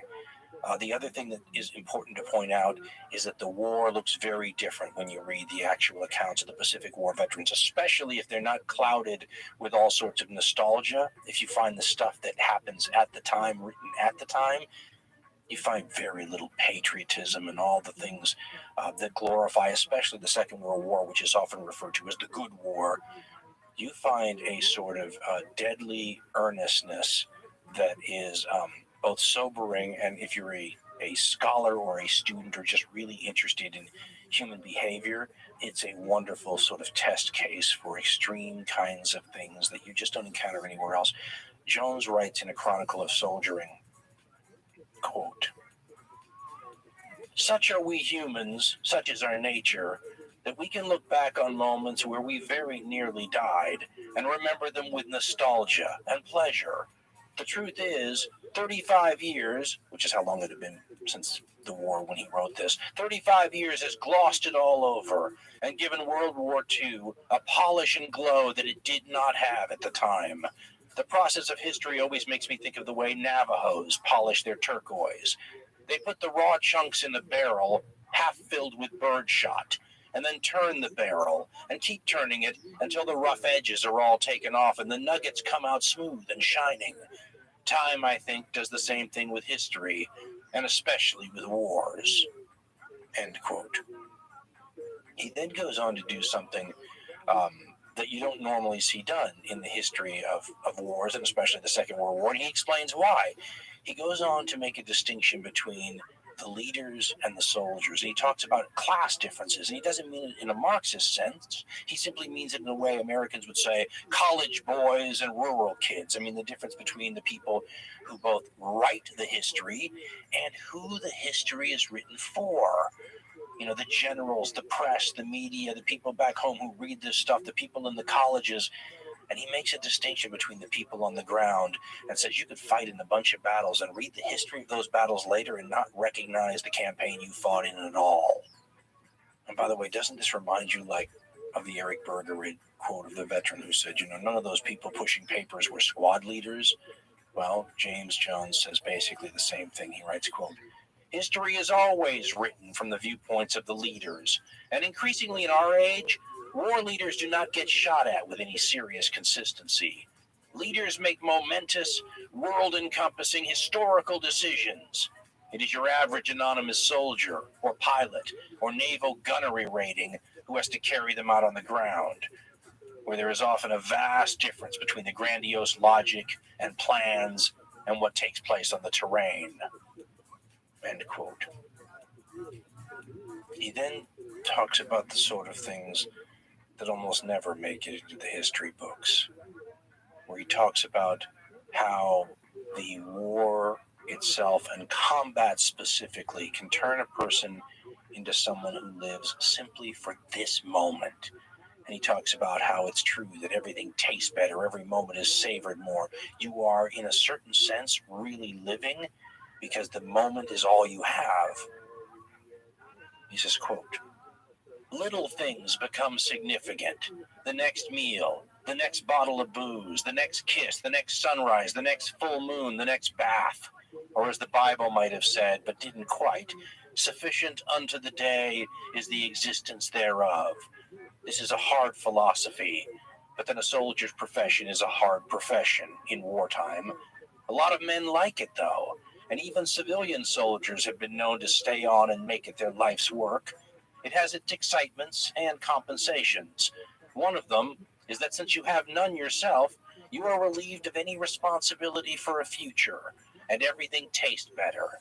It is absolutely true, for example, that when you know you are going off to die somewhere soon, every day has a special, bright, delicious, poignant taste to it that normal days in normal times do not have. Another perversity of the human mechanism? Some men like to live like that all the time. Some are actually sorry to come home and see it end. Even those of us who hated it found it exciting, sometimes. That is what the civilian people never understand about their returned soldiers in any war, Vietnam as well. They cannot understand how we could hate it and still like it. And they do not realize that they have a lot of dead men around them. Dead men who are walking around and breathing. Some men find it hard to come back. Some never come back at all. Not completely. End quote. That's the part of the experience that to me is so much, I always say I'm fascinated with the extremes of the human experience. Well, going from this island to that island to this other island doesn't intrigue me as much as what James Jones talks about there, what this war put human beings into as far as situations and what those situations did to them. And it would be decades before these circumstances filtered down to the public, and in fact a lot of the public still doesn't understand, even though the information is out there, exactly what the real war on the ground was like. I've read a lot about this over the years, and the best possible explanation for this is that most people don't want to know what it's really like. It is too awful to serve as a good propaganda tool during the conflict, right? Not going to exactly get people all excited about going off to war or having their children go off to war if you see what it's really like. It's also not very good as an entertainment option after the war is over. You're not going to want to go see multiple viewings of a film that shows what war is really like. American poet and journalist Walt Whitman had said about the U.S. Civil War that the real war will never make it into the books. And that phrase is used as the title of a chapter in author Paul Fusel's book, Wartime. Fusel was an American officer in the Second World War, led troops badly wounded in Europe, and then after the war spent some time trying to de-romanticize modern conflict. And in a chapter where he talks about the way that the soldiers talked, vaguely subversive sort of tone in their voice, he then explains why this was. And it has to do with the difference between what they were experiencing and what the public back home were being treated to in terms of portrayals of their experience. And he writes, quote, "What was it about the war that moved the troops to constant verbal subversion and contempt? It was not just the danger and fear, the boredom and uncertainty and loneliness and deprivation. It was rather the conviction that optimistic publicity and euphemism had rendered their experience so falsely that it would never be readily communicable. They knew that in its representation to the laity, meaning the public, what was happening to them was systematically sanitized and Norman Rockwellized, not to mention Disneyfied." End quote. One of the ways in which this was done was in the decisions what you show the folks back home when you're showing the dead. How do you portray the dead? Fusel points out that most Americans got their history knowledge of the Second World War from books like the Time Life Goes to War book, published in 1977. And he points out that in that entire book of photographs, There are exactly 3 human heads, and they are all Asian. He then goes on to show that all of the bodies that you see of American troops are intact, and these are all things that are done for the sensibilities of the readers. But that's not what the soldiers on the ground saw, and he says that a better comparison for what your average combat soldier was seeing in the Second World War would be what a plane crash of hundreds of people in a jet aircraft looks like if you're the first one that wanders up on the scene. And he then points out that most people don't know what that looks like either.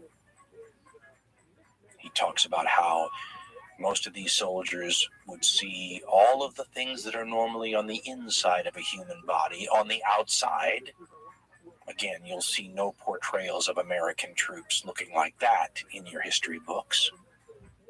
And believe it or not, while the excuse that is often used is that we're trying to be respectful of the troops, according to Fusel, they didn't like this because it made their experience all the more difficult to relate. I mean, I had talked earlier about how hard it is to sometimes get these combat veterans to speak.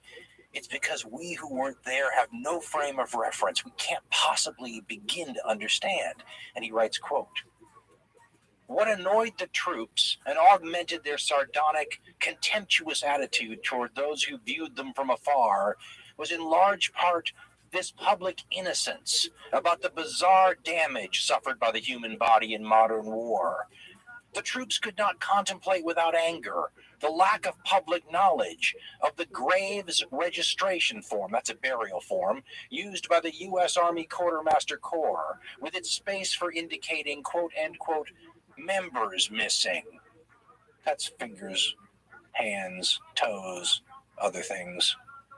He continues, "You would expect frontline soldiers to be struck and hurt by bullets and shell fragments, but such is the popular insulation from the facts that you would not expect them to be hurt, sometimes killed, by being struck by parts of their friends' bodies, violently detached. If you asked a wounded soldier or Marine what hit him, you'd hardly be ready for the answer, 'My buddy's head,' or his sergeant's heel or his hand, or a Japanese leg, complete with shoe and puttees, or the West Point ring on his captain's severed hand." End quote. The other things that don't make for very good, exciting propaganda pieces or war movies is your own soldiers losing their mind from what they see. And Fusel quotes a few incidents, talks about Wilfred Owen, who was a famous poet from the First World War, and which they, of course, called the Great War until there was a Second World War. And Fusel writes, quote, "In the Great War, Wilfred Owen was driven very near to madness by having to remain for some time next to the scattered body pieces of one of his friends. He had numerous counterparts in the Second War. At the botched assault on Tarawa and BDO Atoll, one coxswain at the helm of a landing vessel went quite mad, perhaps at the shock of steering through all the severed heads and limbs near the shore. One Marine battalion commander, badly wounded, climbed above the rising tide onto a pile of American bodies. Next afternoon he was found there, mad." End quote. These may sound like isolated occurrences, but in his book On Killing, Lieutenant Colonel Dave Grossman, who taught psychology at West Point, said this, quote, "During World War II, more than 800,000 men were classified 4F, meaning unfit for military service, due to psychiatric reasons. Despite this effort to weed out those mentally and emotionally unfit for combat, America's armed forces lost an additional 504,000 men from the fighting effort because of psychiatric collapse, enough to man 50 divisions. At one point in World War II," he writes, "psychiatric casualties were being discharged from the U.S. Army faster than new recruits were being drafted in." End quote. Then there's the sort of incidents I imagine you would least like to find out about if you were one of the parents who received those terrible telegrams from the U.S. government, which usually started off with the phrase, "We regret to inform you and then explaining that your son was never coming home. The last thing you want to find out is that perhaps they were killed by their own people. One of those nasty little realities of war forever, but modern war specifically, is how many people die from what is euphemistically called friendly fire. This is an unavoidable thing, especially in modern war. But in Europe and North Africa and other theaters, it was usually very understandable things like artillery, for example. Break anything? Your famous phrases, the short round, for example. Short round meaning a round that lands way short and hits your own people instead of an enemy. It happens. Or aircraft coming in for close air support that hits friendly troops instead of enemy. Again, hard to avoid over the long haul.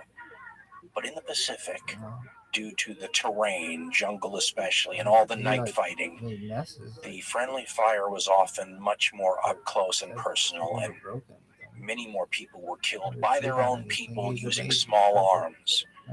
Australian medics, I was reading one account, were continually horrified by the number of slugs they pulled out of their own people that were of a caliber that the Japanese didn't use, but the Australians did, meaning those people were friendly fire victims.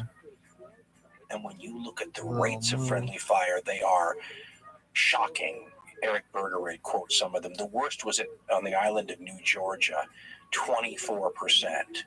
That means 1 out of every 4 Americans shot on New Georgia were shot by their own people. But there were reasons for this.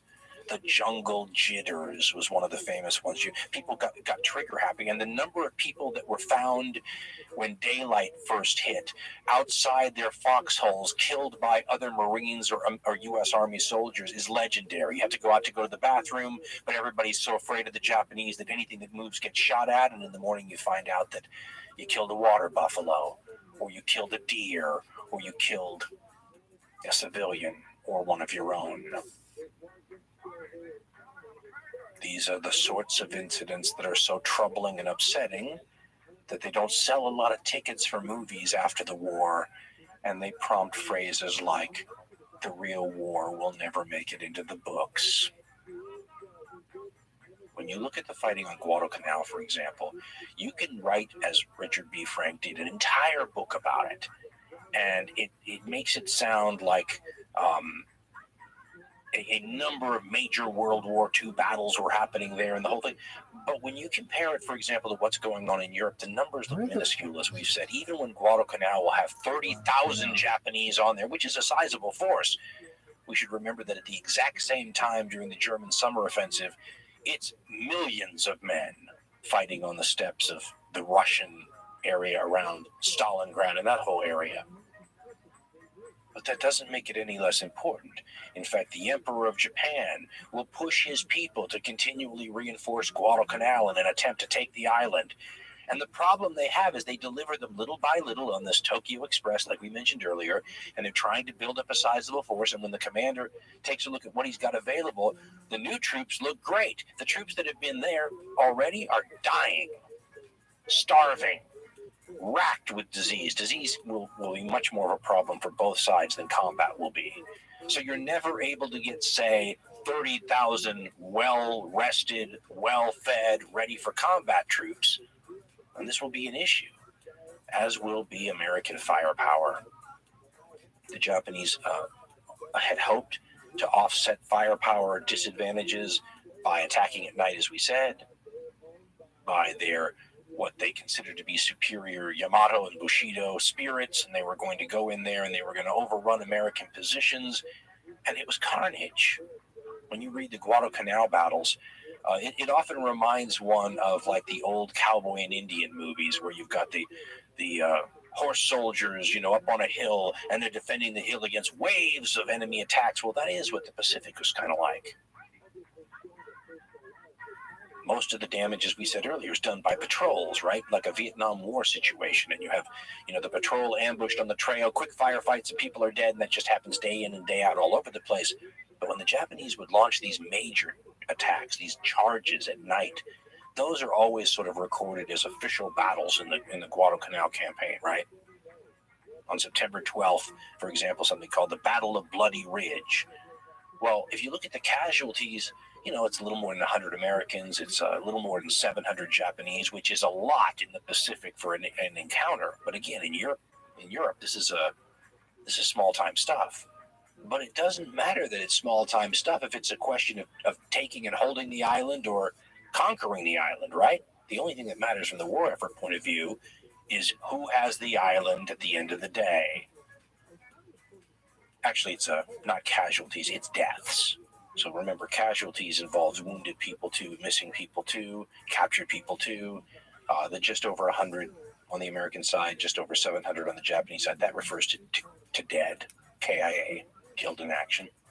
In any case, there'll be naval battles that are famous, but they really sort of just add to the attrition. I mean, on August 24th, 1942, there'll be something called the Battle of the Eastern Solomons.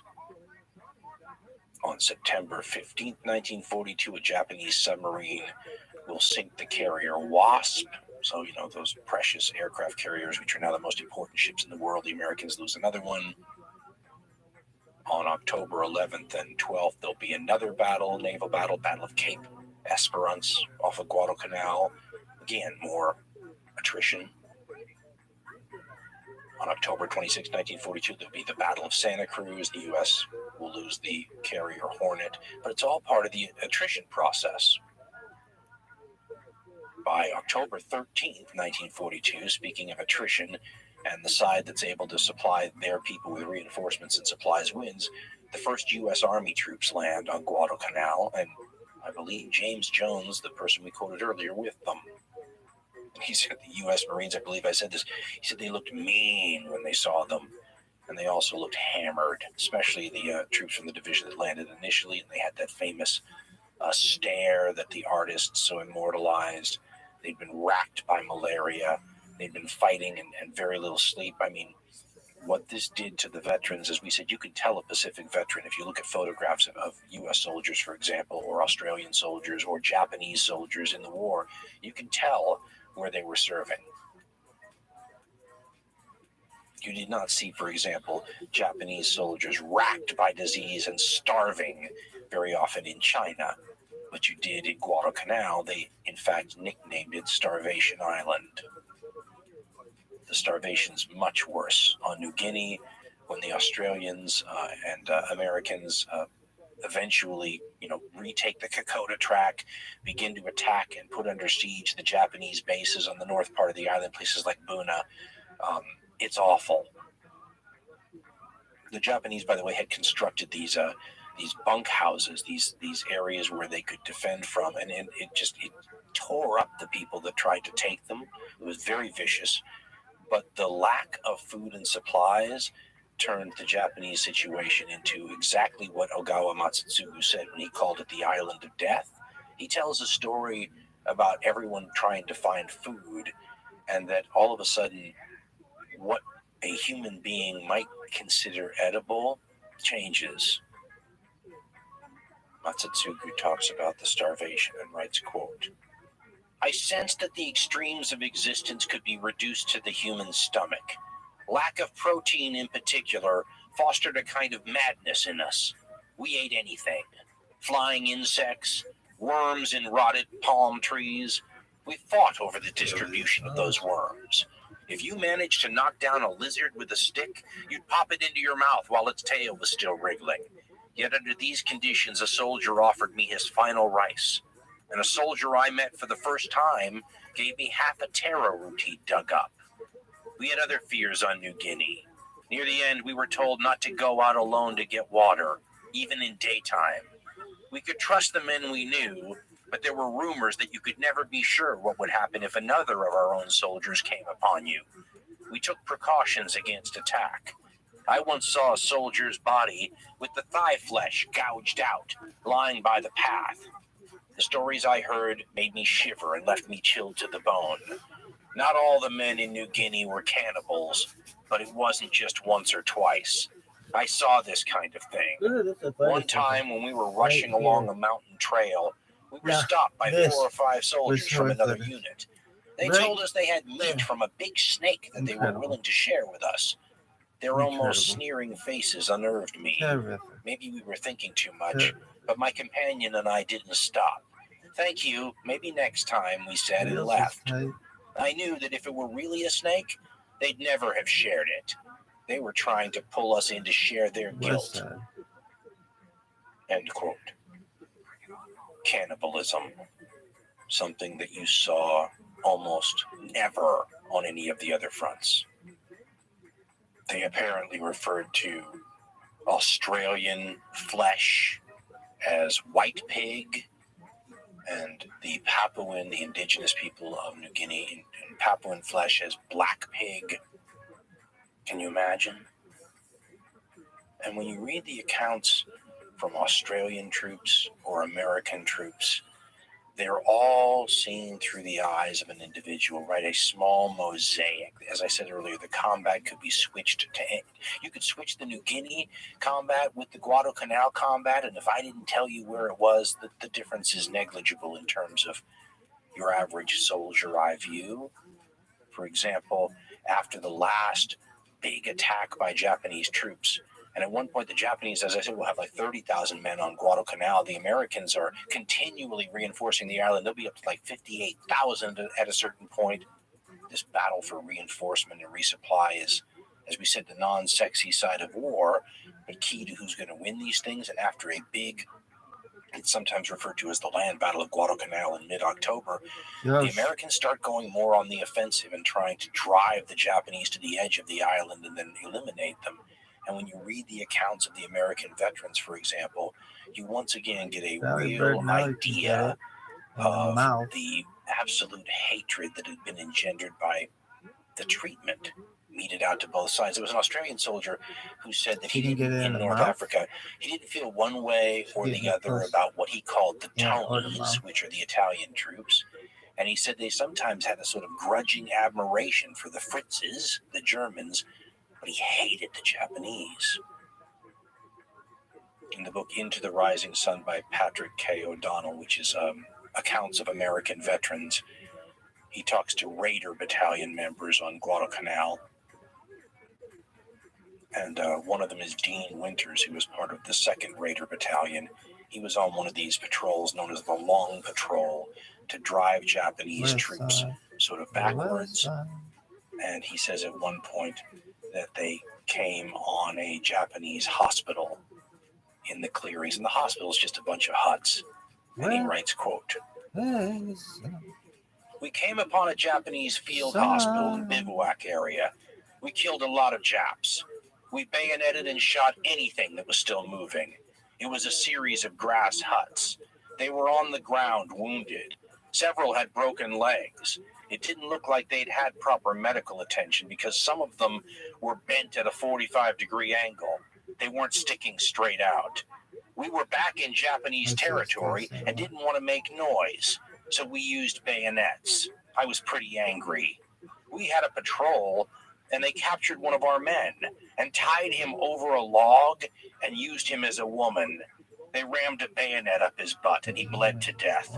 That made me angry. So whenever I get into action, I get angry. I wasn't afraid when I was angry. We all felt that way after what we'd seen." End quote. It is really tough, though, to get into close combat. One Australian soldier said that he just shriveled up. This is quoted in Francis Pike's book, Hirohito's, where he said he just shriveled up when the Japanese were 10 yards away with edged weapons. I'm just so athletic. What you saw as a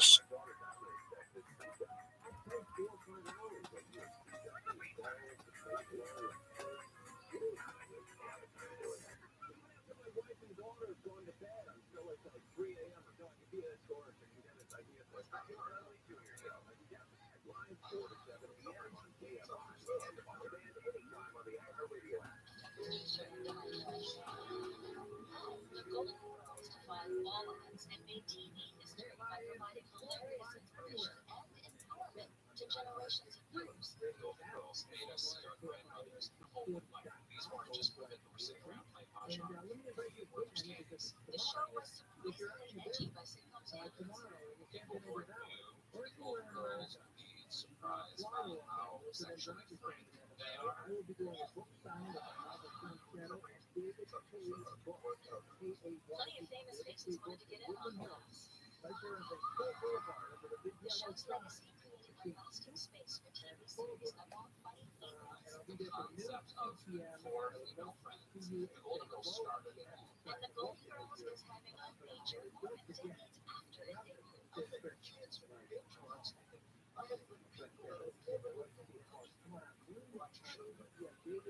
things weren't always golden on the set when the cameras were off. We didn't realize what dimension was that big. We didn't talk about it. Just sometimes. We're talking about me just slammed the script closed and started crying and said, "You've been calling me a big ugly man for years now, and I can't take it anymore." And started off. I also think we are third. Enjoy it. The Golden Girls is more revered than ever today. This groundbreaking, revolutionary show about 4 independent women living sexual and honest and funny and weird and silly. They prove that when it comes to comedy, age truly is just a number. And she's always the answer. What's that?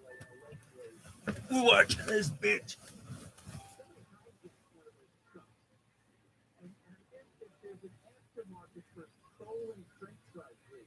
Hey kid, you like watching the Golden Girls? Girl, I like watching documentaries about the Golden Girls. Decades after it began, the Golden Girls feels shockingly relevant, and it's just as beloved now with fans as it was then, if not even more so. The Golden Girls are huge. They keep getting bigger all the time. And for a show that ended decades ago, the fact that it keeps getting bigger instead of fading away is really tough. This thing's funny. It's great. It's a full 100 times. It's incredible because it's almost like the show never dies because in some capacity we're all kind of experiencing it. The fan love is especially strong within the LGBTQ community, which has seen kindred spirits. Dorothy, Rose, Blanche, and Sophia since the very first shot of that iconic Miami maneuver. In the gay community, there's this idea of chosen family, and sometimes the family you come from isn't so accepting of you. It's the family you sort of join later in life, and the Golden Girls really personified that. Seeing marginalized characters unapologetically make them for themselves is revolutionary to viewers of all generations. There seems to be like a whole new Golden Girl fan base, like out of nowhere, it's like another level of To understand how all the game changed began, we have to go way back in time. Picture American 1980. The country is recovering from a recession. Ronald Reagan is president. Fear is big. And then the AIDS epidemic is on everyone's mind. Meanwhile, Dynasty, Dallas, and the Cosby Show are on everyone's TVs. NBC here's a preview of the finale, and actresses Doris Roberts and Selma Darlington do a scripted bit before the show can be referred to Miami Vice as Miami Nice. This show is not called Miami Nice. This is called Miami Nice. Darren's not doing that. The sketch triggers the Netflix fans to wonder if they're overlooking a very important segment of the population. Women over 50. They can't imagine life without their killer flips over cheesecake now. But the Golden Girls were once a whole family. There is such ageism in television. You have to put yourself in the life back then. The idea of doing female ensemble show with 4 older actors was unheard of. People just, they'll never go. Nothing will ever happen. Writer producer Susan Harris, who had created such TV hits as Soap and Benson, and written classics like Modern Family and Maude, was given the monumental task of bringing the show to life. Susan Harris took it and made it into this groundbreaking, revolutionary show about 4 independent women living sexual and honest, funny, weird, and silly.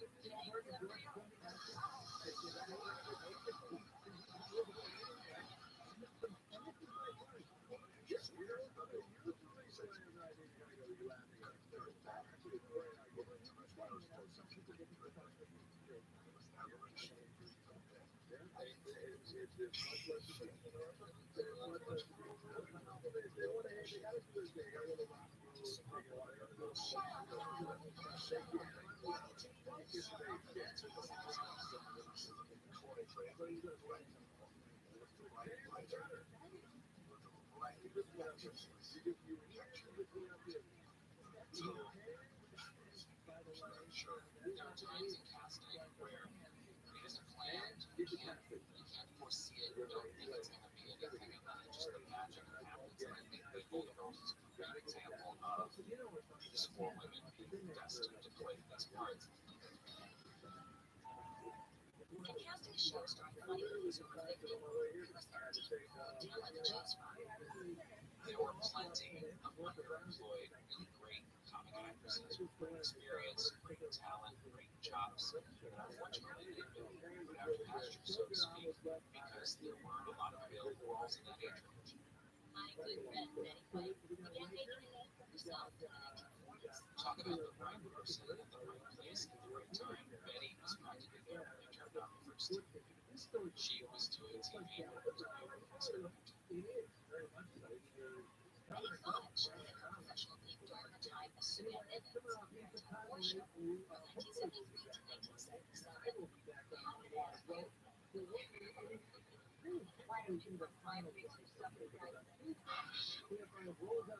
Sue Ann was not only a happy homemaker with smile well delivered insults, but she was also a nymphomaniac, which is hilarious. Betty then played Ellen on Mama's Boy in 1983 alongside Ruth Callahan. Admitted to TV stardom in the 70s, but she landed the role of being Arthur's best friend on Maude. Vivian, played by Ruth, was Maude's kind of Everest. She was her best friend and second. Then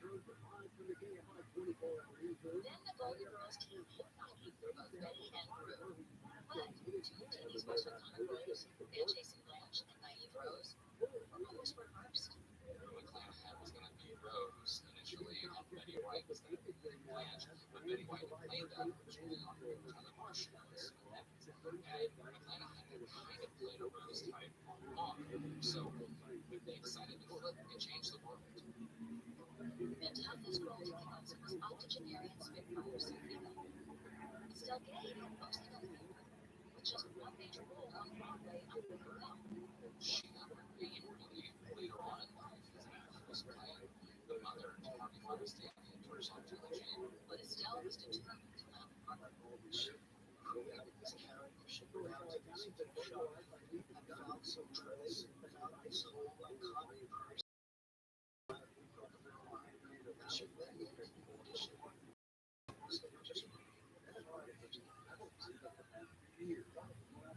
They had me in mind from the beginning. So therefore they need to bring a me on their type in the description of the character. They had gotten her started theater, playing a matchmaker in the original 1964 production of The Truman. I have such news for you. I'm particularly pleased. Remember at the wedding? And then scoring a Tony for playing Vera in Maine in 1966. Although he wasn't interested in playing girls, after already starring opposite Tom Bond, which was spun off of Home of the Family in 1972. But the determined producers asked her former Bond co-star Ruth to convince her. He said to her, I have no interest in playing Sue Ann Nivens meets Vivian meets Maude. And Ruth said to her, me? That's not how we're doing it. I am going to be the one playing her, and Betty's playing this. And B responded, now that's interesting. And B officially became Estelle's on-screen obstacle. That superstitious nonsense. Step on a crab, break your mother's back, it doesn't work. I know. So it probably is 14.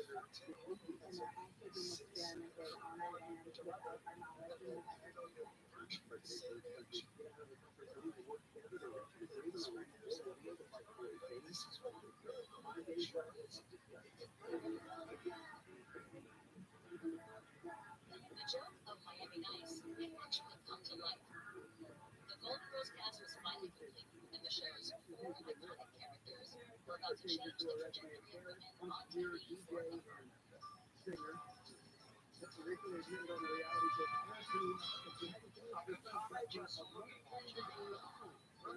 Dorothy is typically serving up a withering stare and plenty of weird clothing around chunk furniture. Chunk is a virgin actress from the Southern Belle Blanche owns them, and the complete attention of every eligible bachelor in Miami. Sometime between having a good time and becoming the funniest on the street. And how do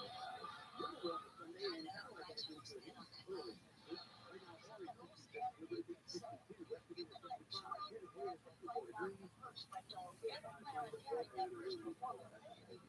Rose is still in this remarkable heart and has never met a double entendre that she understands. Life is a giant reading version on the Say back in Sicily, sticks and stones can break your bones, but cement pays homage to tradition. Dorothy's cantankerous mother, Sophia, is her quick-witty advice and skating with dad's trauma.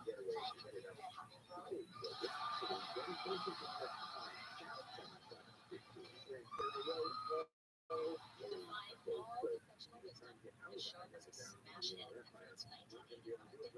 That point, there were no computers, we didn't know anything about writing, so we didn't really know how to get right away. At every table read, they would read what the ratings were. But we started like, number 20. God, number 22. And every week we go up to 15, 4, 1. Like, just excitement in the room was pretty amazing. Actually stayed home to watch on Saturday nights. There's no television. Why?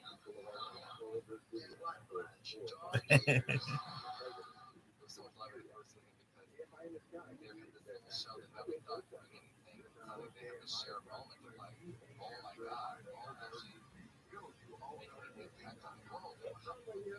Women of that age, oftentimes they think that women get to a certain age, if your husband dies or if your husband leaves you, your children move out, you're not allowed to go on a cruise and buy condoms with your friends or have babies because you're in your 60s or you're just that. I'm just talking about these women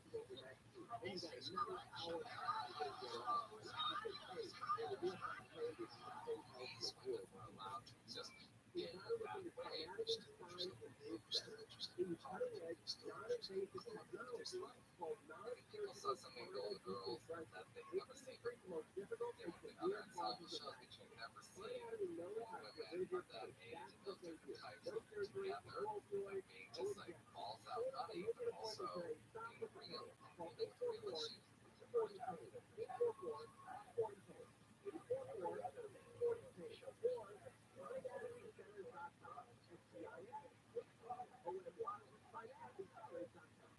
Think about it like you have these four characters that all come together because of necessity and everyone can relate to that screamed out a lot, and then you put them into situations that people can relate to, either a health scare or a financial burden or something's going to happen to them speaking or something, and of course how do these four women respond to a computer?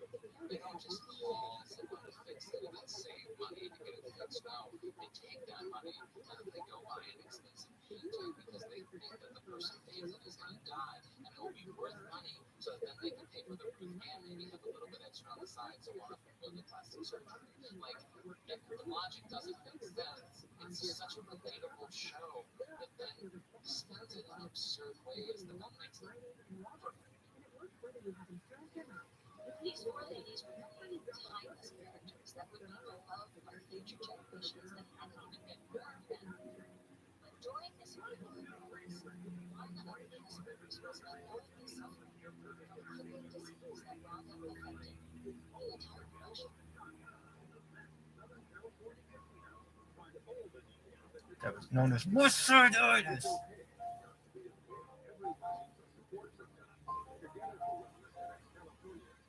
The Golden Girls was taking the TV world by storm in the late 80s, delivering nonstop laughs and shattering senior citizen stereotypes left and right. And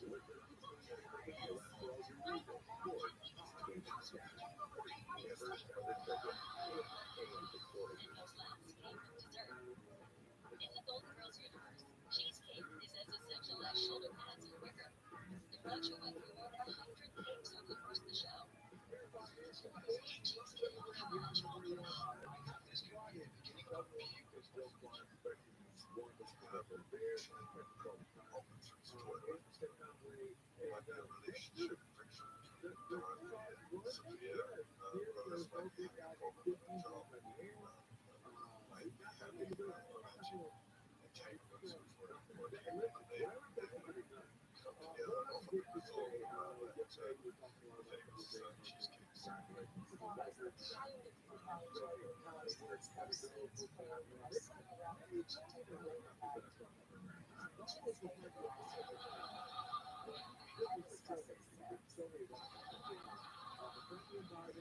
Surprisingly, one of the Golden Girls was not a fan of the cheesecake ritual. We are hated cheesecake.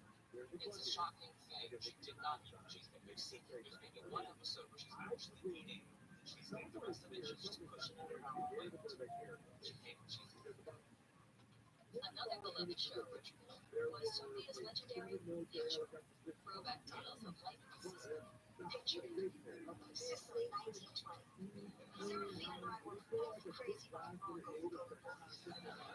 Not to be outdone, Rose's iconic stories about her hometown of St. Paula. My hometown was far from Heinrich and First of all, never cared 2 minutes on natural juices. The entire cast brought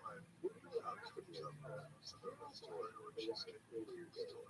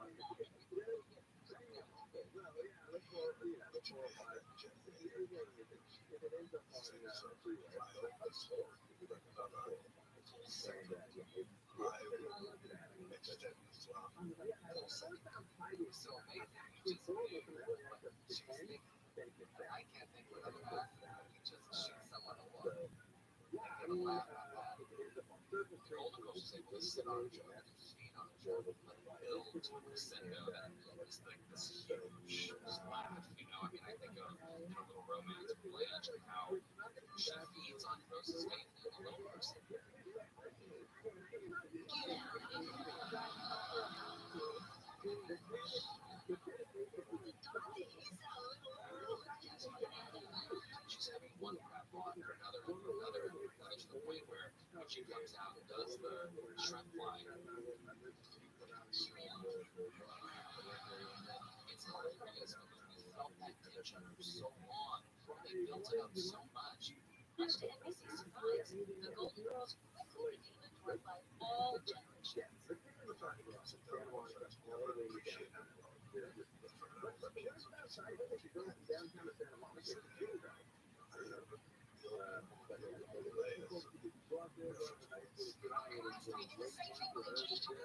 The razor tongue Sophia was a particular favorite of young viewers who couldn't wait to hear her next single, and would often grow into lifetime fans of the show. No matter how packed things get, remember these sage words. All that you say, get it.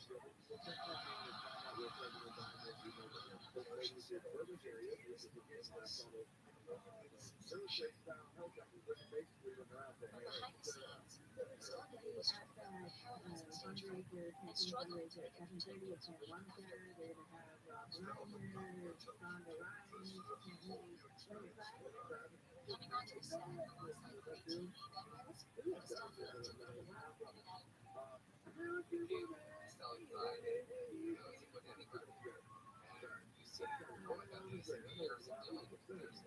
Nothing better than having experience. Still was like learning how to read for 2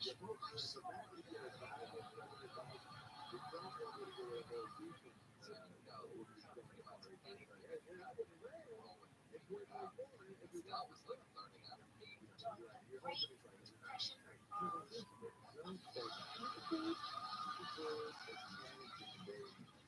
She was having a hard time with the show. I couldn't talk her down, because she was just really having it sometimes. As her co-author said, the snow would seem on date night, and she had a dark cloud over her. Just be worried. You're not going to miss out on anything now. The anxiety led to freezing up on paper and a crippling struggle to remember her lines. I mean, next day, completely different script, or you're changing lines in between takes. Estelle came from the theater, so you go to rehearse the same script over and over and over and over. So she had a hard time with that. We didn't know what it was. At the time, we chose, she's suddenly the top star of this age. She's going to parties and premieres. She's at home learning her lines. We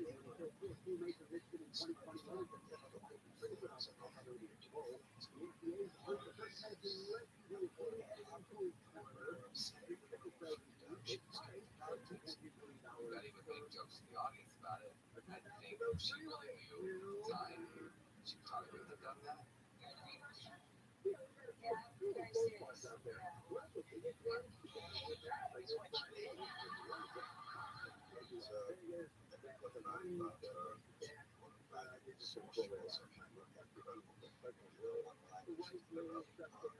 She dropped a steak knife. Big T might took a whole place on that. We didn't realize dementia was that when we were talking about her. She was in the initial stages. So that breaks my heart to think how tools to understand we could have helped her get through it. And I know that she would talk to me about it. She felt the pressure. She knew that she was forgetting stuff that she didn't really know why. So when you see the episode that she's in race, it's just the words of her name. She was best known for the screen salve she used to make to treat ear infections. One day she gave a batch to someone to a functioning. Those were the tricks we gave her. Directions and put it on as ingredients out of a disease. She also had the idea to write the lines on set, and so Estelle would scribble the lines on the tablecloth on the kitchen table. Estelle's dementia would tragically go undiagnosed for years. Things could also get serious on screen, albeit always with a unique twist.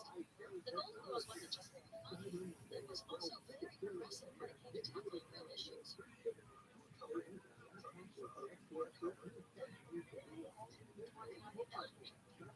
Really, an alcoholic needs a place to sleep.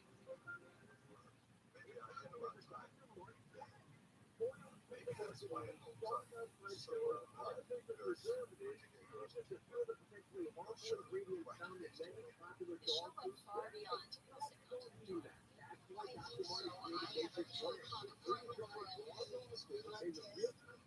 touchy subjects like LGBTQ issues, homelessness, suicide, immigration, and race, but never losing its sense of humor. There's the famous moment where Rich does her stand. Not only the dark Gina is a lesbian, because she initiated this, realized what lesbian means.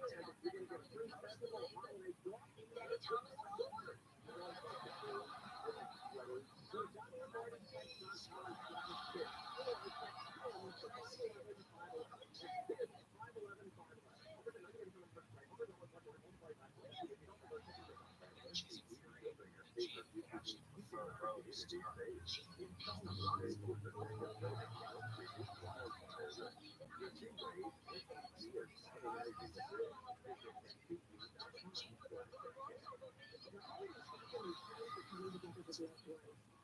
So being addressed LGBT characters. And so if you are an LGBT audience, maybe you would closet would see yourself represented on a show that was hilarious, on a show that gave dignity to LGBT characters. The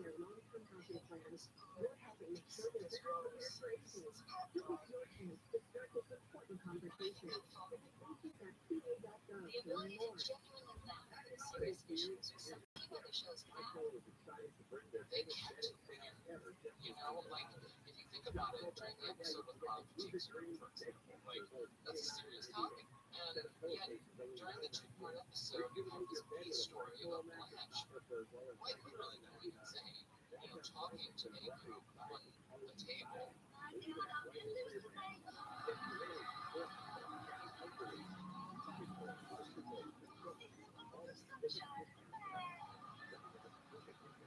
But while the Golden Girls were making comedy magic, their perfect chemistry wasn't always there when the camera stopped rolling, especially late in the day.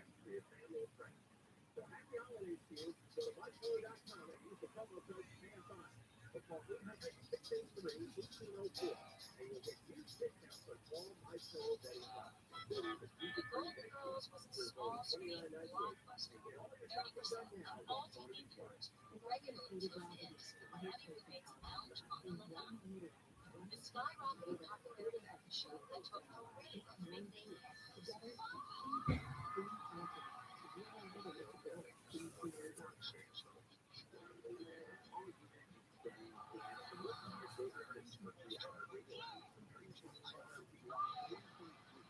Forever ahead of the curve, the show also had one eye for spotting up-and-coming talent.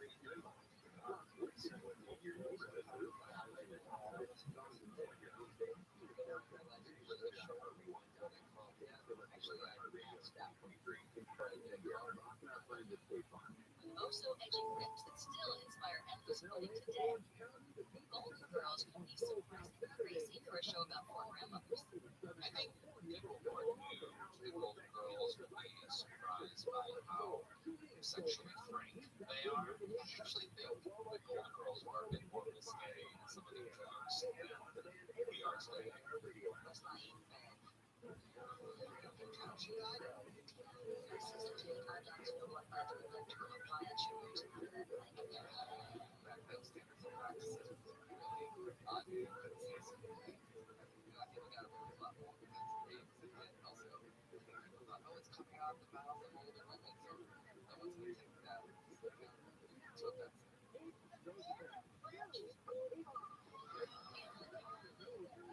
Each month, Joe Rand brought up special joy to one eye.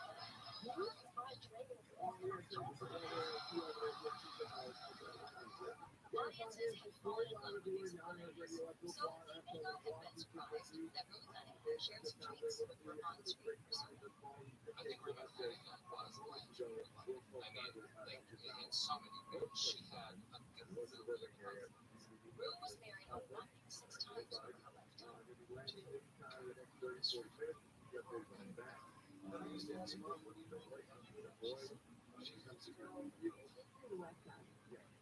But viewers likely didn't realize that some of the other Golden Girls were a far cry from their characters off screen.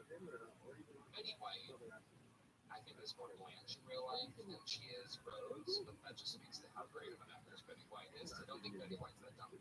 As Bruce said, complimented Betty. Betty is brilliant. Roll the Deo action. All the light drains out of her eyes, and she just looks like she's in it. I think she's just all light and loves animals, and there is that very dry, sarcastic quality that we can see between takes. That's not Rose at all. It's the finale. Got there with casting. Being Arthur's first appearance led the writers to pen frequent jokes about her less than traits, which didn't always go over well. But he was not what he played from her exterior. I think a lot of people made the mistake of thinking that to play rough with her was the way to move with her because she had played so many tough women on television. I was surprised that he was really shy. When it came to working on the show, Bob was very comfortable.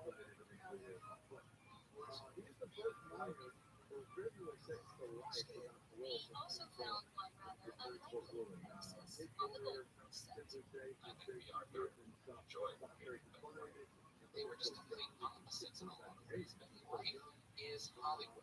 She is the definition of Hollywood. She's a workhorse who will do any show, doesn't matter what it is. She will take that paycheck. She wants to work all the time. Betty liked to joke around with the audience between takes, so she could slip in and out of character. And she liked to be sort of a hostess to the audience, to be beside the show. Beyonce was a little bit more relaxed, a little bit more method.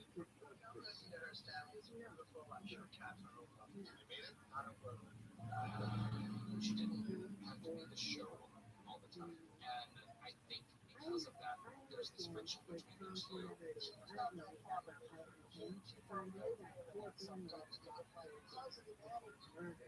Being a very good guest, I think she saw it in Betty's outward sweetness, but knowing how strong Betty really is, she saw that as kindness. Between 1986 and 1988, all four of the Golden Girls actresses won Emmys. Truly a rare accomplishment for a TV show.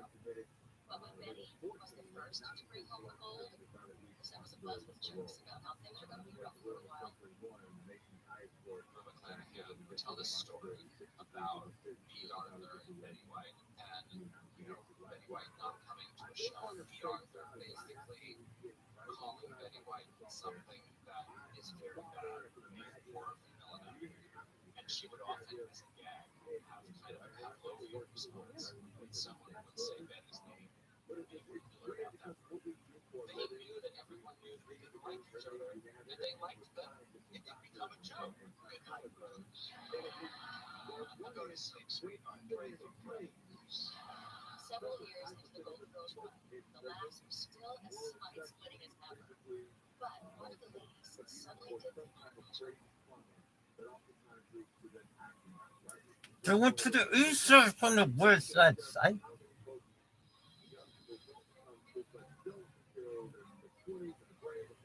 The Golden Girls sailed into its seventh year in 1991, still riding a hilarious high. But viewers growing tired of the show's ongoing harsh bars and actress appearance. I think she uses her size to a large degree to get a laugh. But she also hated that we do so many jokes at her expense about her size or her being masculine or her deep voice.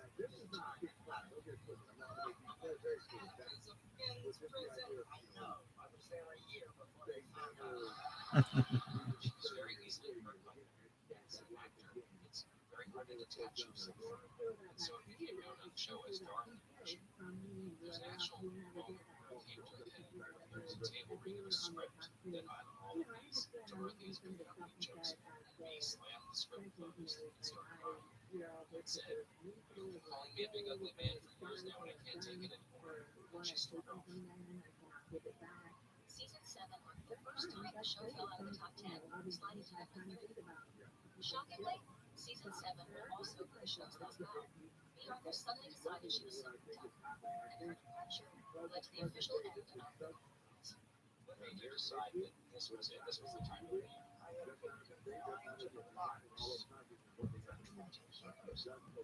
B was just somebody who was over for her. When she wasn't being challenged, she just didn't feel it. It's time to the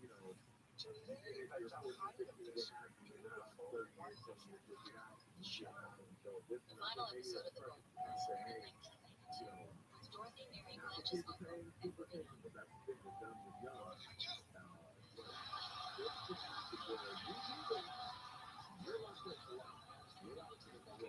But that was not the end of the road for Rose,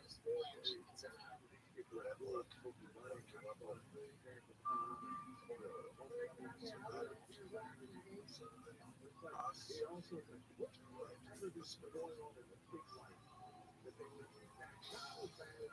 The Golden Palace saw the 3 remaining roommates find a Miami hotel that only had 2 staff members, played by Cheech Marin and future Oscar nominee Don Cheadle.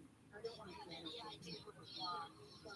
Sisters. So the ladies are good to work. I think the Golden Palace was cursed from the beginning. by them extending it to the Golden Mountains, and Betty White is still getting so eager to continue it, and then NBC famously dropping it and CBS picking it up. It was a recipe for disaster.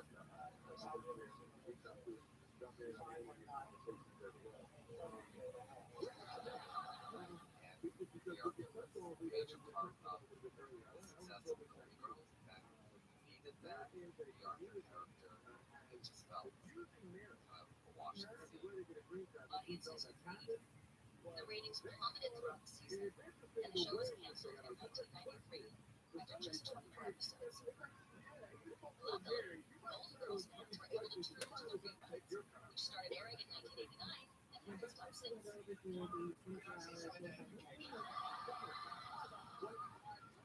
Estelle went on to make other TV appearances before retiring from acting in the early 2000s due to her failing health. In 2008, Estelle Getty died from depression right before her 80th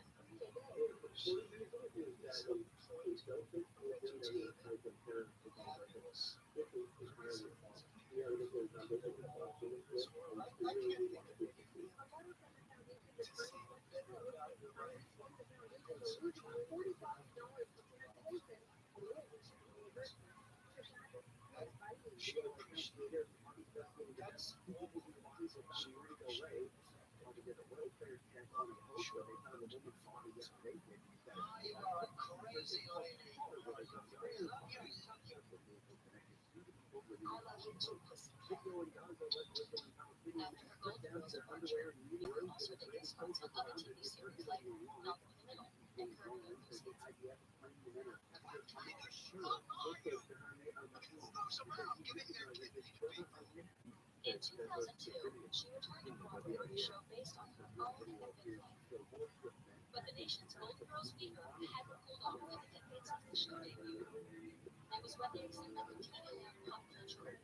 In 2008, the public saw the journey of the Golden Girls together for the last time. There are other people who want to be on the show about it. The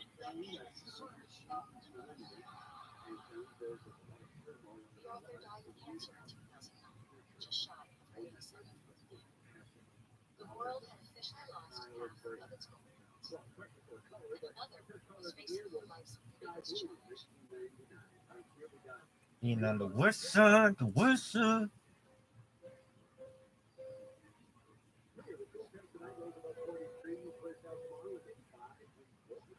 After she retired from Blanche Devereaux accent, Reba Cunningham kept busy with TV, theater, and film projects, including singing in Wicked on Broadway and appearing alongside Beyoncé in The Fighting Temptations. In 1997, Reba wrote the president. Yeah, pretty But in 2010, thanks to her tragic death, Reba Cunningham suffered massive stroke and died at age 76. I sure as kind of want to grab that. Oh, for sure. I think Betty White's having a bit of an evil laugh at the fact that she lasted longer than the Arthur. Not only that she was the oldest out of all of them, and she's still standing. Betty was in high demand after her Rose Red days ended, on both the big screen and the small screen.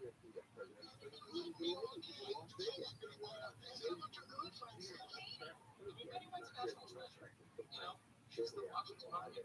She's everything. A grassroots campaign on Facebook to get Betty to host Saturday Night Live paid off in May of 2010, making her the oldest SNL host in history at 88 and marking the show's highest ratings of the season.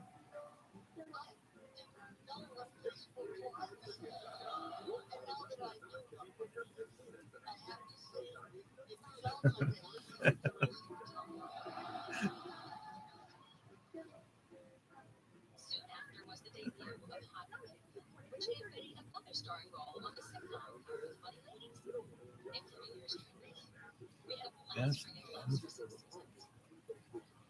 This is just what I need to get around. You excited? Not closing the door and open the window? No. The best way to get over a lamb is to get over another one. The Golden Girls perfected a TV comedy template that has been passed down for decades now. The concept of core female friends. The Golden Girls started it, and to even make it even more unique, they started it in a way that wasn't really supposed to be marketable. Other shows, they all like to play, which was very, very shiny. But anything around the Golden Girls, obviously, that girls opened up the door for Sex and the City. A lot of those actors from those other shows do pay homage to Golden Girls. They're really effective. I know I certainly felt honored to follow their legendary footsteps. The Golden Girls have always held a thousand-day special sparkly place in the hearts of the LGBTQ community. Well, marriage equality, marriage for gays, lesbians, equation. Plus. To see those women coming together to create their own family, something that we were doing as a gay community, but also we thought, oh, that's how I fit. And with that, we would be surrounded by some really fun people.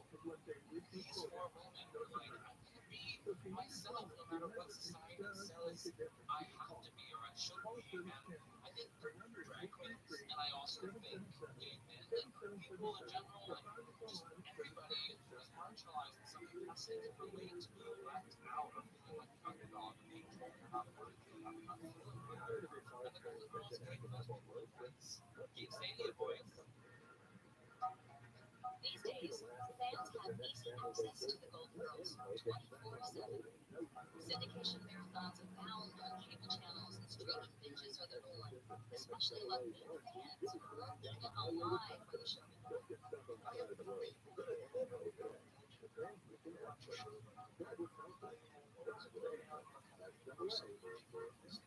I'm surprised you never go out like I mean, young people must have seen live. You know, live to the show. I don't remember that you had that much of them, but they love that. And these fans are always eager to show off how they're staying golden.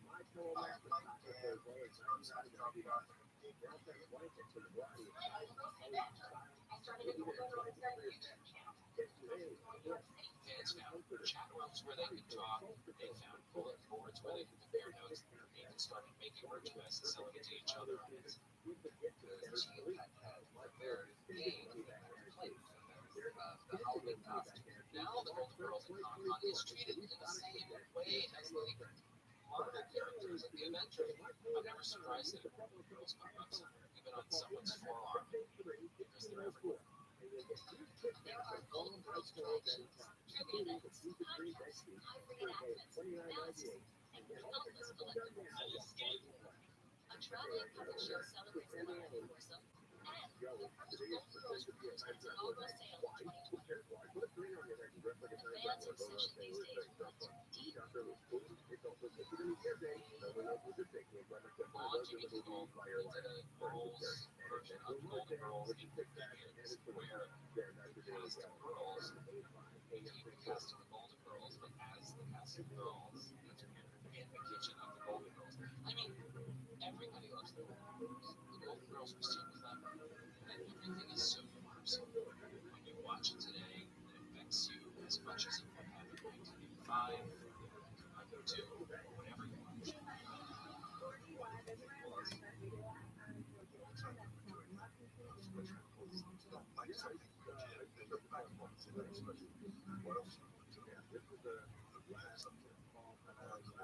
Legions of fans, old and new, would raise their cheesecake forks in agreement, and like me, they would say, thank you. Now look right here. This is the Tough Acton moment of clarity. What do we want to call it? Moment of amazingness? Sexaholic?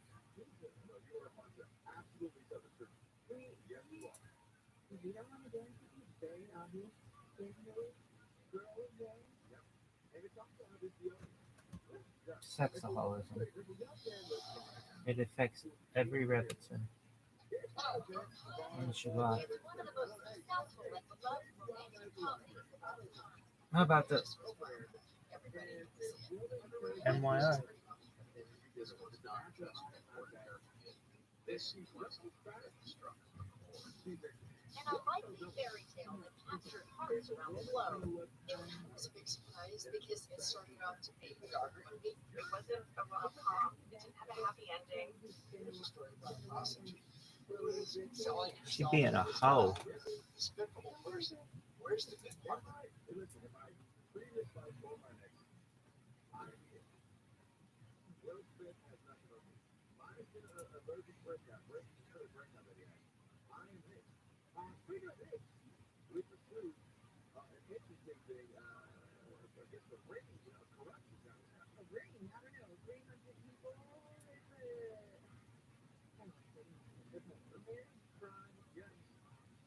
People wanting green cards, many times convert legal.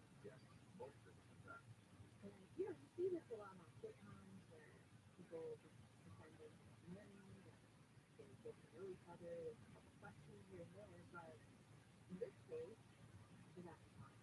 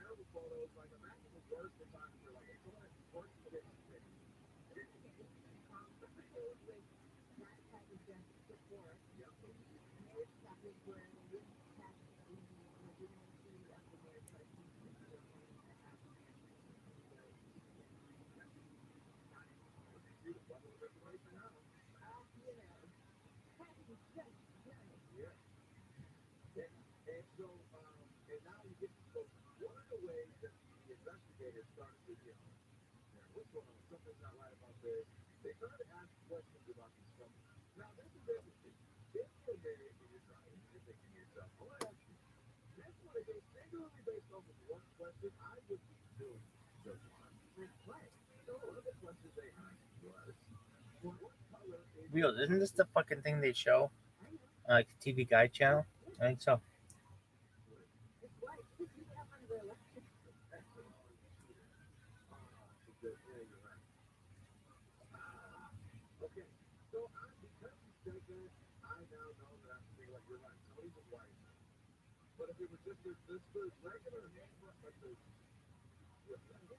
What side of the bed?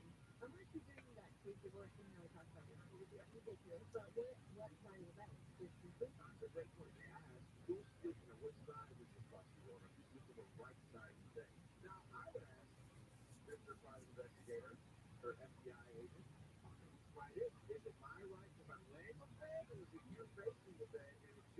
Your head is on the pillow, you're saying directly. Am I incorrect? It's the way I assume it's you're laying on the bed, head's on the pillow, there's a right side and a left side.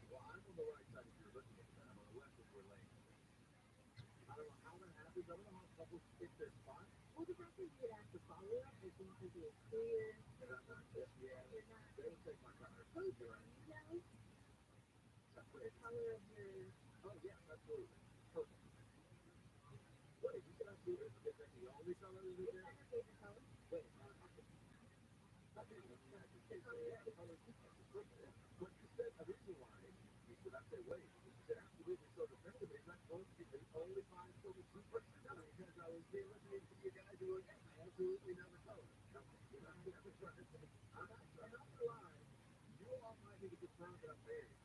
The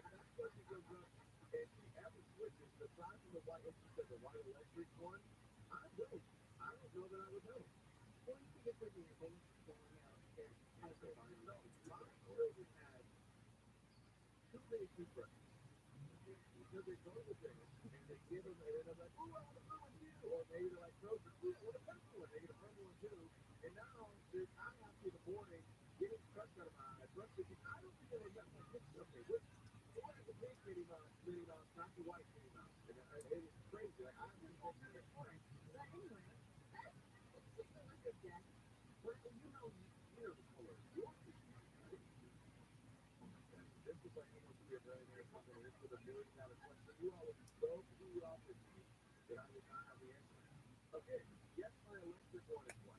Jack.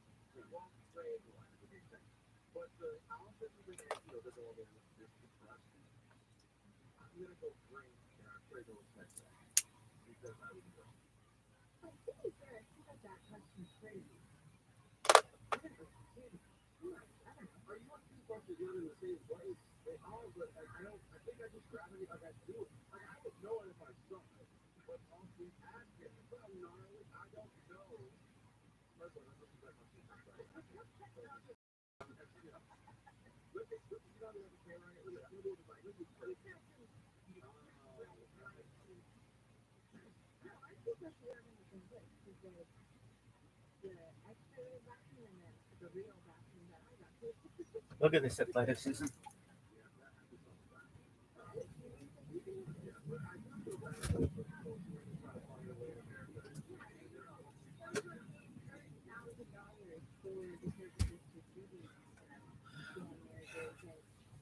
That was really athletic. Showing these short and curlies is really athletic. Taking a piss. In the piss powder was athletic.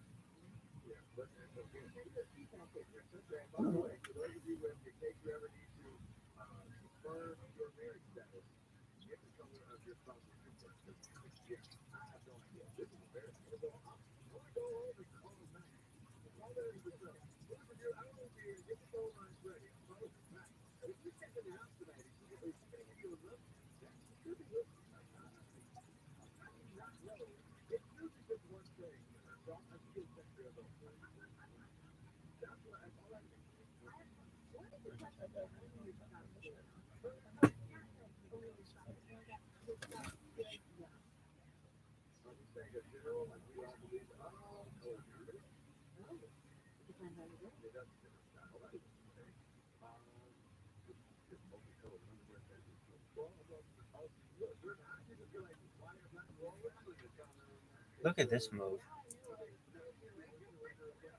Being wounded and the terrible wounds. Well, my stepfather had a friend who fought on one of these islands, an American, and had me go up and see him once, and he wouldn't talk to me. He'd become an alcoholic and stayed in his house all the time. This is 40 years after the war, but he was one of those guys, like Eugene Sledge had said, who was within 100 yards of the front line all the time, and he was one of those guys that James Jones had pointed out never came back from the war completely. But look at what they saw. In the same book, O'Donnell quotes 2nd Raider Battalion veteran Ray Baumel, who says, quote, "I was about to go back and tell them that I couldn't find anything, and behind us our officer, named Miller, and his runner must have walked up along the trail, come around, and crashed through like a herd of elephants. I almost shot him. I said, 'Holy Christ!' He was pissed off. He said, 'Where the hell is everyone? What is taking so long?' I said, 'They're laying over here about 15 yards, I'm guessing.' Then I was going to step in front of them to lead them, but they trained the officers to go first, so I stepped right behind them. I was about a step behind them. We took 2 steps, and a Jap machine gun went off and almost blew his entire head off. All his teeth were knocked out, and his tongue was like strips of liver. His whole lower jaw was almost missing. I said, 'Lay low. It's amazing how you react.' And I said, 'Lay low, Lieutenant.'" End quote. He then later says that the next day, the officer who had been shot in the head died, saying he suffocated in his own phlegm, and then pointed out the obvious: it wasn't a pretty sight. Those are the kinds of experiences, right? The human experiences that will have some people, understandably almost, drinking the rest of their life away, trying to not recall the terrible images that are stored in their memory banks. As terrible as the hatred may be between the combatants, I can't get out of my head something I read in Francis Pike's Hirohito's War, because it reminds me a little of the Christmas truce in 1914 in the First World War, where the two sides jumped out of the trenches and came together and started exchanging materials and gifts with each other, to the horror of their commanding officers, by the way, because it sort of showed a humanness that defied the conflict itself, there's much less of that, as you might imagine, in the Pacific, which so many modern histories like to call a race war of annihilation. But in Hirohito's war, Francis Pike recounts an incident I'd never heard of before, based on an entry in a Japanese diary, and it involves the starving Japanese soldiers on Guadalcanal at Christmas, 1942, when the Americans get a special Christmas food treat, because the Americans weren't eating particularly well either, and the Japanese nearby can smell it. And Pike writes, quote, "While the Japanese were receiving their last supplies from Rabaul on Christmas Day, gifts of boiled lollies," I don't know what that is, by the way, "tobacco and matches were being distributed to the Allied troops. Field kitchens served a special dinner of meatloaf and preserved peaches. The smell of American delicacies drove the Japanese to despair. Private Nishimura recorded a bizarre incident in which one of his colleagues, an English speaker, declared, 'I've had enough.' He stripped to his underpants and, feigning drunkenness, staggered towards the American lines. Silence followed, only occasionally interrupted by laughter. The Japanese soldier returned several hours later bearing food, a gift from the American soldiers a few yards away. Few Japanese soldiers," he writes, "were as fortunate." End quote. By Christmas 1942, though, the situation in Guadalcanal is almost over. By the end of the year, the emperor gives permission for the Japanese troops to withdraw, and they launch a campaign to try to evacuate some troops from the island. And by February 1943, the Americans declare the area secure. The final casualties are, however, sobering. When you combine the land casualties with the casualties from pilots in the air, the casualties of the naval soldiers on both sides, Richard B. Frank says the American forces lost 7,100 people, the Japanese forces at least 30,343 people. The casualty rates were very lopsided, and 75% of the Japanese killed died due to disease and starvation. This is an example of the cruelty, if you will, of the Japanese strategy here in this war, the idea that they're going to take these islands and then they're going to force the Allies to take them back, and they're going to win over the Allies because their people are willing to suffer more. They may be right about that, but the suffering that they put their own people through is cruel to the extreme. It did create a sense of admiration, though, from their enemies, and Richard B. Frank writes, quote, "We cannot leave the subject of the Japanese soldiers on Guadalcanal without honoring them for their one supreme virtue, a determination, a courage far above that of any of the other combatants in World War II. John B. George, a junior infantry officer who faced the Japanese at the Gifu, I think it's Gifu, and later in Burma, wrote, quote, 'Most of us who have fought in the Pacific are ready to admit here and now, away from all the convincing first-hand evidence we've seen, mass starvation, untold suffering, shell shock, cannibalism, mass suicide, that for sheer, bloody, hardened steel guts, the stocky and hard-muscled little Jap doughboy has it all over any of us.' End quote. Frank continues, quote, 'In facing defeat,' George went on, 'the Japanese soldier, quote, took it like a man, like a hero, no surrender for him.' End quote. In his book, The Rising Sun, author John Toland quotes a report from Lieutenant General George C. Kenney to Hap Arnold, the head of the U.S. Army Air Forces, pointing out that the people back home, including the War Department, had no conception of the problems facing the troops in the Southwest Pacific, and says, quote, 'The Jap is still being underrated. There is no question of our being able to defeat him, but the time, effort, blood, and money required to do the job may run to proportions beyond all conception, particularly if the devil is allowed to develop the resources he is now holding.' Let us look at Buna, he writes. There are hundreds of Bunas ahead for us. The Jap there has been in a hopeless position for 2 months. He has been outnumbered heavily throughout the show. His garrison has been whittled down to a handful by bombing and strafing. He has had no air support, and his own navy has not been able to get past our air blockade to help him. He has seen lots of Japs sunk off the shore a few miles away. He has been short on rations, and he has had to conserve his ammunition as his replenishment from submarines and small boats working down from Leh at night, and once by parachute from airplanes, has been precarious to say the least. The Emperor told them to hold, and believe me, they have held. As to their morale, they still yell out to our troops, now quoting what they yell. What's the matter, Yanks? Are you yellow? Why don't you come in and fight? A few snipers, he continues, asked to surrender after they'd been surrounded, called back, if you bastards think you're good enough, come and get us. I'm afraid that a lot of people who think this Jap is a pushover as soon as Germany falls are due for a rude awakening. We will have to call on all of our patriotism, stamina, guts, and maybe some crusading spirit or religious fervor thrown in to beat them. No amateur team will take this boy out. We've got to turn professional.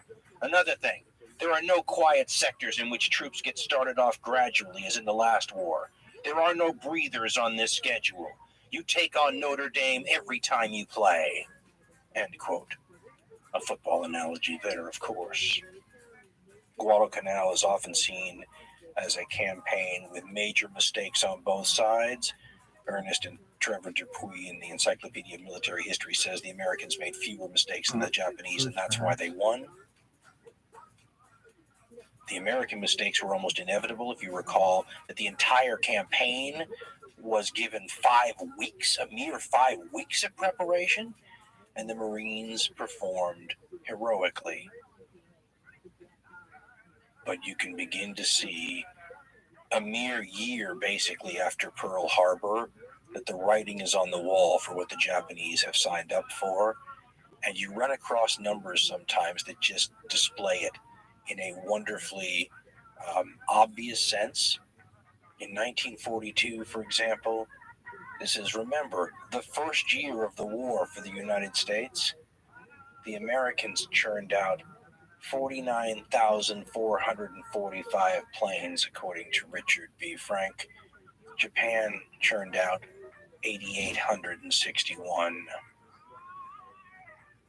And 1942 is the least productive year of the war for the Americans. 43 and 44, you're going to see production numbers absolutely shoot through the moon. Now, all those planes aren't being used in the Pacific Theater by the Americans, and all those planes are being used in the various theaters in the Asia-Pacific area by Japan. The United States, it should be pointed out that by the end of 1942 has opened up a second front in North Africa, Operation Torch. So they have troops that they have to support with aircraft and all these other production figures in multiple theaters.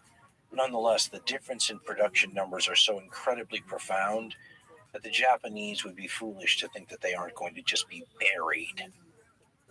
It is the bravery, courage, and willingness to die for the emperor that they hope will compensate for that. But when you look at the casualty ratios between Japanese and Allied troops, as we said earlier in this segment, you would be justified, I think, as a Japanese parent of a dead Japanese soldier in thinking that the government was guilty of some sort of gross negligence or military malpractice in the positions they put their own soldiers in. I mean, on New Guinea, after the campaigns at Buna and Gona and those places, the war continues there till 1944, and the Australians have gotten extremely good, and the kill ratios are astounding. Here's what Eric Berger in Touched with Fire writes about it, quote, "The Australian juggernaut was not only rolling, it was doing so with very little cost in Australian lives. Disease preyed upon all soldiers in New Guinea until the end. The Japanese, however, were losing their ability to cause pain to their enemies in New Guinea. Fewer than 1,000 Australian soldiers were killed from February 1st, 1943, the end of the Bunagona-Sanananda campaign until January 1944. During the large Japanese attack on Finschhaven, 52 Australian soldiers lost their lives, a minuscule figure in the grim arithmetic of war. In the process, in addition to the 13,000 dead suffered in Kokoda Buna, the Japanese lost another 30,000 men. We will never know exactly how many died in battle, but the kill ratio on New Guinea was mounting to levels rarely seen in modern war. End quote. The Allies were adopting strategies, too, that would minimize their casualties even more. They were not going to attack the most strongly defended areas that the Japanese held. This is the so-called leapfrogging strategy that the Allies choose.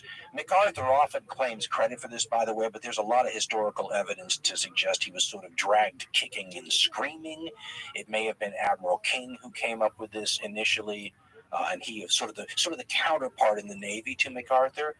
But the strategy meant that these major strong points were simply to be bypassed, and that if you could cut them off from resupply and reinforcement, the soldiers on those places would simply starve to death, and those wonderful defenses that had been so carefully set up would never be used.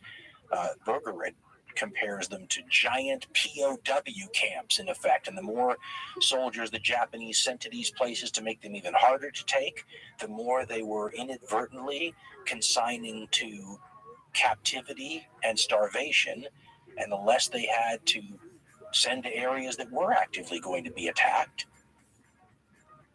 Author Ian W. Toll, in his book The Conquering Tide, explains the Japanese feelings about the Allied leapfrogging strategy and writes, quote, and by the way, Rabaul, as we've said, was on the island of New Britain. It is the major Japanese base in the region, and the Japanese assume the Allies are going to try to take it, so they're going to make it a death trap. And Toll writes, quote, as an air base, Rabaul had been very nearly neutered by unrelenting air attacks. But with units streaming into the lines from points west, Japanese troop strength approached 100,000. Surrender was beneath consideration, of course, so the garrison began to prepare for a climactic fight to the last man. Defeat might be inevitable, but it would be honorable. Heaven beckoned, and they would sell their lives dearly and take plenty of American soldiers and Marines with them. For almost 2 years, the Japanese had been building and improving their defensive fortifications, their intricate networks of subterranean bunkers and tunnels, and they were well stocked with provisions and ammunition for a long siege. He writes, so they waited and waited and waited, and the Americans did not come. The defenders were denied even the consolation of dying for the emperor. A Japanese intelligence officer interviewed after the war admitted that the Japanese, quote, end quote, hated the leapfrogging strategy, perhaps because it offended their sense of honor. But he added that they respected it and understood its wisdom. Now quoting the intelligence officer, quote, the Japanese army preferred direct assault after the German fashion, but the Americans flowed into our weaker points and submerged us, just as water seeks the weakest entry to sink a ship. End quote. This, of course, is not to say that there weren't terrible, terrible fights to come. Even the so-called weaker points in the Japanese defense perimeter were going to be extremely difficult to take, and this leapfrogging strategy that bypassed these major areas still had to take a ton of other islands in order to do so. If you looked at a map of the region in the Southwest Pacific, you will see that MacArthur and the U.S. Army and the Australians and New Zealanders are coming up through New Guinea towards Rabaul on one side. On the other side of New Britain and Rabaul, the Navy and the U.S. Marines are working their way up the Solomons, the island chain there, and they will sort of cut off Rabaul. Now, the fighting, though, working your way up the island chain is brutal. Take New Georgia, for example. After a nice rest period after Guadalcanal is over to restock your forces and get them ready, the Navy and the Marines and Army units also start working their way up the island chain. On the 21st of June 1943, or thereabouts, the Americans land on the island of New Georgia, and it is brutal. One of the main areas on New Georgia is called Munda, and here's what Ian W. Toll in The Conquering Tide writes about that, quote, "The 4,500-man Japanese garrison had dug in deeply and well, and the terrain was abysmal. The Munda campaign was a photo negative of the fight on Guadalcanal, with the Japanese and Allied positions reversed. Now it was the American soldiers and Marines who struggled through swamp and underbrush, losing contact with adjacent units and suffering heavily under harassing attacks by the enemy. Japanese units," he writes, "launched nighttime banzai attacks, accompanied by shouting profanities and taunts in broken English. 2 Green American Army regiments broke and ran, throwing down their weapons. Several were shot by other American soldiers who mistook them for enemy, and several dozen had to be evacuated because of quote, end quote, psychoneuroses. One officer recalled that fear was like a disease that spread through the ranks, eventually transmuting into mass panic. Discipline and morale crumpled." Now quoting a soldier, quote, "By morning, in an unmanageable mass, men were huddling in groups along the trails to the rear and pursued savagely by the enemy that caught up with many of them, and to use an archaic phrase, put them to the sword," end quote. Toll says that, quote, "Eventually all available reserves were committed to the capture of Munda. 3 Army divisions required a full 5 weeks to secure the airfield. 1,195 Allied servicemen were killed in the effort. Most of the defenders died or took their own lives," end quote. We've talked about how much hate there was amongst both sides, and yet there are memories, as we said, that stick in the memory banks of the soldiers and Marines who had to fight in these campaigns. In his wonderful book that we've quoted already from Into the Rising Sun, Patrick K. O'Donnell talks to Harry Clark of the 4th Raider Battalion fighting on New Georgia, and he remembers this, quote, "We took Viru Harbor, a lot of boom boom and bang bang. It was a blur. It was kind of bewildering to say the least. There's nothing orderly about modern combat. I'm sure you've been told that enough that you're about to vomit in your wastebasket. It's a blur of sound. The only thing you're whittled down to immediately is the base person you are. You know what you're supposed to be doing." Then he sighs, it says, "I shot this guy. Thank God he was Japanese and not American, or I would have made the biggest mistake in my military career." He sighs again. "Being a scout sniper, I've been cautioned over and over to look for papers, look for documents. This, that, and the other thing. This soldier was about 6 feet, the guy he shot, clean as a whistle. Most were starving to death and filthy and dirty. This guy was as clean as a whistle, and around his neck he had the most gorgeous miniature painting of himself in Shinto robes. I took his dog tags and papers he had in a side pocket and turned them over to military intelligence. They're the ones who told me his name, something that has haunted me for my entire life. They said," now quoting them, quote, "This is a second lieutenant. They don't call them that, but he's like a lieutenant in their special landing forces. They're Marines. And his name was Ryuki Yanagara." Now quoting the Marine again, quote, "I'll tell you, I cannot remember the names of so many people to whom I owe so much, but I remember his name. It's terrible to find out the name of somebody you killed. Later, I was in Japan with the Dow Chemical Company, and I ran an article in the newspaper, and the article said, quote, anybody interested in knowing about Ryuki Yanagara, Special Landing Forces in World War II, please contact Harry Clark at such and such a hotel. And then he says, at my age, I'm forgetting so many things, but the last thing I'll ever forget is Ryuki Yanagara, end quote. I, once again, remind us all to remember what is in the memory banks of these guys. And long after we've forgotten about the war, they haven't forgotten about the people they killed, the people they lost, the friends, and the visions that haunt their nightmares. By the time the New Georgia campaign kicks off, the most important and well-known figure in the Japanese military is not around to see it.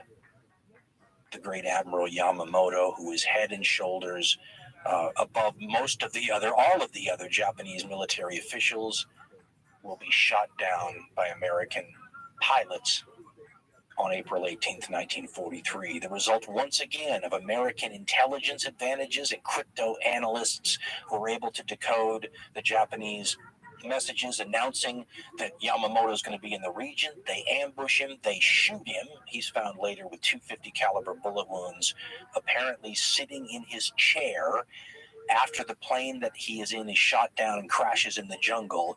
And one American said that this was the equivalent of winning a large battle against the Japanese, that there is no other Japanese military officials anywhere near his caliber. And for the Americans, we had said during the Battle of Midway that it was essentially like paying back an Osama bin Laden when the Americans sunk those Japanese carriers. Well, from the American point of view, an Admiral Yamamoto is like an Osama bin Laden. And so to be deprived of his leadership at this point in the war is almost symbolic of where things are going for the Japanese war effort, because by mid-1943, things are starting to look extremely bleak. And in hindsight, you can see that it's getting impossible to imagine things turning out in any way, shape, or form the way the Japanese would hope. I mean, if you look at the number of aircraft carriers that the U.S. puts into operation from late 1942 all through 1943, it's something like 7 big carriers and a ton of escort and light carriers. The Japanese are commissioning very few ships, and the attrition is taking a toll on a bunch of ships that normally you don't pay attention to. Everyone focuses on the big ships and the important ones, but there's a lot of things like destroyers and transports and things that are vitally important to day-to-day operations that are being destroyed regularly, and they're not being replaced regularly. In fact, some of the really heartbreaking things that you read about in this campaign, if you're Japanese, are the numbers of Japanese soldiers that end up drowning when their transports are sunk. I mean, I think there was thousands and thousands in one incident alone that went to the bottom of the sea before they ever even got to land and fight.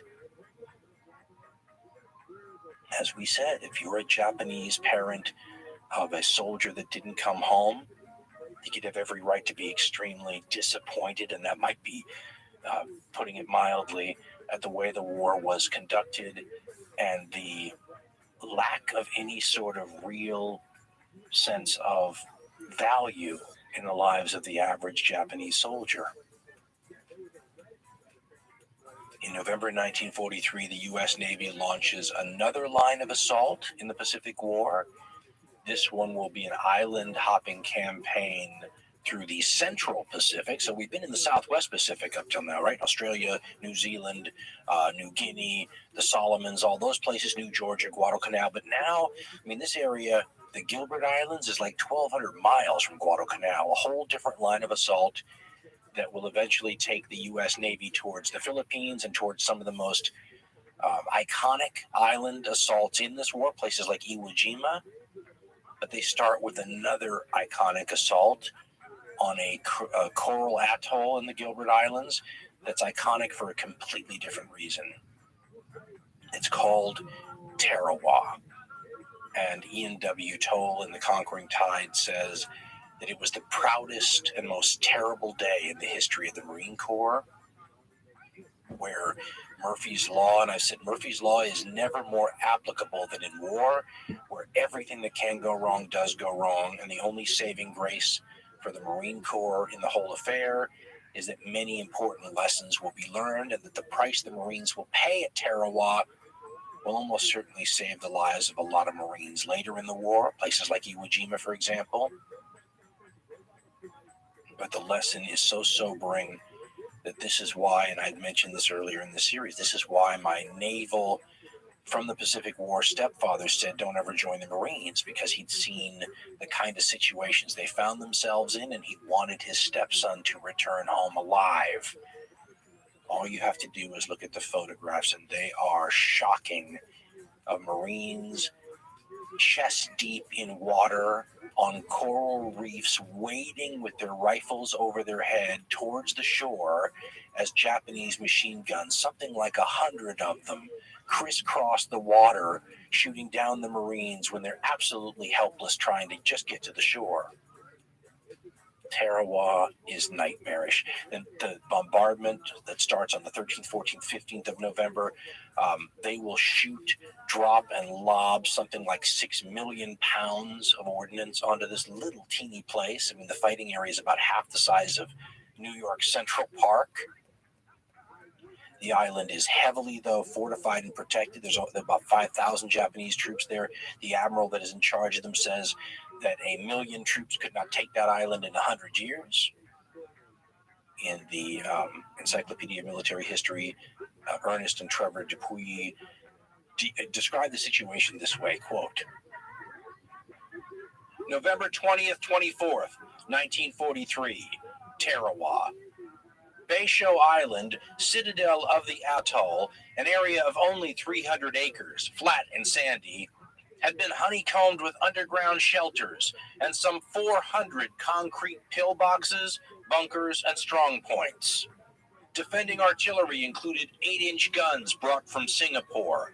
The island was ringed by a coral reef, its openings studded with submarine mines, and the beaches laced with barbed wire.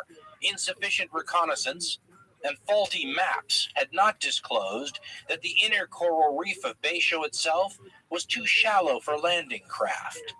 Despite the heavy preliminary bombing and naval gunfire, 4,700 veteran combat troops under Rear Admiral Kiichi Shibasaki emerged from their underground shelters to man their defenses as the initial assault waves of the 2nd Marine Division approached.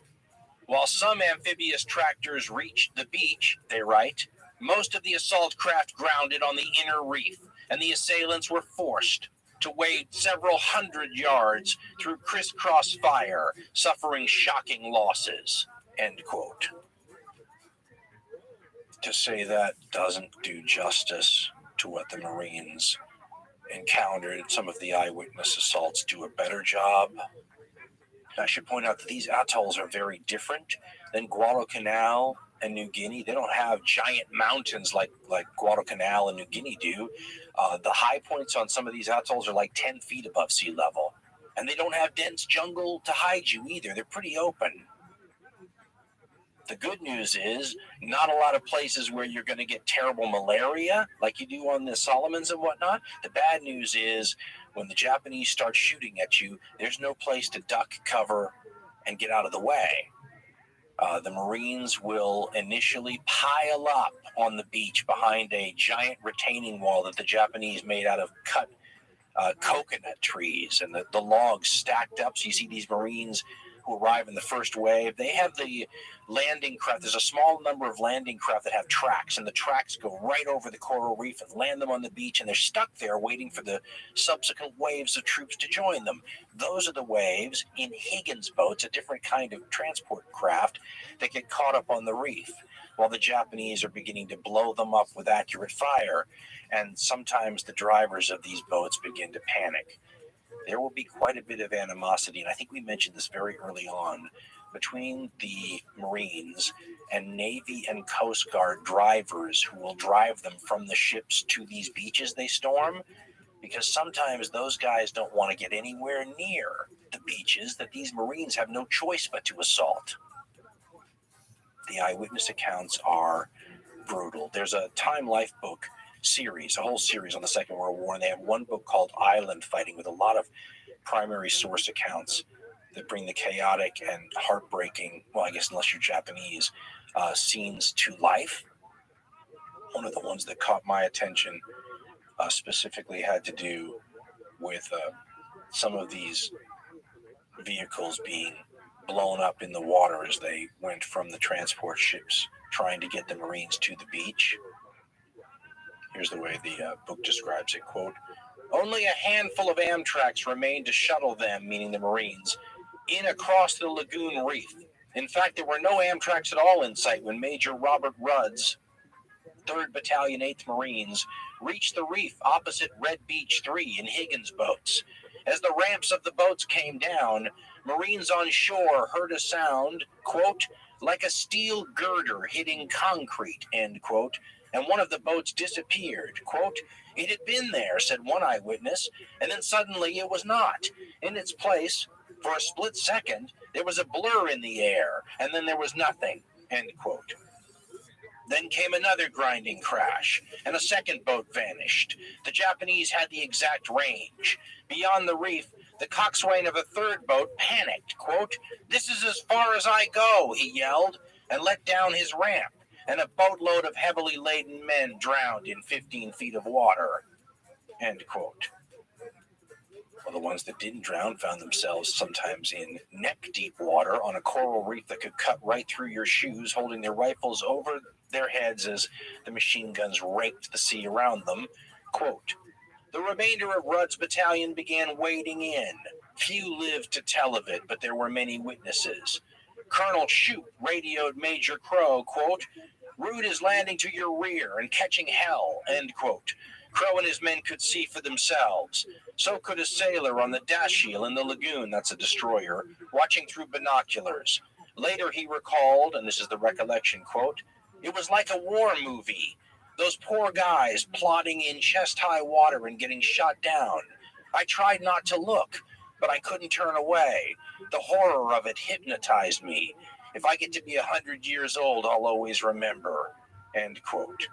Overhead, the story continues, in the battleship Maryland's scout plane, Lieutenant Commander Robert McPherson watched too. He wrote in his log, quote, the water seemed never clear of tiny men, their rifles held over their heads, slowly wading beachward. They kept falling, singly, in groups and in rows, end quote. The description ends with this, quote, some of the waders made it to relative safety under the pier. Others trudged on toward shore through water tinged pink and whipped by bullets. Many died quickly. Some died slowly, wounded, and struggling to keep their heads above water as the blood drained out of them, and their packs pressed them down. Some stepped into holes and drowned. Some died trying to help wounded buddies. Heads and limbs of the newly slain bobbed gently in the swell. The dead from the first assault waves floated stiffly like logs, end quote. The chaos at shore was very apparent when the Marines managed to get something like 6 medium tanks ashore. But in order for the tanks to move up and help, they would have had to have rolled over and crushed Marine dead and wounded, which they refused to do. But then when trying to get around them, ended up falling into holes for the most part. And once again, like so much in this conflict, it's average infantrymen that have to go up, average Marines that have to go up and destroy all of these Japanese strong points by hand. And by the time it's over with, so are the Japanese. Of the 4,700 Japanese defenders on the island, 17 prisoners are taken, and most of them grievously wounded. A lot of Japanese will kill themselves by shooting themselves with their own rifles, pulling the triggers with their big toes. And of the Marines, well, Ernest and Trevor Dupuis say this, quote, Tarawa, in ratio between casualties and troops engaged, ranks among the costliest battles in American military history. Its lessons brought about many improvements in amphibious assault techniques, correcting the manifest mistakes committed there, end quote. Saying that the Marine casualties on Tarawa would end up saving Marine lives later in the war by teaching invaluable lessons on how you conduct amphibious warfare is cold comfort to the families of the dead. We'd said earlier that Japanese parents of dead Japanese soldiers would have every right to think about their young people, their loved ones, as being sacrificed. Admiral Nimitz received tons of letters, and one of them's quoted in the Time Life book, just saying, you killed my son at Tarawa. Imagine getting a bunch of those. According to the Encyclopedia of Military History, Marine losses taking these places in the Gilberts were 985 dead Marines and 2,193 wounded ones, fighting, as we said, in a territory about half the size of New York Central Park. The American public was shocked by the results, and doubly so because Franklin Roosevelt made the executive decision to do something that was rare and allow footage of American corpses floating off the beach to be shown in theaters. He thought the American public needed a jolt. In the fabulous documentary I mentioned earlier, Hell in the Pacific, it said that the shock did indeed result in an increased number of war bonds being sold, but it also resulted in Marine Corps recruitment dropping. For the same reason my stepdad probably didn't want me in the Marines. He called it a suicide squad, and when you saw those elite Marines wading 700 yards in chest-deep water under machine gun fire, well, if you're a parent, you probably don't want your son doing that. The Marines didn't want their people doing that either, and what their Marines paid a high price for learning at Tarawa will be employed later, as we said. Reminds me of Douglas Haig on the Western Front, the British commander there that took so much flack for being a butcher, but fans of Douglas Haig say that what he learned in those terrible battles that got him that nickname assured that there would be less loss of life later in the war.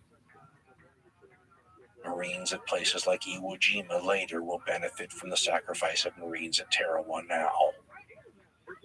Douglas Haig, of course, is a First World War general, and if you look at the difference between tactics, strategy, and equipment in 1914, the first year of the First World War, and 1918, the last year of the First World War, right, a mere 4 years, it is astounding. And I believe we said when we talked about the First World War, it's like technology on steroids, and in the modern world, war has that effect. And you see it in the Second World War also.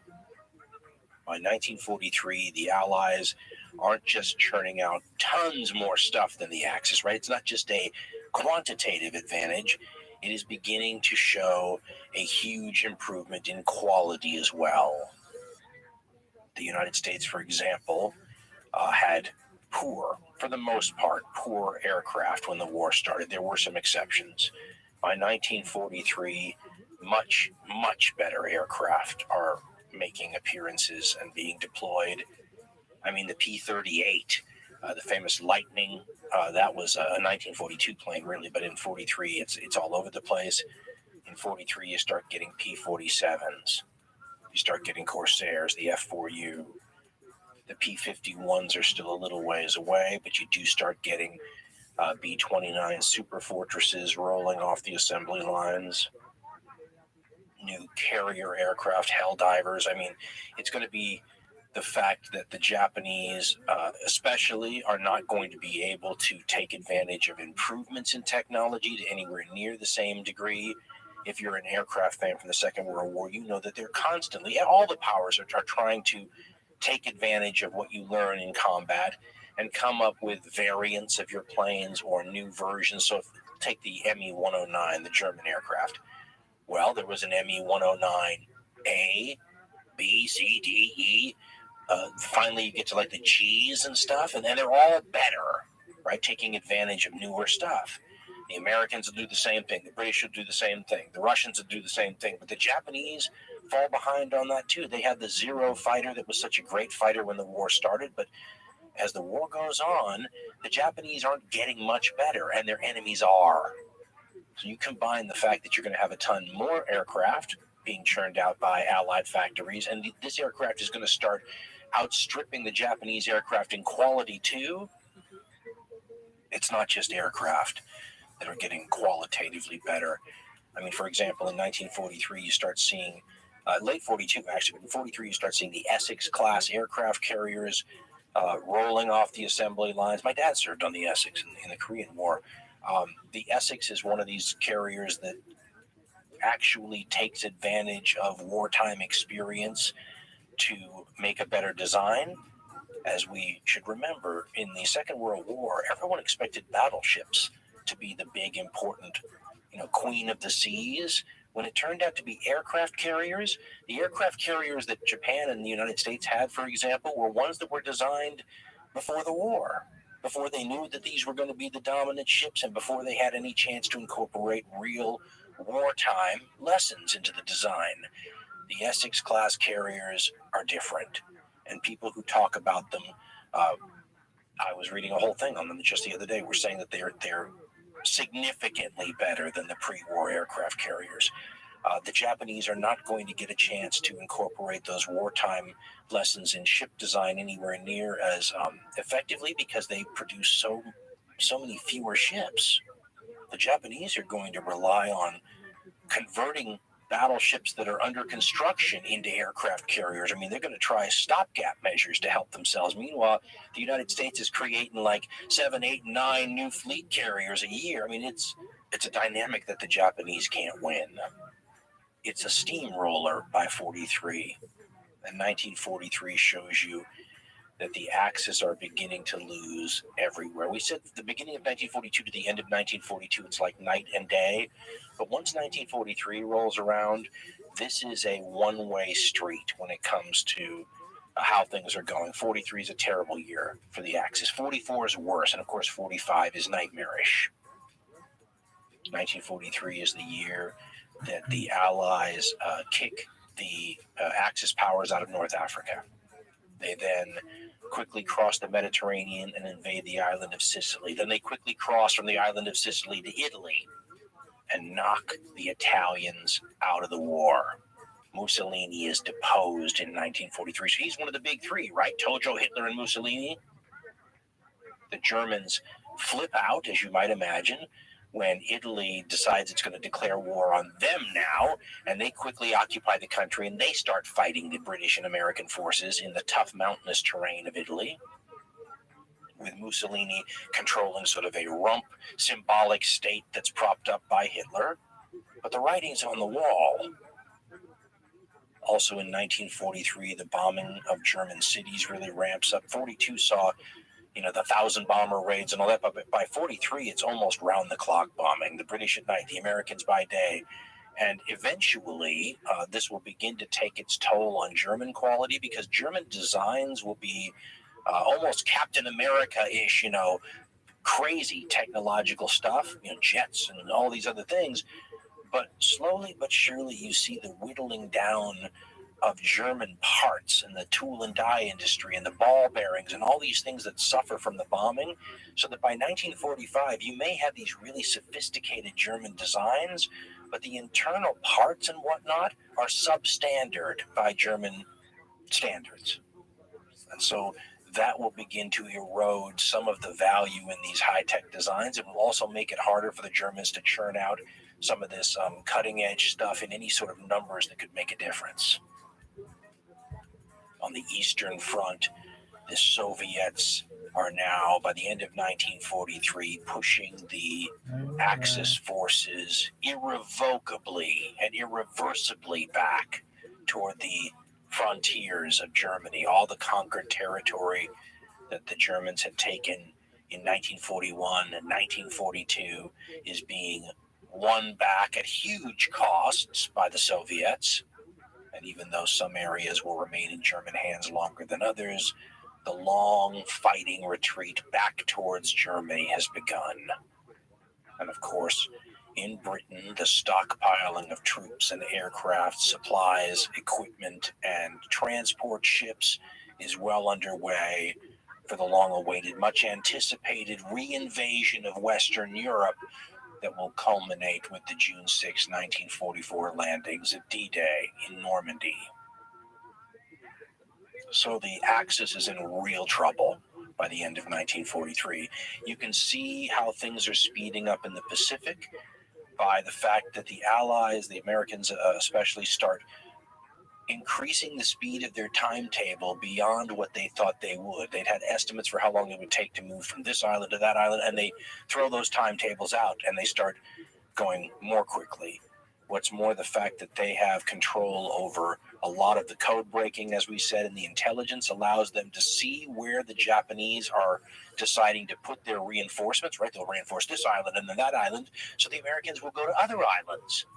It is absolutely a confounding strategy for the Japanese. This is really the point in the war where you can find yourself, as I do now, somewhat morally conflicted by how you feel about the Japanese situation. Because on one hand, in the so-called good war that the Second World War is portrayed as, these are the bad guys, and to feel sorry for them is like feeling sorry for Nazi Germany.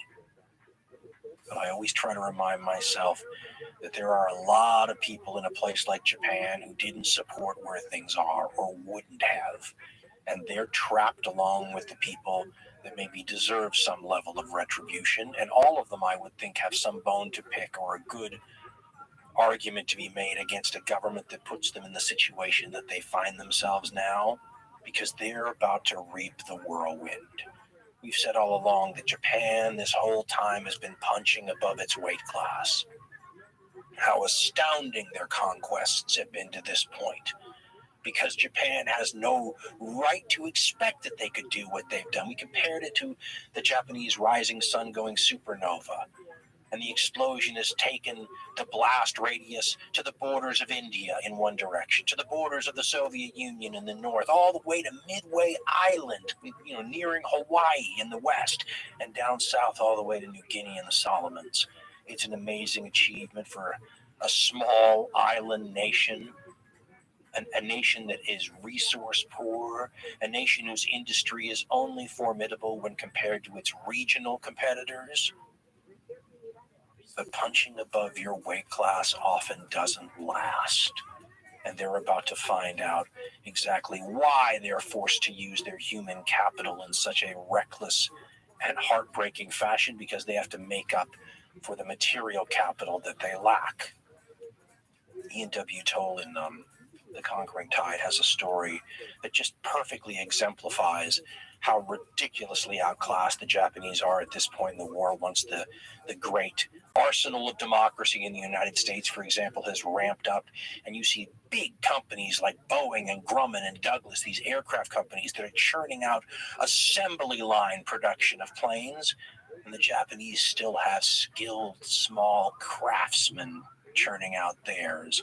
And he tells a story about how the Mitsubishi plant that is making the Zero fighters has no airfield next door to it. And so they have to transport the newly made Zero fighters. Can't do it on a truck. Apparently they're too fragile. Can't do it on railroads. There's no railheads near the factory. So they use beasts of burden to do it. Oxen towing these fighter planes the 25 miles that they need to go. And by this time in the war, they can't get feed for the oxen except on the black market.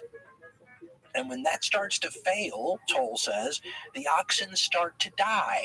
And so they can't get the planes the 25 miles they need to get them so that they can be used. Think about how much of a disadvantage that puts the Japanese in, and think about how symbolic it is that this country, who has to use an oxen to move 20th century aircraft, the situation they find themselves in when they're facing the United States at this point in the war. In mid-1944, the United States begins to turn the very strategy that had been part of the defense plans of Japan against them. We have said for a long time now, haven't we, that the Japanese plan here was to have a chain of island outposts, a defense perimeter made up of islands that had airfields that could throw up an interconnected web of air cover over the entire region, shutting down sea lanes to their adversaries, sinking Allied fleets, destroying Allied bases on other islands. This is just what the Americans start to do. It's turnabout is fair play time. And if you look at a day-to-day rundown of events in the Pacific War, you will notice a growing number of air attacks over a wide range of territory almost all the time. Some of them are moderate in size, but some of them are very large. I mean, for example, on February 18th, 1944, American carrier planes, hundreds of them, strike the Japanese naval base at Truk in the Carolines. Now, Truk is the main naval base for the Japanese in the Pacific. It's been called the Gibraltar of the Pacific. It's been called the Japanese Pearl Harbor. But MacArthur's Southwest Pacific advances and the Solomon Island advances have already been cutting those areas off, making them less valuable. The Japanese have had to rely on it less and less. They moved a bunch of the big ships out. But when the Americans strike on February 18th, they destroy almost 300 Japanese planes, most of them on the ground. They sink something like 200,000 tons of shipping, much of it crucial and vital and in short supply merchant ships. They have some submarines. They are helping the aircraft too, and the American submarines are beginning to assert their dominance in a way that has only recently been acknowledged. They're cutting off the ability of the Japanese to resupply any of these islands, and the American aircraft wreck whole parts of the Truk naval base. The Japanese are in no position to repair facilities like this. They've got to pick and choose where they can operate and where to put precious fuel and where to risk things like merchant ships. And there's going to be several major events where whole merchant ship fleets will go down, taking hundreds or thousands of Japanese fresh troops on the way to somewhere or being evacuated from somewhere else to the bottom of the sea. It's becoming hard for the Japanese to move. Unfortunately for them, the Americans are doing a darn good job of it against all odds. The logistical challenges, I mean, if you actually, it's kind of the non-sexy side of war, as we've been saying. If you go look at the actual things the Americans have to do to supply their people over thousands and thousands and thousands of miles of ocean, it is a triumph of modern industrial skill and logistics. As we've said, the Americans have been starting the Central Pacific Campaign, and that's what Tarawa and the Gilbert Islands was part of. But in February 1944, you get the next jump. Look at your map, right? From the Gilberts all the way to the Marshalls. So in the first week of February, the Americans take Kwajalein. In the third week of February, they take Eniwetok. Now, these islands are fought over, and they're deadly, but they're nothing like Tarawa, and that's partly because of what was learned at Tarawa. Now, the problem for the Japanese, though, is the next jump from the Marshall Islands is to the Marianas. And the Marianas are part of what Japan has now called the absolute national defense zone. So this isn't an area that's on a perimeter that you're hoping to conquer out to and then defend. This is part of an area that the Japanese consider to be like home island stuff. Places like Saipan and Tinian, and the former American possession till the Japanese took it of Guam. If the Marianas fall into Allied hands, the Japanese have done the math and realized that the brand new American heavy bombers, the B-29 Super Fortresses, now rolling off the assembly lines, if they're taken off from air bases in the Marianas, which are closer to Japan than Hawaii is to California, they'll be able to make the round trip to Tokyo and back, bomb the Emperor's Palace if they want to, at will. The B-29s have been able to reach Japan from bases in China, but that is small-time stuff compared to the round-the-clock nastiness that the Japanese can expect if the Americans capture the Marianas, which is why they're part of the absolute national defense zone. Everyone realizes how big of a deal this is. No one's quite sure when and where the Americans are going to attack, though, because their timetables keep catching the Japanese off guard, and the Japanese are not reading American codes, but the British and Americans are reading Japanese codes. At around the same time that the June 6, 1944 D-Day landings at Normandy are about to happen, the great preparations for landings in the Marianas are taking place. And the challenges are, everyone knows about D-Day and Normandy, and that gets a lot of press. But as a military historian, naval historian, Craig L. Simons writes in his book, World War II in the Pacific, the challenges are not even comparable between the Marianas landings and Normandy. And he writes, quote, "The American buildup for the invasion of Saipan, codenamed Operation Forager, occurred simultaneously with preparations for Overlord. Overlord, of course, the code name for D-Day. Measured by firepower," he writes, "the Saipan invasion fleet was even larger than the one devoted to Normandy.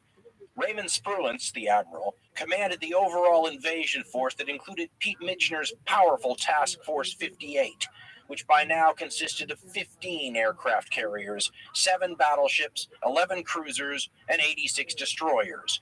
It would provide cover for an invasion force that included 56 attack transports and 84 LSTs, those are landing craft, carrying 127,571 soldiers and Marines. End quote. For comparison purposes, 15 aircraft carriers, and some of these are light carriers, but they'll still make a huge contribution. 15 aircraft carriers is more than double the total number of aircraft carriers the U.S. had in its entire Navy at the time of Pearl Harbor. So you can see how this one task force is bringing to the table firepower that the U.S. has never had. No one's ever had. It's more than 500 ships that will finally, take part in these Saipan landings, these Marianas attacks. Simons continues, quote, "The invasion of Saipan also required a much longer sea lift than at Normandy. While the invasion forces for Neptune Overlord, that's Normandy, had to leap 50 or 100 miles across the English Channel, many of the transports and amphibious ships loaded up at Pearl Harbor, more than 3,500 miles from the target beach. For Neptune Overlord, the landing craft could and did shuttle reinforcements and supplies to the beaches in a near constant rotation for weeks after the initial landing. For Saipan, by contrast, the men, equipment, the supplies, and the ammunition all had to cross the broad Pacific in a single giant stride. Eisenhower," he continues, "had warned Marshall that a shortage of LST's landing craft at Normandy could mean that his invasion force might be stranded on the beach for as long as 3 days without resupply. By design, the men who invaded Saipan would be stranded there for 3 months before significant reinforcements or supplies could reach them. Though, of course," he writes, "the Japanese, too, would have to fight the battle with what they had on hand, since Saipan would be virtually cut off from support." End quote. In his book Eagle Against the Sun, Ronald H. Spector describes how the Marianas are going to be a different animal than Tarawa and the Coral Atolls was. It would be more like those battles in the Solomons and maybe even New Guinea. And he writes, quote, "The Marianas were much different from the tiny low-lying atolls which the Marines had captured in the Gilberts and Marshalls. Saipan, Tinian, and Guam were large and varied land masses, with everything from swamps and sugarcane fields to high jungle-covered peaks and steep ravines. They combined all the hazards which American soldiers and Marines had learned to dread in their earlier island campaigns. A fringing coral reef protecting a shallow lagoon, rugged jungle terrain, and lots of limestone and coral caves for bunkers and artillery positions." End quote. American intelligence has been very good, as we said, and they have a huge jump on the Japanese because they and the British are reading Japanese codes, but they don't know that the Japanese have about twice as many defenders on the island as the Americans think they have. That's going to be a nasty surprise. The good news is that because the Marianas are in the inside of the Japanese defense perimeter, the Japanese don't have the defenses up to par yet because they didn't expect the Americans to be there that soon. So both sides are going to be caught a little off guard when the American attacks on the islands start. Air attacks, followed by big fleets. I mean, the American fleet's over 500 ships. This may be the largest fleet so far in the war, and it rolls into the area and starts pounding these islands. In his book, The Rising Sun, author John Toland describes a Japanese soldier's account of sitting through the bombardment, waiting for the Marines to eventually land, and he writes, quote, "Battleships, cruisers, and destroyers began the final bombardment at 5:30. That would be 5:30, June 15th, 1944, by the way. The dug-in defenders," he writes, "along the beaches and on the slopes, crouched through the ordeal, prepared to fight to the death. One made a final notation in his diary," now from the Japanese diary, quote, "We are waiting with Molotov cocktails and hand grenades, ready for the word to rush forward recklessly into the enemy ranks with our swords in our hands. All that worries me is what will happen to Japan after we die." End quote. The Marines and Army troops, too, because there's going to be an Army division in reserve here, are themselves wondering about what it's going to be like and what sort of hell they're going to encounter when they get to the beach. They are being given a little bit of information from exactly the wrong people. The Americans, of course, like everyone, like to listen to whatever the cutting edge music coming out, the new tunes from the States. And unfortunately for them, one of the DJs playing the hits works for the other side. John Tolan writes, quote, "A more ominous admonition came from a graduate of UCLA, an American girl of Japanese descent who had been visiting a sick aunt in Japan when the war broke out. Nicknamed Tokyo Rose by the Americans, she first went on the air as Ann, short for announcer, and currently called herself Orphan Annie, your favorite enemy." Now quoting Tokyo Rose's radio broadcast right before the landings at Saipan that the American soldiers and Marines would have heard, setting up the next record, playing their favorite brand new song, quote, "I've got some swell recordings for you," she was broadcasting, "just in from the States. You'd better enjoy them while you can, because tomorrow at 0600, you're hitting Saipan, and we're ready for you. So while you're still alive, let's listen to," end quote. And then, of course, she'd say whatever the song was, right? But while you're still alive, here's a little Tommy Dorsey for you, something like that. The Japanese were great at the psychological warfare side of it, and the soldiers and Marines getting ready to hit the beach would have had just a little bit more to think about after Orphan Annie gave her broadcast. When the actual landings start, again, you can see the advantages of the lessons learned at places like Tarawa, because they have enough of the landing craft so that the Marines don't have to go wading through the water with their rifles over their head, being shot with machine guns. The landing craft, in an almost, they've really synced up how the landing craft hit the beach almost simultaneously. Now, I should point out that despite a massive naval bombardment and aircraft everywhere, the Japanese were there and ready. So the American Amtraks and everything coming into the beach was working better. Unfortunately, the Japanese were also ready for the attack. And Ronald H. Spector writes, quote, "The result was that the Amtraks and armored amphibians churning toward the beach on the morning of June 15th encountered fierce resistance. As the first waves left the line of departure, tractor drivers could see large splashes thrown up by Japanese artillery shells falling directly behind them. When the landing craft crossed the reef and entered the lagoon, the enemy unleashed a barrage of artillery, mortar, and machine gun fire.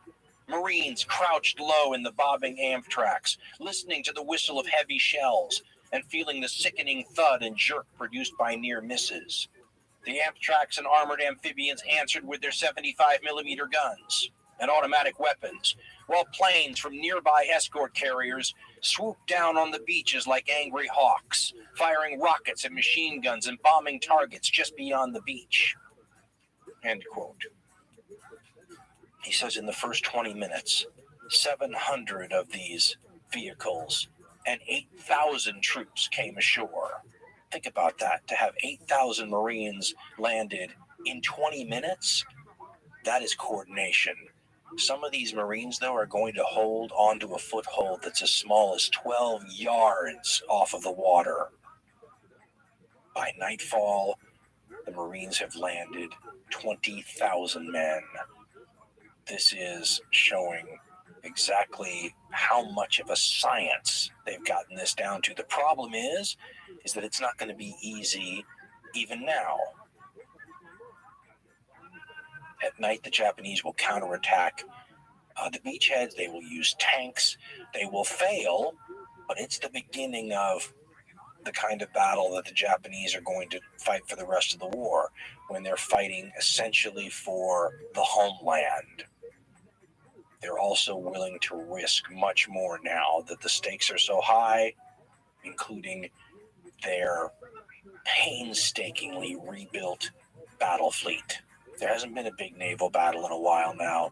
The Japanese haven't wanted to risk something like this without a good chance of winning or achieving something worth the potential downsides. Saving the absolute national defense zone from conquest is deemed to be something that important. And Ronald H. Spector in Eagle Against the Sun picks up the story, quote, "While the Marines were digging in for the night, Lieutenant Commander Robert Risser, captain of the submarine Flying Fish, was peering through his periscope at a parade of Japanese battleships and carriers, silhouetted against the coastline of San Bernardino Strait in the central Philippines, about 900 miles from Saipan. It was the biggest group of targets Risser had ever seen. But he knew that the first priority had to be getting word of this fleet to Spruance and the Pacific Command.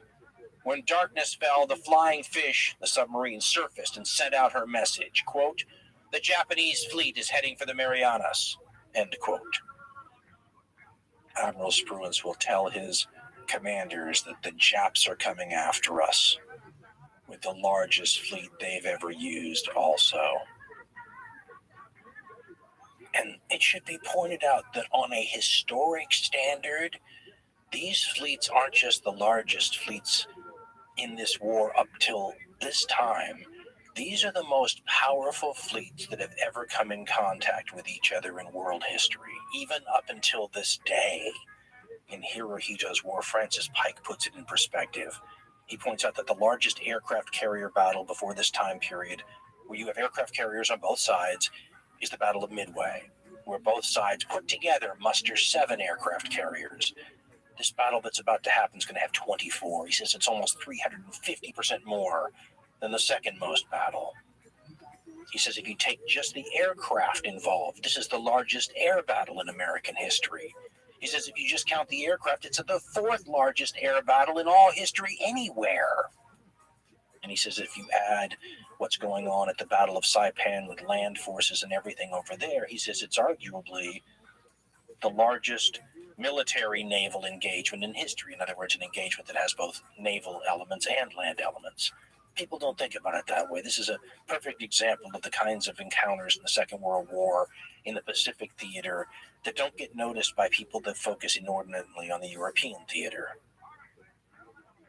There are no naval encounters in the Mediterranean or the North Sea or the Atlantic to rival anything like what's going on in the Pacific. And if you're a Japanese sailor, you would have every right to feel optimistic about the outcome here.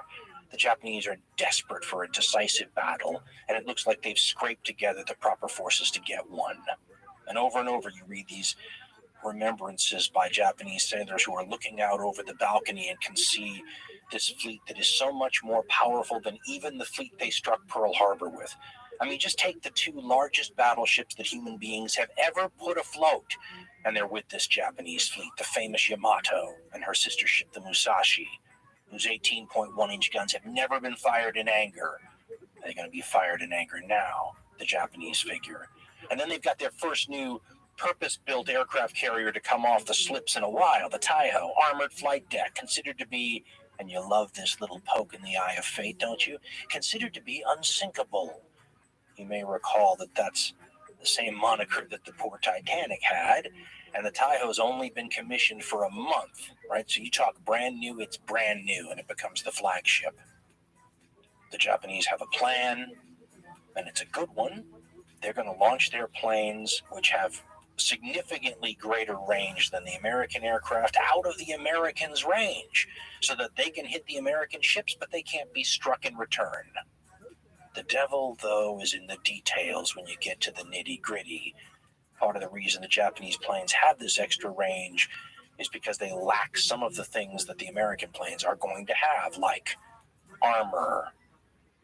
Makes you light to not have armor, increases your range, increases your maneuverability, but you better not get hit. And they don't have things like self-sealing fuel tanks like the Americans, which will, again, lower your weight, just don't get hit in the fuel tanks or the fuel lines. Some of these Japanese aircraft are of a new, improved type, which, as we pointed out, all the major countries of the world are trying to keep pace with aircraft development, and the Japanese have fallen behind. So it's great to have all these new aircraft. The problem is to go with all these new aircraft, the Japanese have all these new pilots who can hardly fly these new aircraft.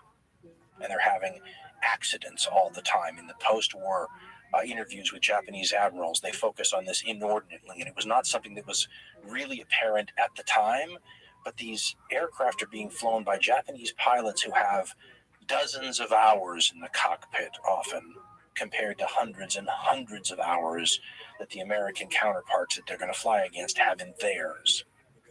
And you would rather have a much worse plane with a much more experienced pilot than to have a pilot who only has dozens of hours in the cockpit, even if their plane's better. And in the case of the Japanese, their planes aren't better. You want to get an idea of the little things that show exactly how desperate the Japanese are? The Japanese have fueled a lot of these warships with the equivalent of straight crude oil right out of the ground. They can't even get the oil that they need for the ship's boilers and engines refined, and if they do get them refined, they can't get the refined oil to where the warships are. They have huge fuel problems, and you know it because this straight crude is going to foul the boilers, destroy the engines. I mean, you don't use this if you think you're going to have a fleet to fight next year and the year after and the year after that. This is a sign of desperation. As the Japanese fleet approaches the Americans on June 19, 1944, they begin launching their waves of attack planes. Now, they are outnumbered by the Americans in carrier aircraft, and they know this. They have a compensatory part of their strategy to deal with this, though. They know they've got airfields on all these islands around Saipan, and they all have land-based aircraft. So they're going to add the land-based aircraft to the carrier-based aircraft that they have, and they may even outnumber the Americans. And what they don't know is that for the previous days leading up to this, the Americans have been pounding all these airfields, pounding them, whittling down all this strength the Japanese admirals are counting on, cratering these airfields and making them next to useless. If you read the primary source accounts of what's going on when the Japanese begin to launch these attack waves at the Americans, it's funny because it's not what you would expect. It's often a bunch of Japanese naval officers sitting in the command center of, say, one of these aircraft carriers. And after they launch the planes, they start looking at their watches because they know how long it should take those planes to get to the Americans. And they're expecting to hear all this chatter over the radio and start to hear reports about what's happening and what's being sunk and all those kinds of things. And they look at their watches and they're not getting anything back. So then they figure, okay, this must have happened or that must have happened. And then they look at their watches again a little while later and there's still nothing. And you can sense the unease growing. Something seems wrong. And what turns out to be wrong is that the Americans are not caught by surprise, but instead are waiting for the Japanese. The Japanese have added radar since Midway, so they've got some radar now, but it's not as good as the Americans, and there's very little of it compared to what the Americans have. The Americans are not just loaded with radar, they're putting it in airplanes now. They're putting it in anti-aircraft shells, the famous VT shells, which instead of the aircraft having to be hit with an anti-aircraft round to explode, the American rounds will sense when the aircraft are near and just explode. This will take a huge toll as well. We had talked earlier about how the Americans are learning how to conduct aerial defense. And by 1944, they've got this down to a science. They've got their aircraft carriers protected with ring after ring of other warships, including at the very outer edges, destroyers that are on picket duty. So that when the Japanese aircraft show up looking for aircraft carriers, first they have to get through the defensive screen of American planes. If they get through them, then they run into the destroyers. Then they run into the cruisers after that. Then they run into the battleships after that. All of them shooting and filling. Go look at pictures. Filling the sky with black puffs. Every one of those involving shrapnel going out in every direction. And the Japanese do not make it through these defenses to get to the precious American aircraft carriers. They get massacred by the American fighters. One American pilot who's enjoying this unbelievable killing field says this is just like a turkey shoot. And forever afterwards, the Americans will refer to this battle as the Great Marianas Turkey Shoot. What you're really seeing, if you boil it down to brass tacks, is you are seeing veteran, experienced combat pilots feasting on a bunch of kids, basically, on a bunch of people who've got no hours in the cockpit, who can hardly land their planes on carriers, and who are being torn to pieces, and who gain almost nothing for their trouble.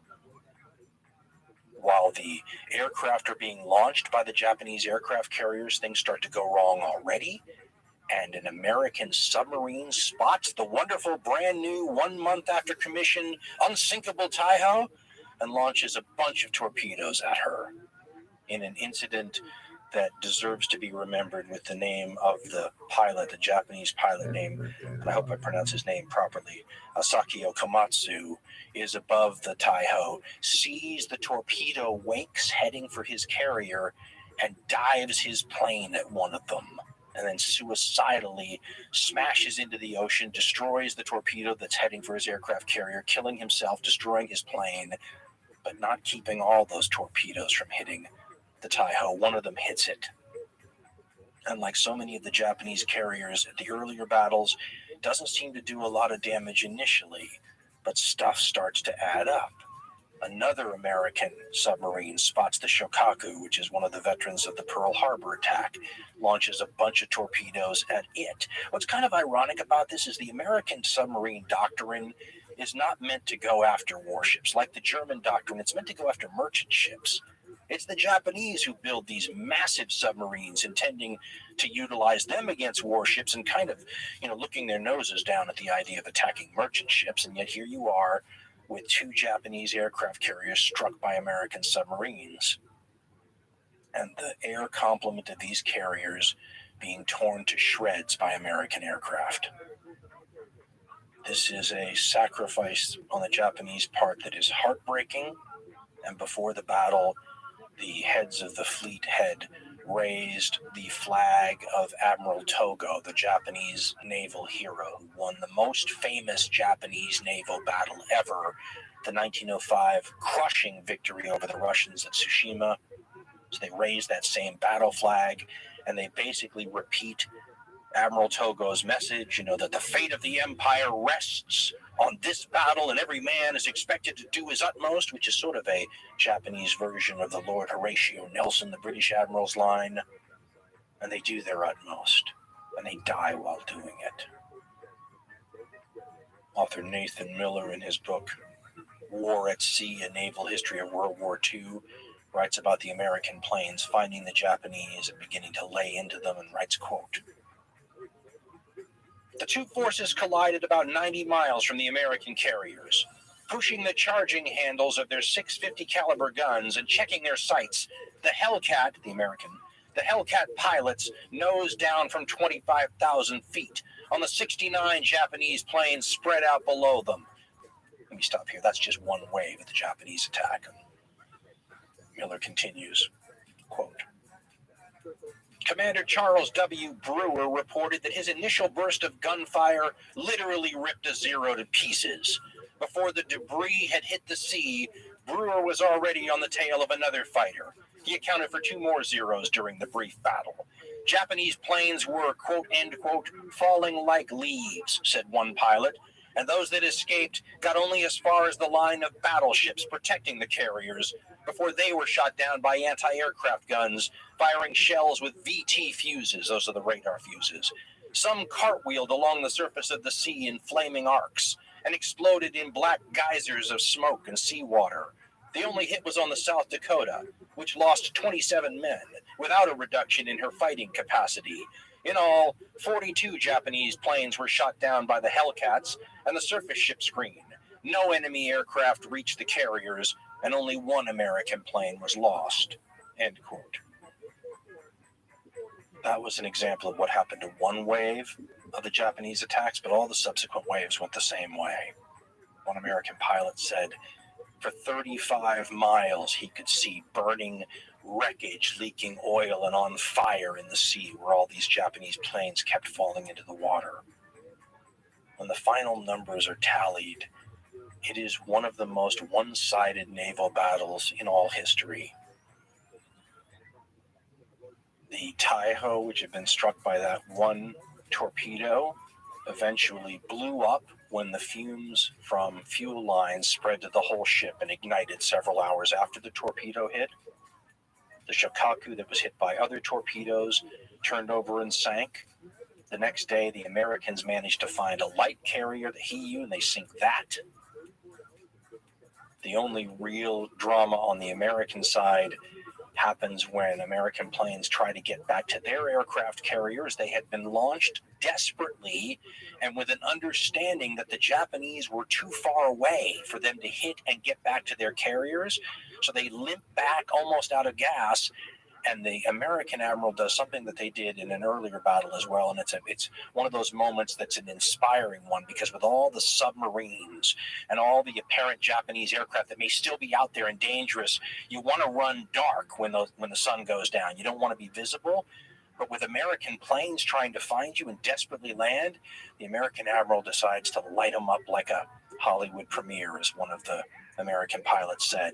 They turn on all the lights, then they turn on the landing lights, then they turn the searchlights on and point them straight up in the air. And even though a lot of American pilots ditch into the sea, they're quickly rescued, and the final casualty totals, according to Ernest and Trevor Dupuy in the Encyclopedia of Military History, are, quote, "The Great Marianas Turkey Shoot, as it's called, cost Admiral Ozawa 346 planes and 2 big fleet carriers, and of course one light carrier. U.S. losses, they write, were but 30 planes and some slight damage to a battleship from a single Japanese bomb which found its target." End quote. That is a crushing defeat for a Japan that needed a decisive battle, but not a decisive battle that they lost. What's more, when it's over, the fighting on Saipan is still just getting started. And if Saipan falls, remember, all of a sudden Japan and its homeland are within range of America's brand new super heavy B-29 Superfortress bombers. The B-29 Superfortress, by the way, is a fearsome weapon.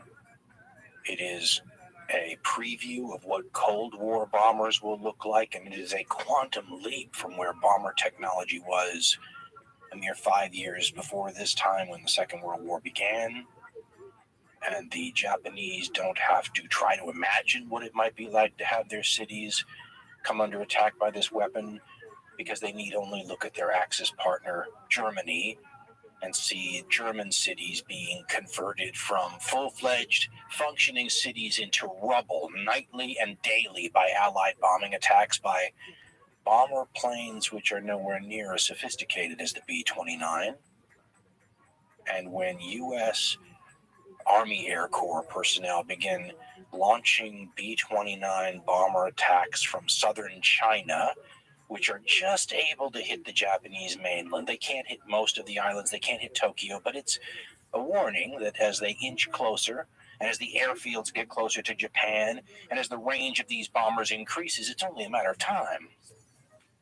And in April 1944, I think it's April, the Japanese will launch their largest offensive of the entire war, and it is little known in the West, which I've always found interesting, but I didn't know about it till about 35 years ago. It's called Operation Ichigo. 500,000 Japanese soldiers, more than 100,000 horses, something like 15,000 vehicles. And we've already explained the Japanese lack of resources, and they can hardly get their fleet enough fuel to even move. So something like this is a major endeavor. So one would think, well, this must be for, high stakes, right? If the Japanese win here at this Operation Ichigo against the Chinese, it should be decisive. Unfortunately and tragically, if you're looking at this from the Japanese point of view, it's not. I mean, they're really trying to create a land bridge between two areas they control, and they're trying to overrun these American air bases so that the B-29s can't hit them from China. By the time it's over, the Japanese lose another 100,000 of their soldiers. They inflict something like north of 300,000 more casualties on the Chinese for little decisive gain. This is becoming a pattern in 1944, where the apocalyptic side of this war from the Japanese perspective just picks up steam. I mean, in the same time period, the Japanese launch another attack in the Burma, India theater, which ends up going nowhere and costs them another 72,000 dead. The fighting in New Guinea has never stopped. In fact, the Japanese are still inflicting casualties on Americans and Australians there. And the disease, which we really have not done justice to, is killing and incapacitating more Japanese, more Australians, and more Americans than the combat. Many times more casualties than the combat. The malaria, the dysentery, the many other infections and stuff that are taking a toll of Allied and Axis soldiery is brutal. As we said, this is the theater where people starve to death and disease kills or incapacitates far more people than combat. This is not how it is on most of the other fronts. It makes the Asia-Pacific theater different. And at this time period, the New Guinea campaign, the Island of Death, is really living up to the hype as far as the Japanese post-war reputation of that place is concerned. And after MacArthur promises no more Bunas, because the Buna campaign was vicious, he and the Australians managed to sort of bypass most of the Japanese, cut them off from supply, and leave more than 100,000 Japanese soldiers on New Guinea starving to death and dying of disease. And then, as we said, you have the Battle of the Philippine Sea, which just ended, the Great Marianas Turkey Shoot, where the Japanese lose 3 carriers, hundreds of planes, and barely scratch the Americans. It's a sign that the war is beginning to enter a new phase, a phase where, just like in Europe actually, the Axis have lost the war, but they're going to continue fighting. The last year of the war is the most horrible, but it's also a time when there is no doubt as to who's going to win it, which creates a circumstance that just adds to a sort of a tragic overlay to the whole thing, right? It's one thing if you die for a cause, but if it's a lost cause already, it reminds one of something like the last stands all throughout history. I mean, think of Thermopylae, or think of the Alamo if you're an American, right? The famous last stand in Texas, where an overwhelmed amount of volunteers at a little church or a mission in Texas get overwhelmed by the Mexican military that outnumbers them many times over. But something like Thermopylae or the Alamo is redeemed somewhat, because eventually the people that were able to overwhelm the last stand are paid back, many times over, right? The Americans come in and defeat the Mexicans in a war. The Greeks defeat the Persians eventually. In this part of the conflict, the Japanese are going to fight the equivalent of Alamo after Alamo after Alamo, and Thermopylae after Thermopylae after Thermopylae, but there's never going to be an avenging angel moment. When the Battle of the Philippine Sea is over, the Japanese forces on Saipan and Tinian and Guam are on their own. There will be no reinforcement. There will be no resupply. Their job is to die and take as many of the allies with them while they're doing it. Now, we should remember that this was always part of the plan, right? As strange as it sounds that this should be the plan, but the Japanese were going to have these island outposts, and then they were going to make the Allies take them back, and the assumption was the Japanese would be willing to take more pounding than the Allies would take, inflicting the pounding. That's already been put to the test on a number of these places: New Guinea, the Solomons, Tarawa, the Gilberts, the Marshalls. But Saipan begins a different segment of this war, because on Saipan are a bunch of Japanese civilians.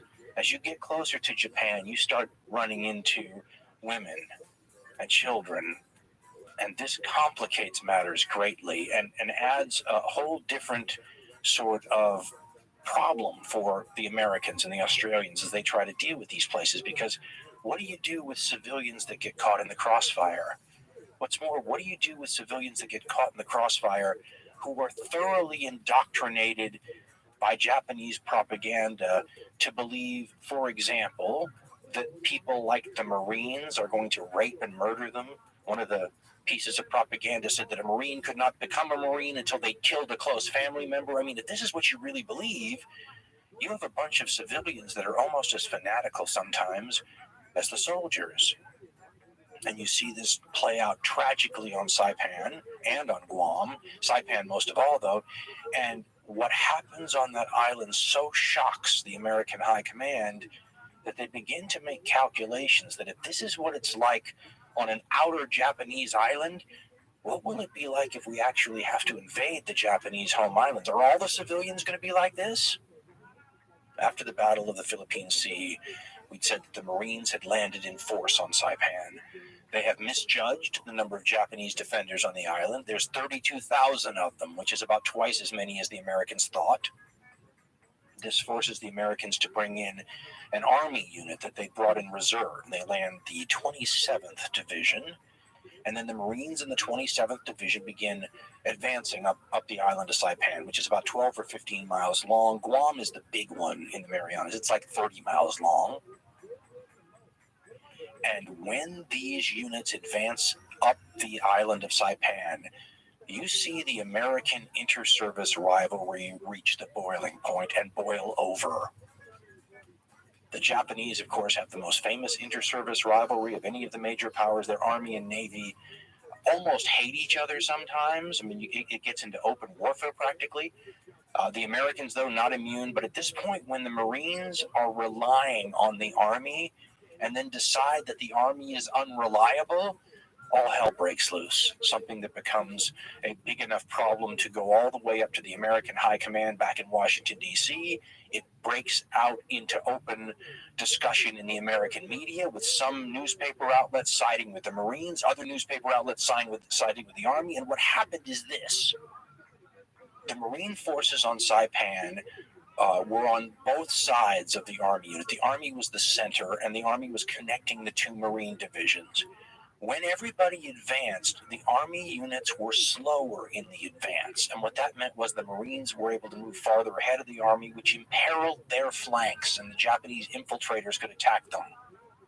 Both the Marine commander on Saipan and the U.S. Army commander on Saipan were both named Smith. The Marine commander was a guy named Howlin' Mad Smith, was his nickname, and he proved that he would live up to it when he started berating the commander of the U.S. Army forces for being insufficiently aggressive. And then he went to his own admiral and demanded that he be fired, this other Army commander, and then the admiral fired him. And all hell breaks loose when that happens. The Army not happy with that, as you might imagine, getting in each other's faces. I mean, it's really quite astounding. Many of the commentators I was reading would either take the Marine side or the Army side. But plenty of them said that a lot of this disagreement stemmed from a very different idea of tactics and doctrine. The Marines traveled lightly, advanced quickly, were willing to suck up more casualties in the hopes that by ending a campaign sooner, the overall casualties would be lessened. The Army was much more deliberate. They preferred to wait for things like artillery support. They would hunker down, at night and sometimes retreat to a better perimeter. They were trying to save lives, right? Use maneuver, use technology, use air and artillery to lessen the amount of casualties. But what this meant was the 27th Division connecting the two Marine divisions was not moving as quickly, and this was upsetting the Marines. The fighting on Saipan was also, it's becoming a cliche to call it deadly, but all these islands have different threats, as we've been saying all along. On Saipan, it's caves. The island is riddled with them, and Japanese soldiers will hide in these caves, and if the caves are not dealt with, they will come out after the Americans move past them and attack them in the flank and rear, snipers and all those kinds of things. The problem that the Allies and the Americans find out, though, is that these caves sometimes have civilians in them, and the civilians tend to be in the places where you least expect them, and this makes matters more complicated and tragic. Army Sergeant John Sider is quoted in Matthew A. Rozel's book, The Things Our Fathers Saw, and describes one of these caves that they come across, and the Americans had Japanese Americans with them who they would often use as translators to communicate with the Japanese soldiers, and would say, hey, come out of the caves. And that's the story Sergeant John Sider relates. He says, quote, "We had this cave, and we had two Japanese Americans, guys from the Hawaiian Islands. They didn't carry guns or anything, but they were smart. They walked right into the cave and talked to the Japanese soldiers. They weren't going to give up. Our two came out and told us, and then they went back in and told them they had 5 minutes before we were going to shell them. Then they went back in and told them they had 3 minutes. All of a sudden, we heard the screaming of women and children. We told them to let the civilians out. The Japanese wouldn't let them out. That was their protection. So it came down to ... They blew the cave up. How many people were killed, we don't know. But that cave was closed. They exploded it with dynamite. End quote. In Japan at War and Oral History, Haruko Taya Cook and Theodore F. Cook interview a Japanese veteran on Saipan who has a truly Reader's Digest type adventure, maybe that's not the right way to describe it, trying to survive the American assault on Saipan, and eventually he finds himself in a cave like the one the American just described that they had to blow up. The veteran, his name was Yamauchi Takeo, and he describes finding this cave and running in it with a buddy for protection, but there were already people in the cave, including civilians. And you begin to see the tragedy and perhaps a preview of what a war against the Japanese home islands might turn out to be like. And the veteran says, quote, "That sailor and I fled to the very northern tip of the island where we found a cave to crawl into. Inside were a Japanese non-com, a non-commissioned officer. I thought he must be a master's sergeant. That's the way he spoke. Several soldiers and some Japanese women with babies, maybe 20 of them all together. It was pitch dark at night. I could hear their voices, babies crying. The sailor and I sat in the corner, in the darkness, without talking to anyone else there. Immediately above that cave ran a road. American forces were all over the place. The sergeant insisted that the babies' cries would alert the Americans. 'Kill them yourself, or I'll order my men to do it.' That's the sergeant speaking. Several mothers killed their own children, the veteran says. Now, he talks about the Americans' attempt to get them to come out. Quote, now the Americans began to broadcast surrender advice over loudspeakers. From the sea, Japanese forces, throw down your arms. We will protect the honor of those who fought hard and who give themselves up. We have water. We have food. Their Japanese, he says, was a little shaky. They said that they would resume firing after a fixed interval. That was the first time I heard an American call to surrender. But I feared that if I surrendered within sight of our own men during daylight, I might be shot in the back." End quote. He then tells a heart-wrenching story of a civilian teenager. Many of the civilians had cyanide and they were killing themselves. And he says that this teenager's whole family took the cyanide and killed themselves, but seemingly gave her something that was fake so that she would survive and live. And he said that he had to tell her, you can't kill yourself. Your parents tried to spare your life. You know, they say that things like war and any big historical story is thousands of little individual stories added together like a mosaic.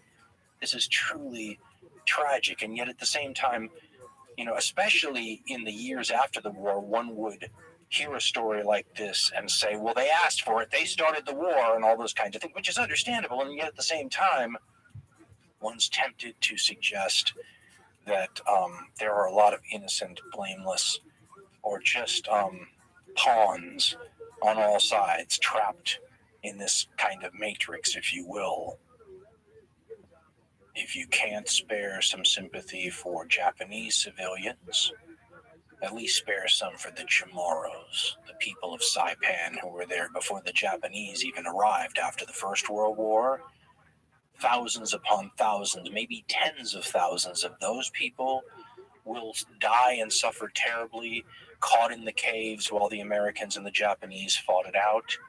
In a book called Saipan, Oral Histories of the Pacific War by Bruce M. Petty, he recounts story after story told by Chamorro people who survived this affair and the loved ones that they lost along the way and the family tragedies that unfolded in front of them. It's grim stuff.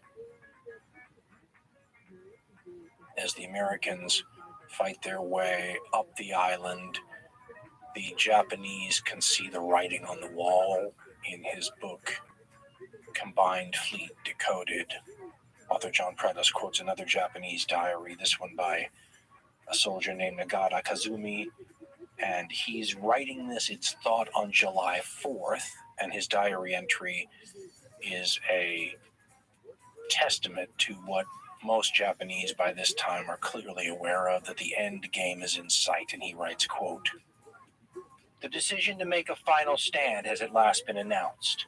Only Japanese officers and men will fight under such hopeless conditions. The spirit of Yamato, however, is rendered powerless by the overwhelming strength and the heavy weapons of the enemy. The island of Saipan is too small. It is even difficult for me to hide myself, and I'm only 5 feet tall. Our last day will be here in a day or two. Nothing to regret, nothing more to do. This is fate. It had to end this way." End quote. On July 6th, the general in charge, Sato is his name, will climb onto a rock, have a last meal, according to some anyway, of canned crab meat and sake, and then slit his belly with a knife or a sword, while an adjutant behind him waits for the proper moment to shoot him in the head. This is followed by Admiral Nagumo's suicide. The victor at Pearl Harbor and the loser at Midway will dispense with any of the ceremonial protocol and simply shoot himself with a pistol, at least according to survivors. The day after these two commanders end their lives, it's the turn of the rank and file to do so. And we've been calling these charges, these basically suicidal charges by the Japanese, bonsai charges, which is what the Americans called them, because the Japanese soldiers would often yell bonsai as one of the things that they would scream on the way in to attack. But the Japanese, especially here on Saipan, are taking part in what the Japanese term is a gyokusai, and that means the breaking of the jewels. And they will drink a lot of liquor, get to a point where they're actually singing before thousands of them will explode onto the American lines. This was not totally unexpected. In Matthew A. Rizal's book, The Things Our Fathers Saw, U.S. soldier Nick Grinaldo says, quote, "I remember it rained like hell that night, and the water was running down the slope into our foxholes. I had to use my helmet to keep bailing out, you know? The night before the bonsai, I woke up that morning, and oh, Jesus Christ, they, the Japanese, got above us, and they were giving us plunging fire, shooting right down into the foxholes because they were high enough to look down. Lieutenant Gower, he was my platoon leader. He was regular Army. He was a good man. He called us together, the squad leaders. He said, 'I think we're getting hit with a bonsai. We're going to have to pull back.'" End quote. Let me point out that this happens, like so many of these major Japanese attacks, at night. Grinaldo continues, quote, "Holy Jesus, there was howling and screaming. They had naked women with spears, stark naked. They took bayonets and strapped them on the end of a pole, and they came screaming at us, figuring, hey, the good-hearted Americans aren't going to shoot a woman, you know? Horseshit. There were so many of them, like cockroaches coming out of the woodwork. We had to pull back." End quote. I have a book on Saipan, and it spends something like 30 or 40 pages covering this event, with 3,000 to 4,000 Japanese fighters swarming over the American front lines, forcing the Americans to pull back. There are plenty of accounts of Japanese sword-wielding soldiers who are hacking to death wounded Americans who can't get away, chopping off heads. It's medieval at times, but it's also doomed.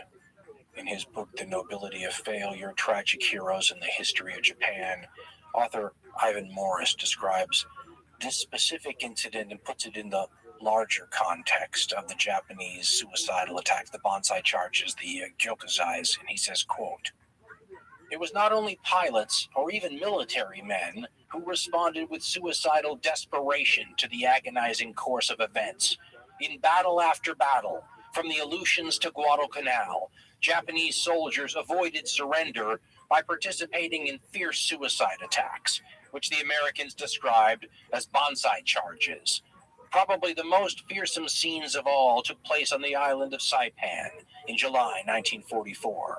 When organized military resistance became impossible, some 3,000 Japanese soldiers, most of them armed with nothing but bayonets or sticks, charged into the concentrated machine gun fire of the American Marines and were mown down to the last man.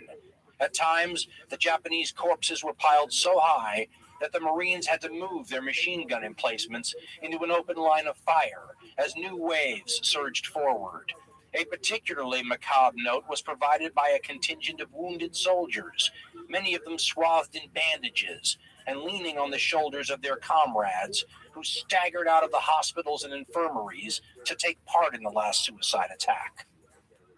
Subsequently, he writes, entire units of Japanese soldiers knelt down in rows to be decapitated by their commanding officers, who then in turn committed harakiri. Hundreds of other soldiers shot themselves through the head, or more frequently, exploded themselves with hand grenades. As the Marines advanced through the blood-drenched island, they witnessed one mass suicide after another. End quote. It was army units that were initially struck by this charge, but after they were overrun and forced to pull back, the Japanese reached artillery units behind them that were composed of Marines, and when they were finally stopped, there were people like typists and cooks and people like that who'd been armed hastily and picked up weapons to try to beat off this terrible attack. Yeah. And when it was over, the field was littered with Japanese dead. More than 4,300 bodies were counted. Of the American casualties, it was in excess of 900 killed and wounded, and a ton of medals given out, including multiple medals of honor, most of them posthumously. It was the worst Japanese bonsai attack, or gyokusai if you prefer, of the war. The desperation is clear for all to see.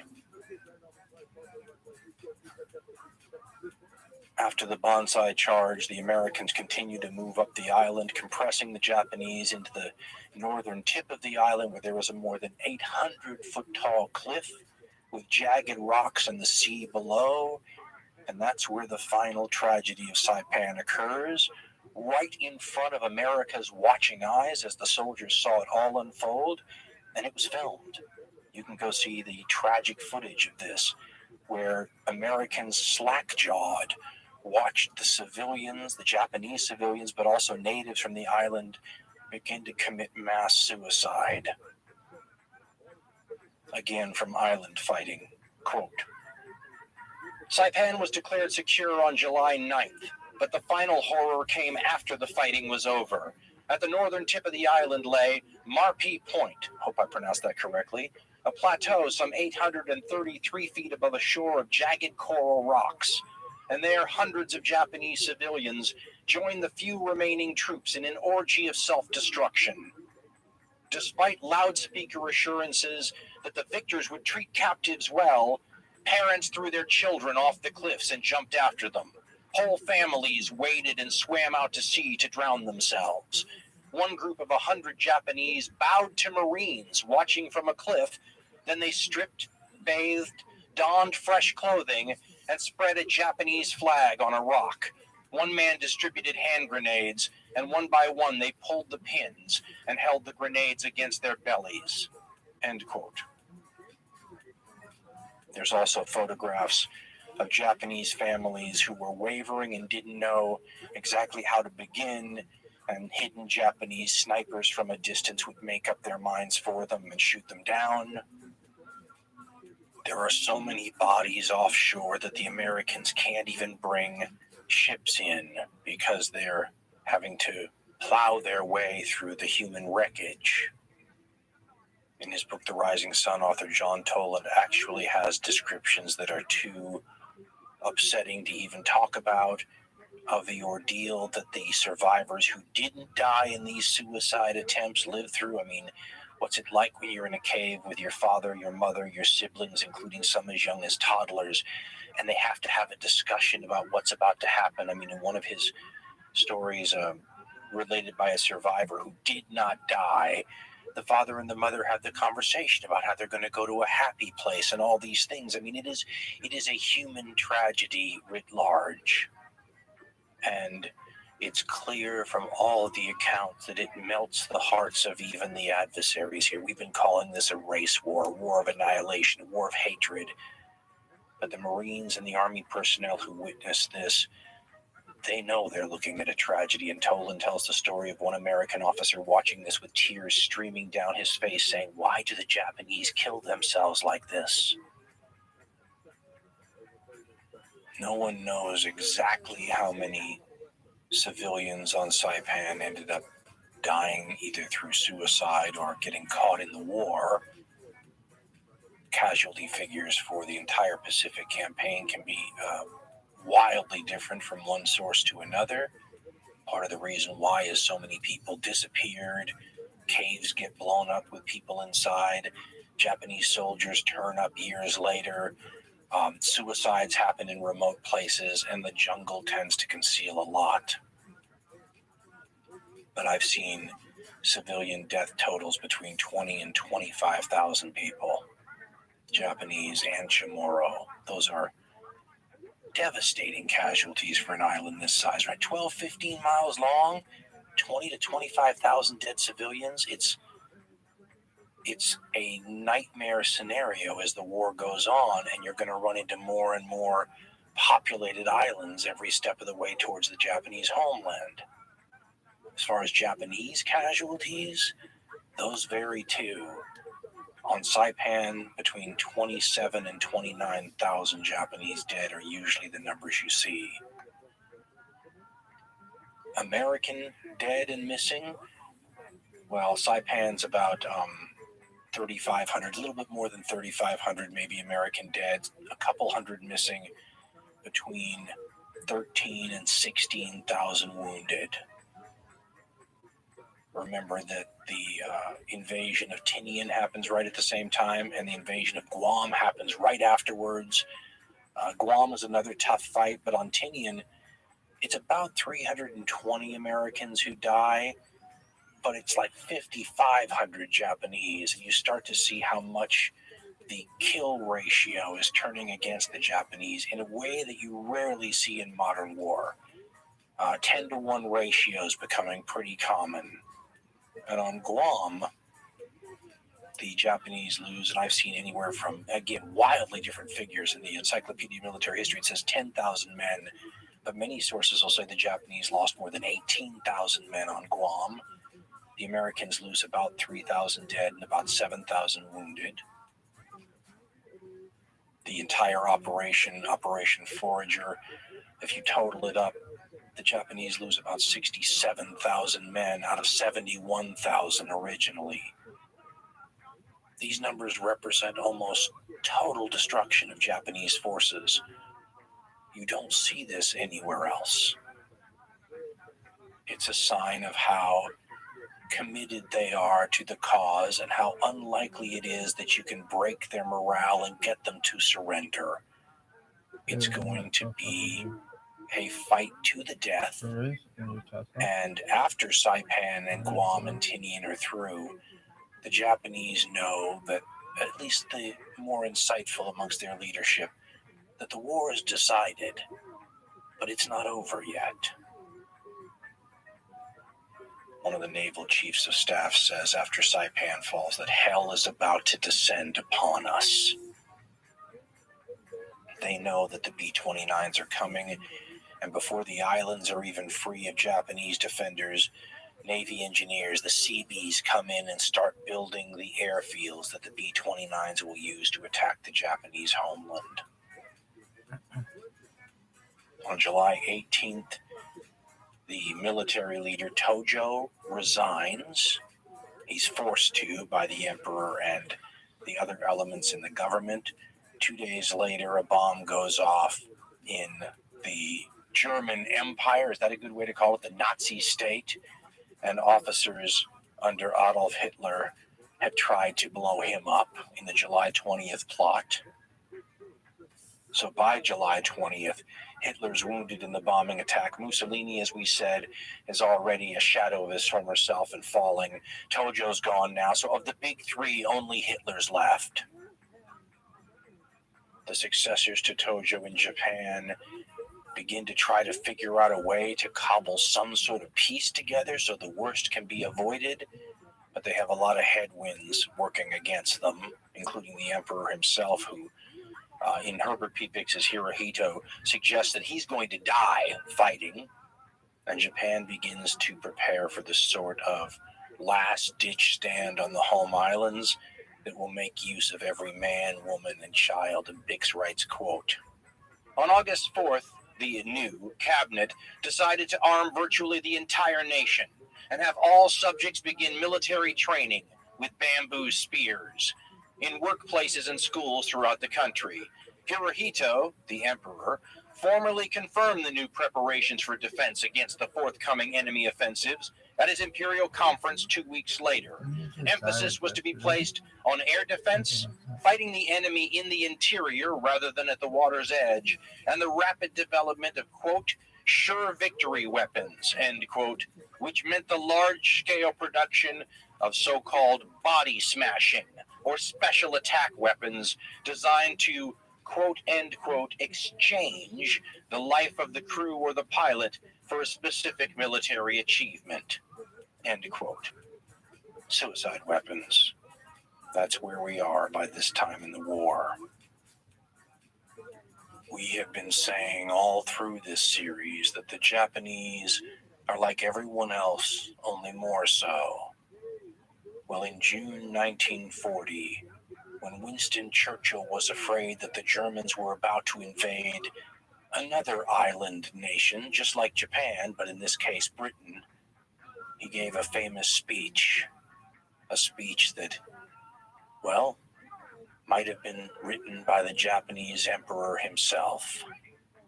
He said, quote, we shall defend our island whatever the cost may be.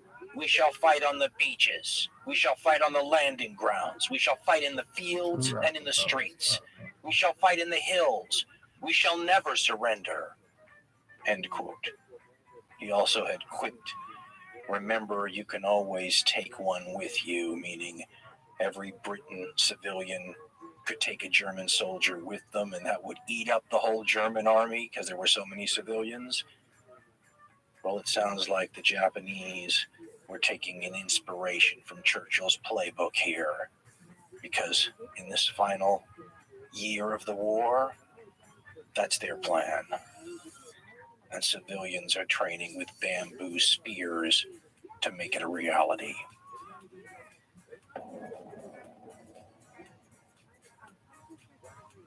If you think the show you just heard is worth $1, Dan and Ben would love to have it. $1 a show. It's all we ask. Go to dancarlin.com for information on how to donate to the show. Wrath of the Khans, Punic Nightmares, Apache Tears, and of course, Ghosts of the Ostfront. Just a few of the classic hardcore history titles available from dancarlin.com. Every true fan has heard these favorites. Hey, they make great gifts too.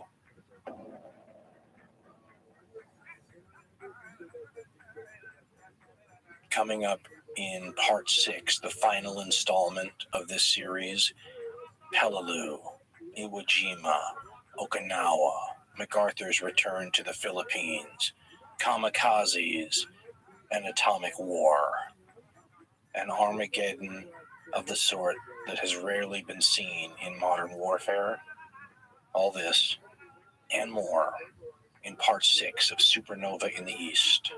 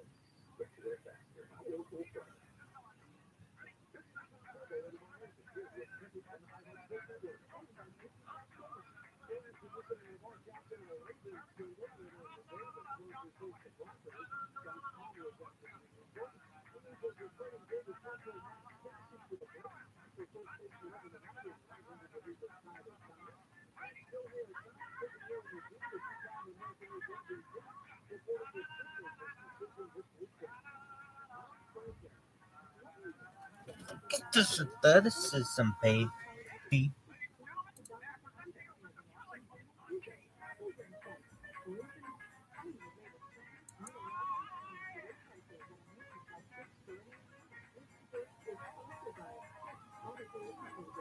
YouTube is wrong.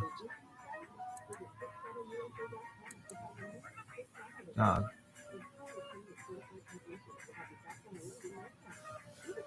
Huh?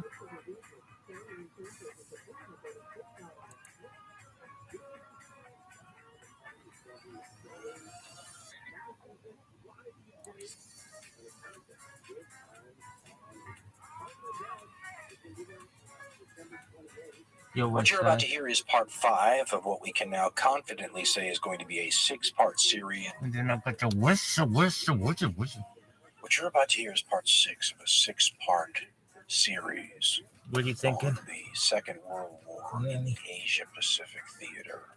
If you have not heard the earlier segments, please go check those out. You probably want to hear this in order, but there's a few of you out there who don't care about that sort of stuff, in which case, well, catch up and join us, won't you, for part 6 of the light and airy story that is Supernova in the East.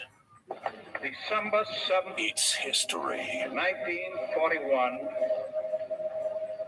a date which will live in infamy. It's hardcore history. People who are knowledgeable about the Second World War, and many people are,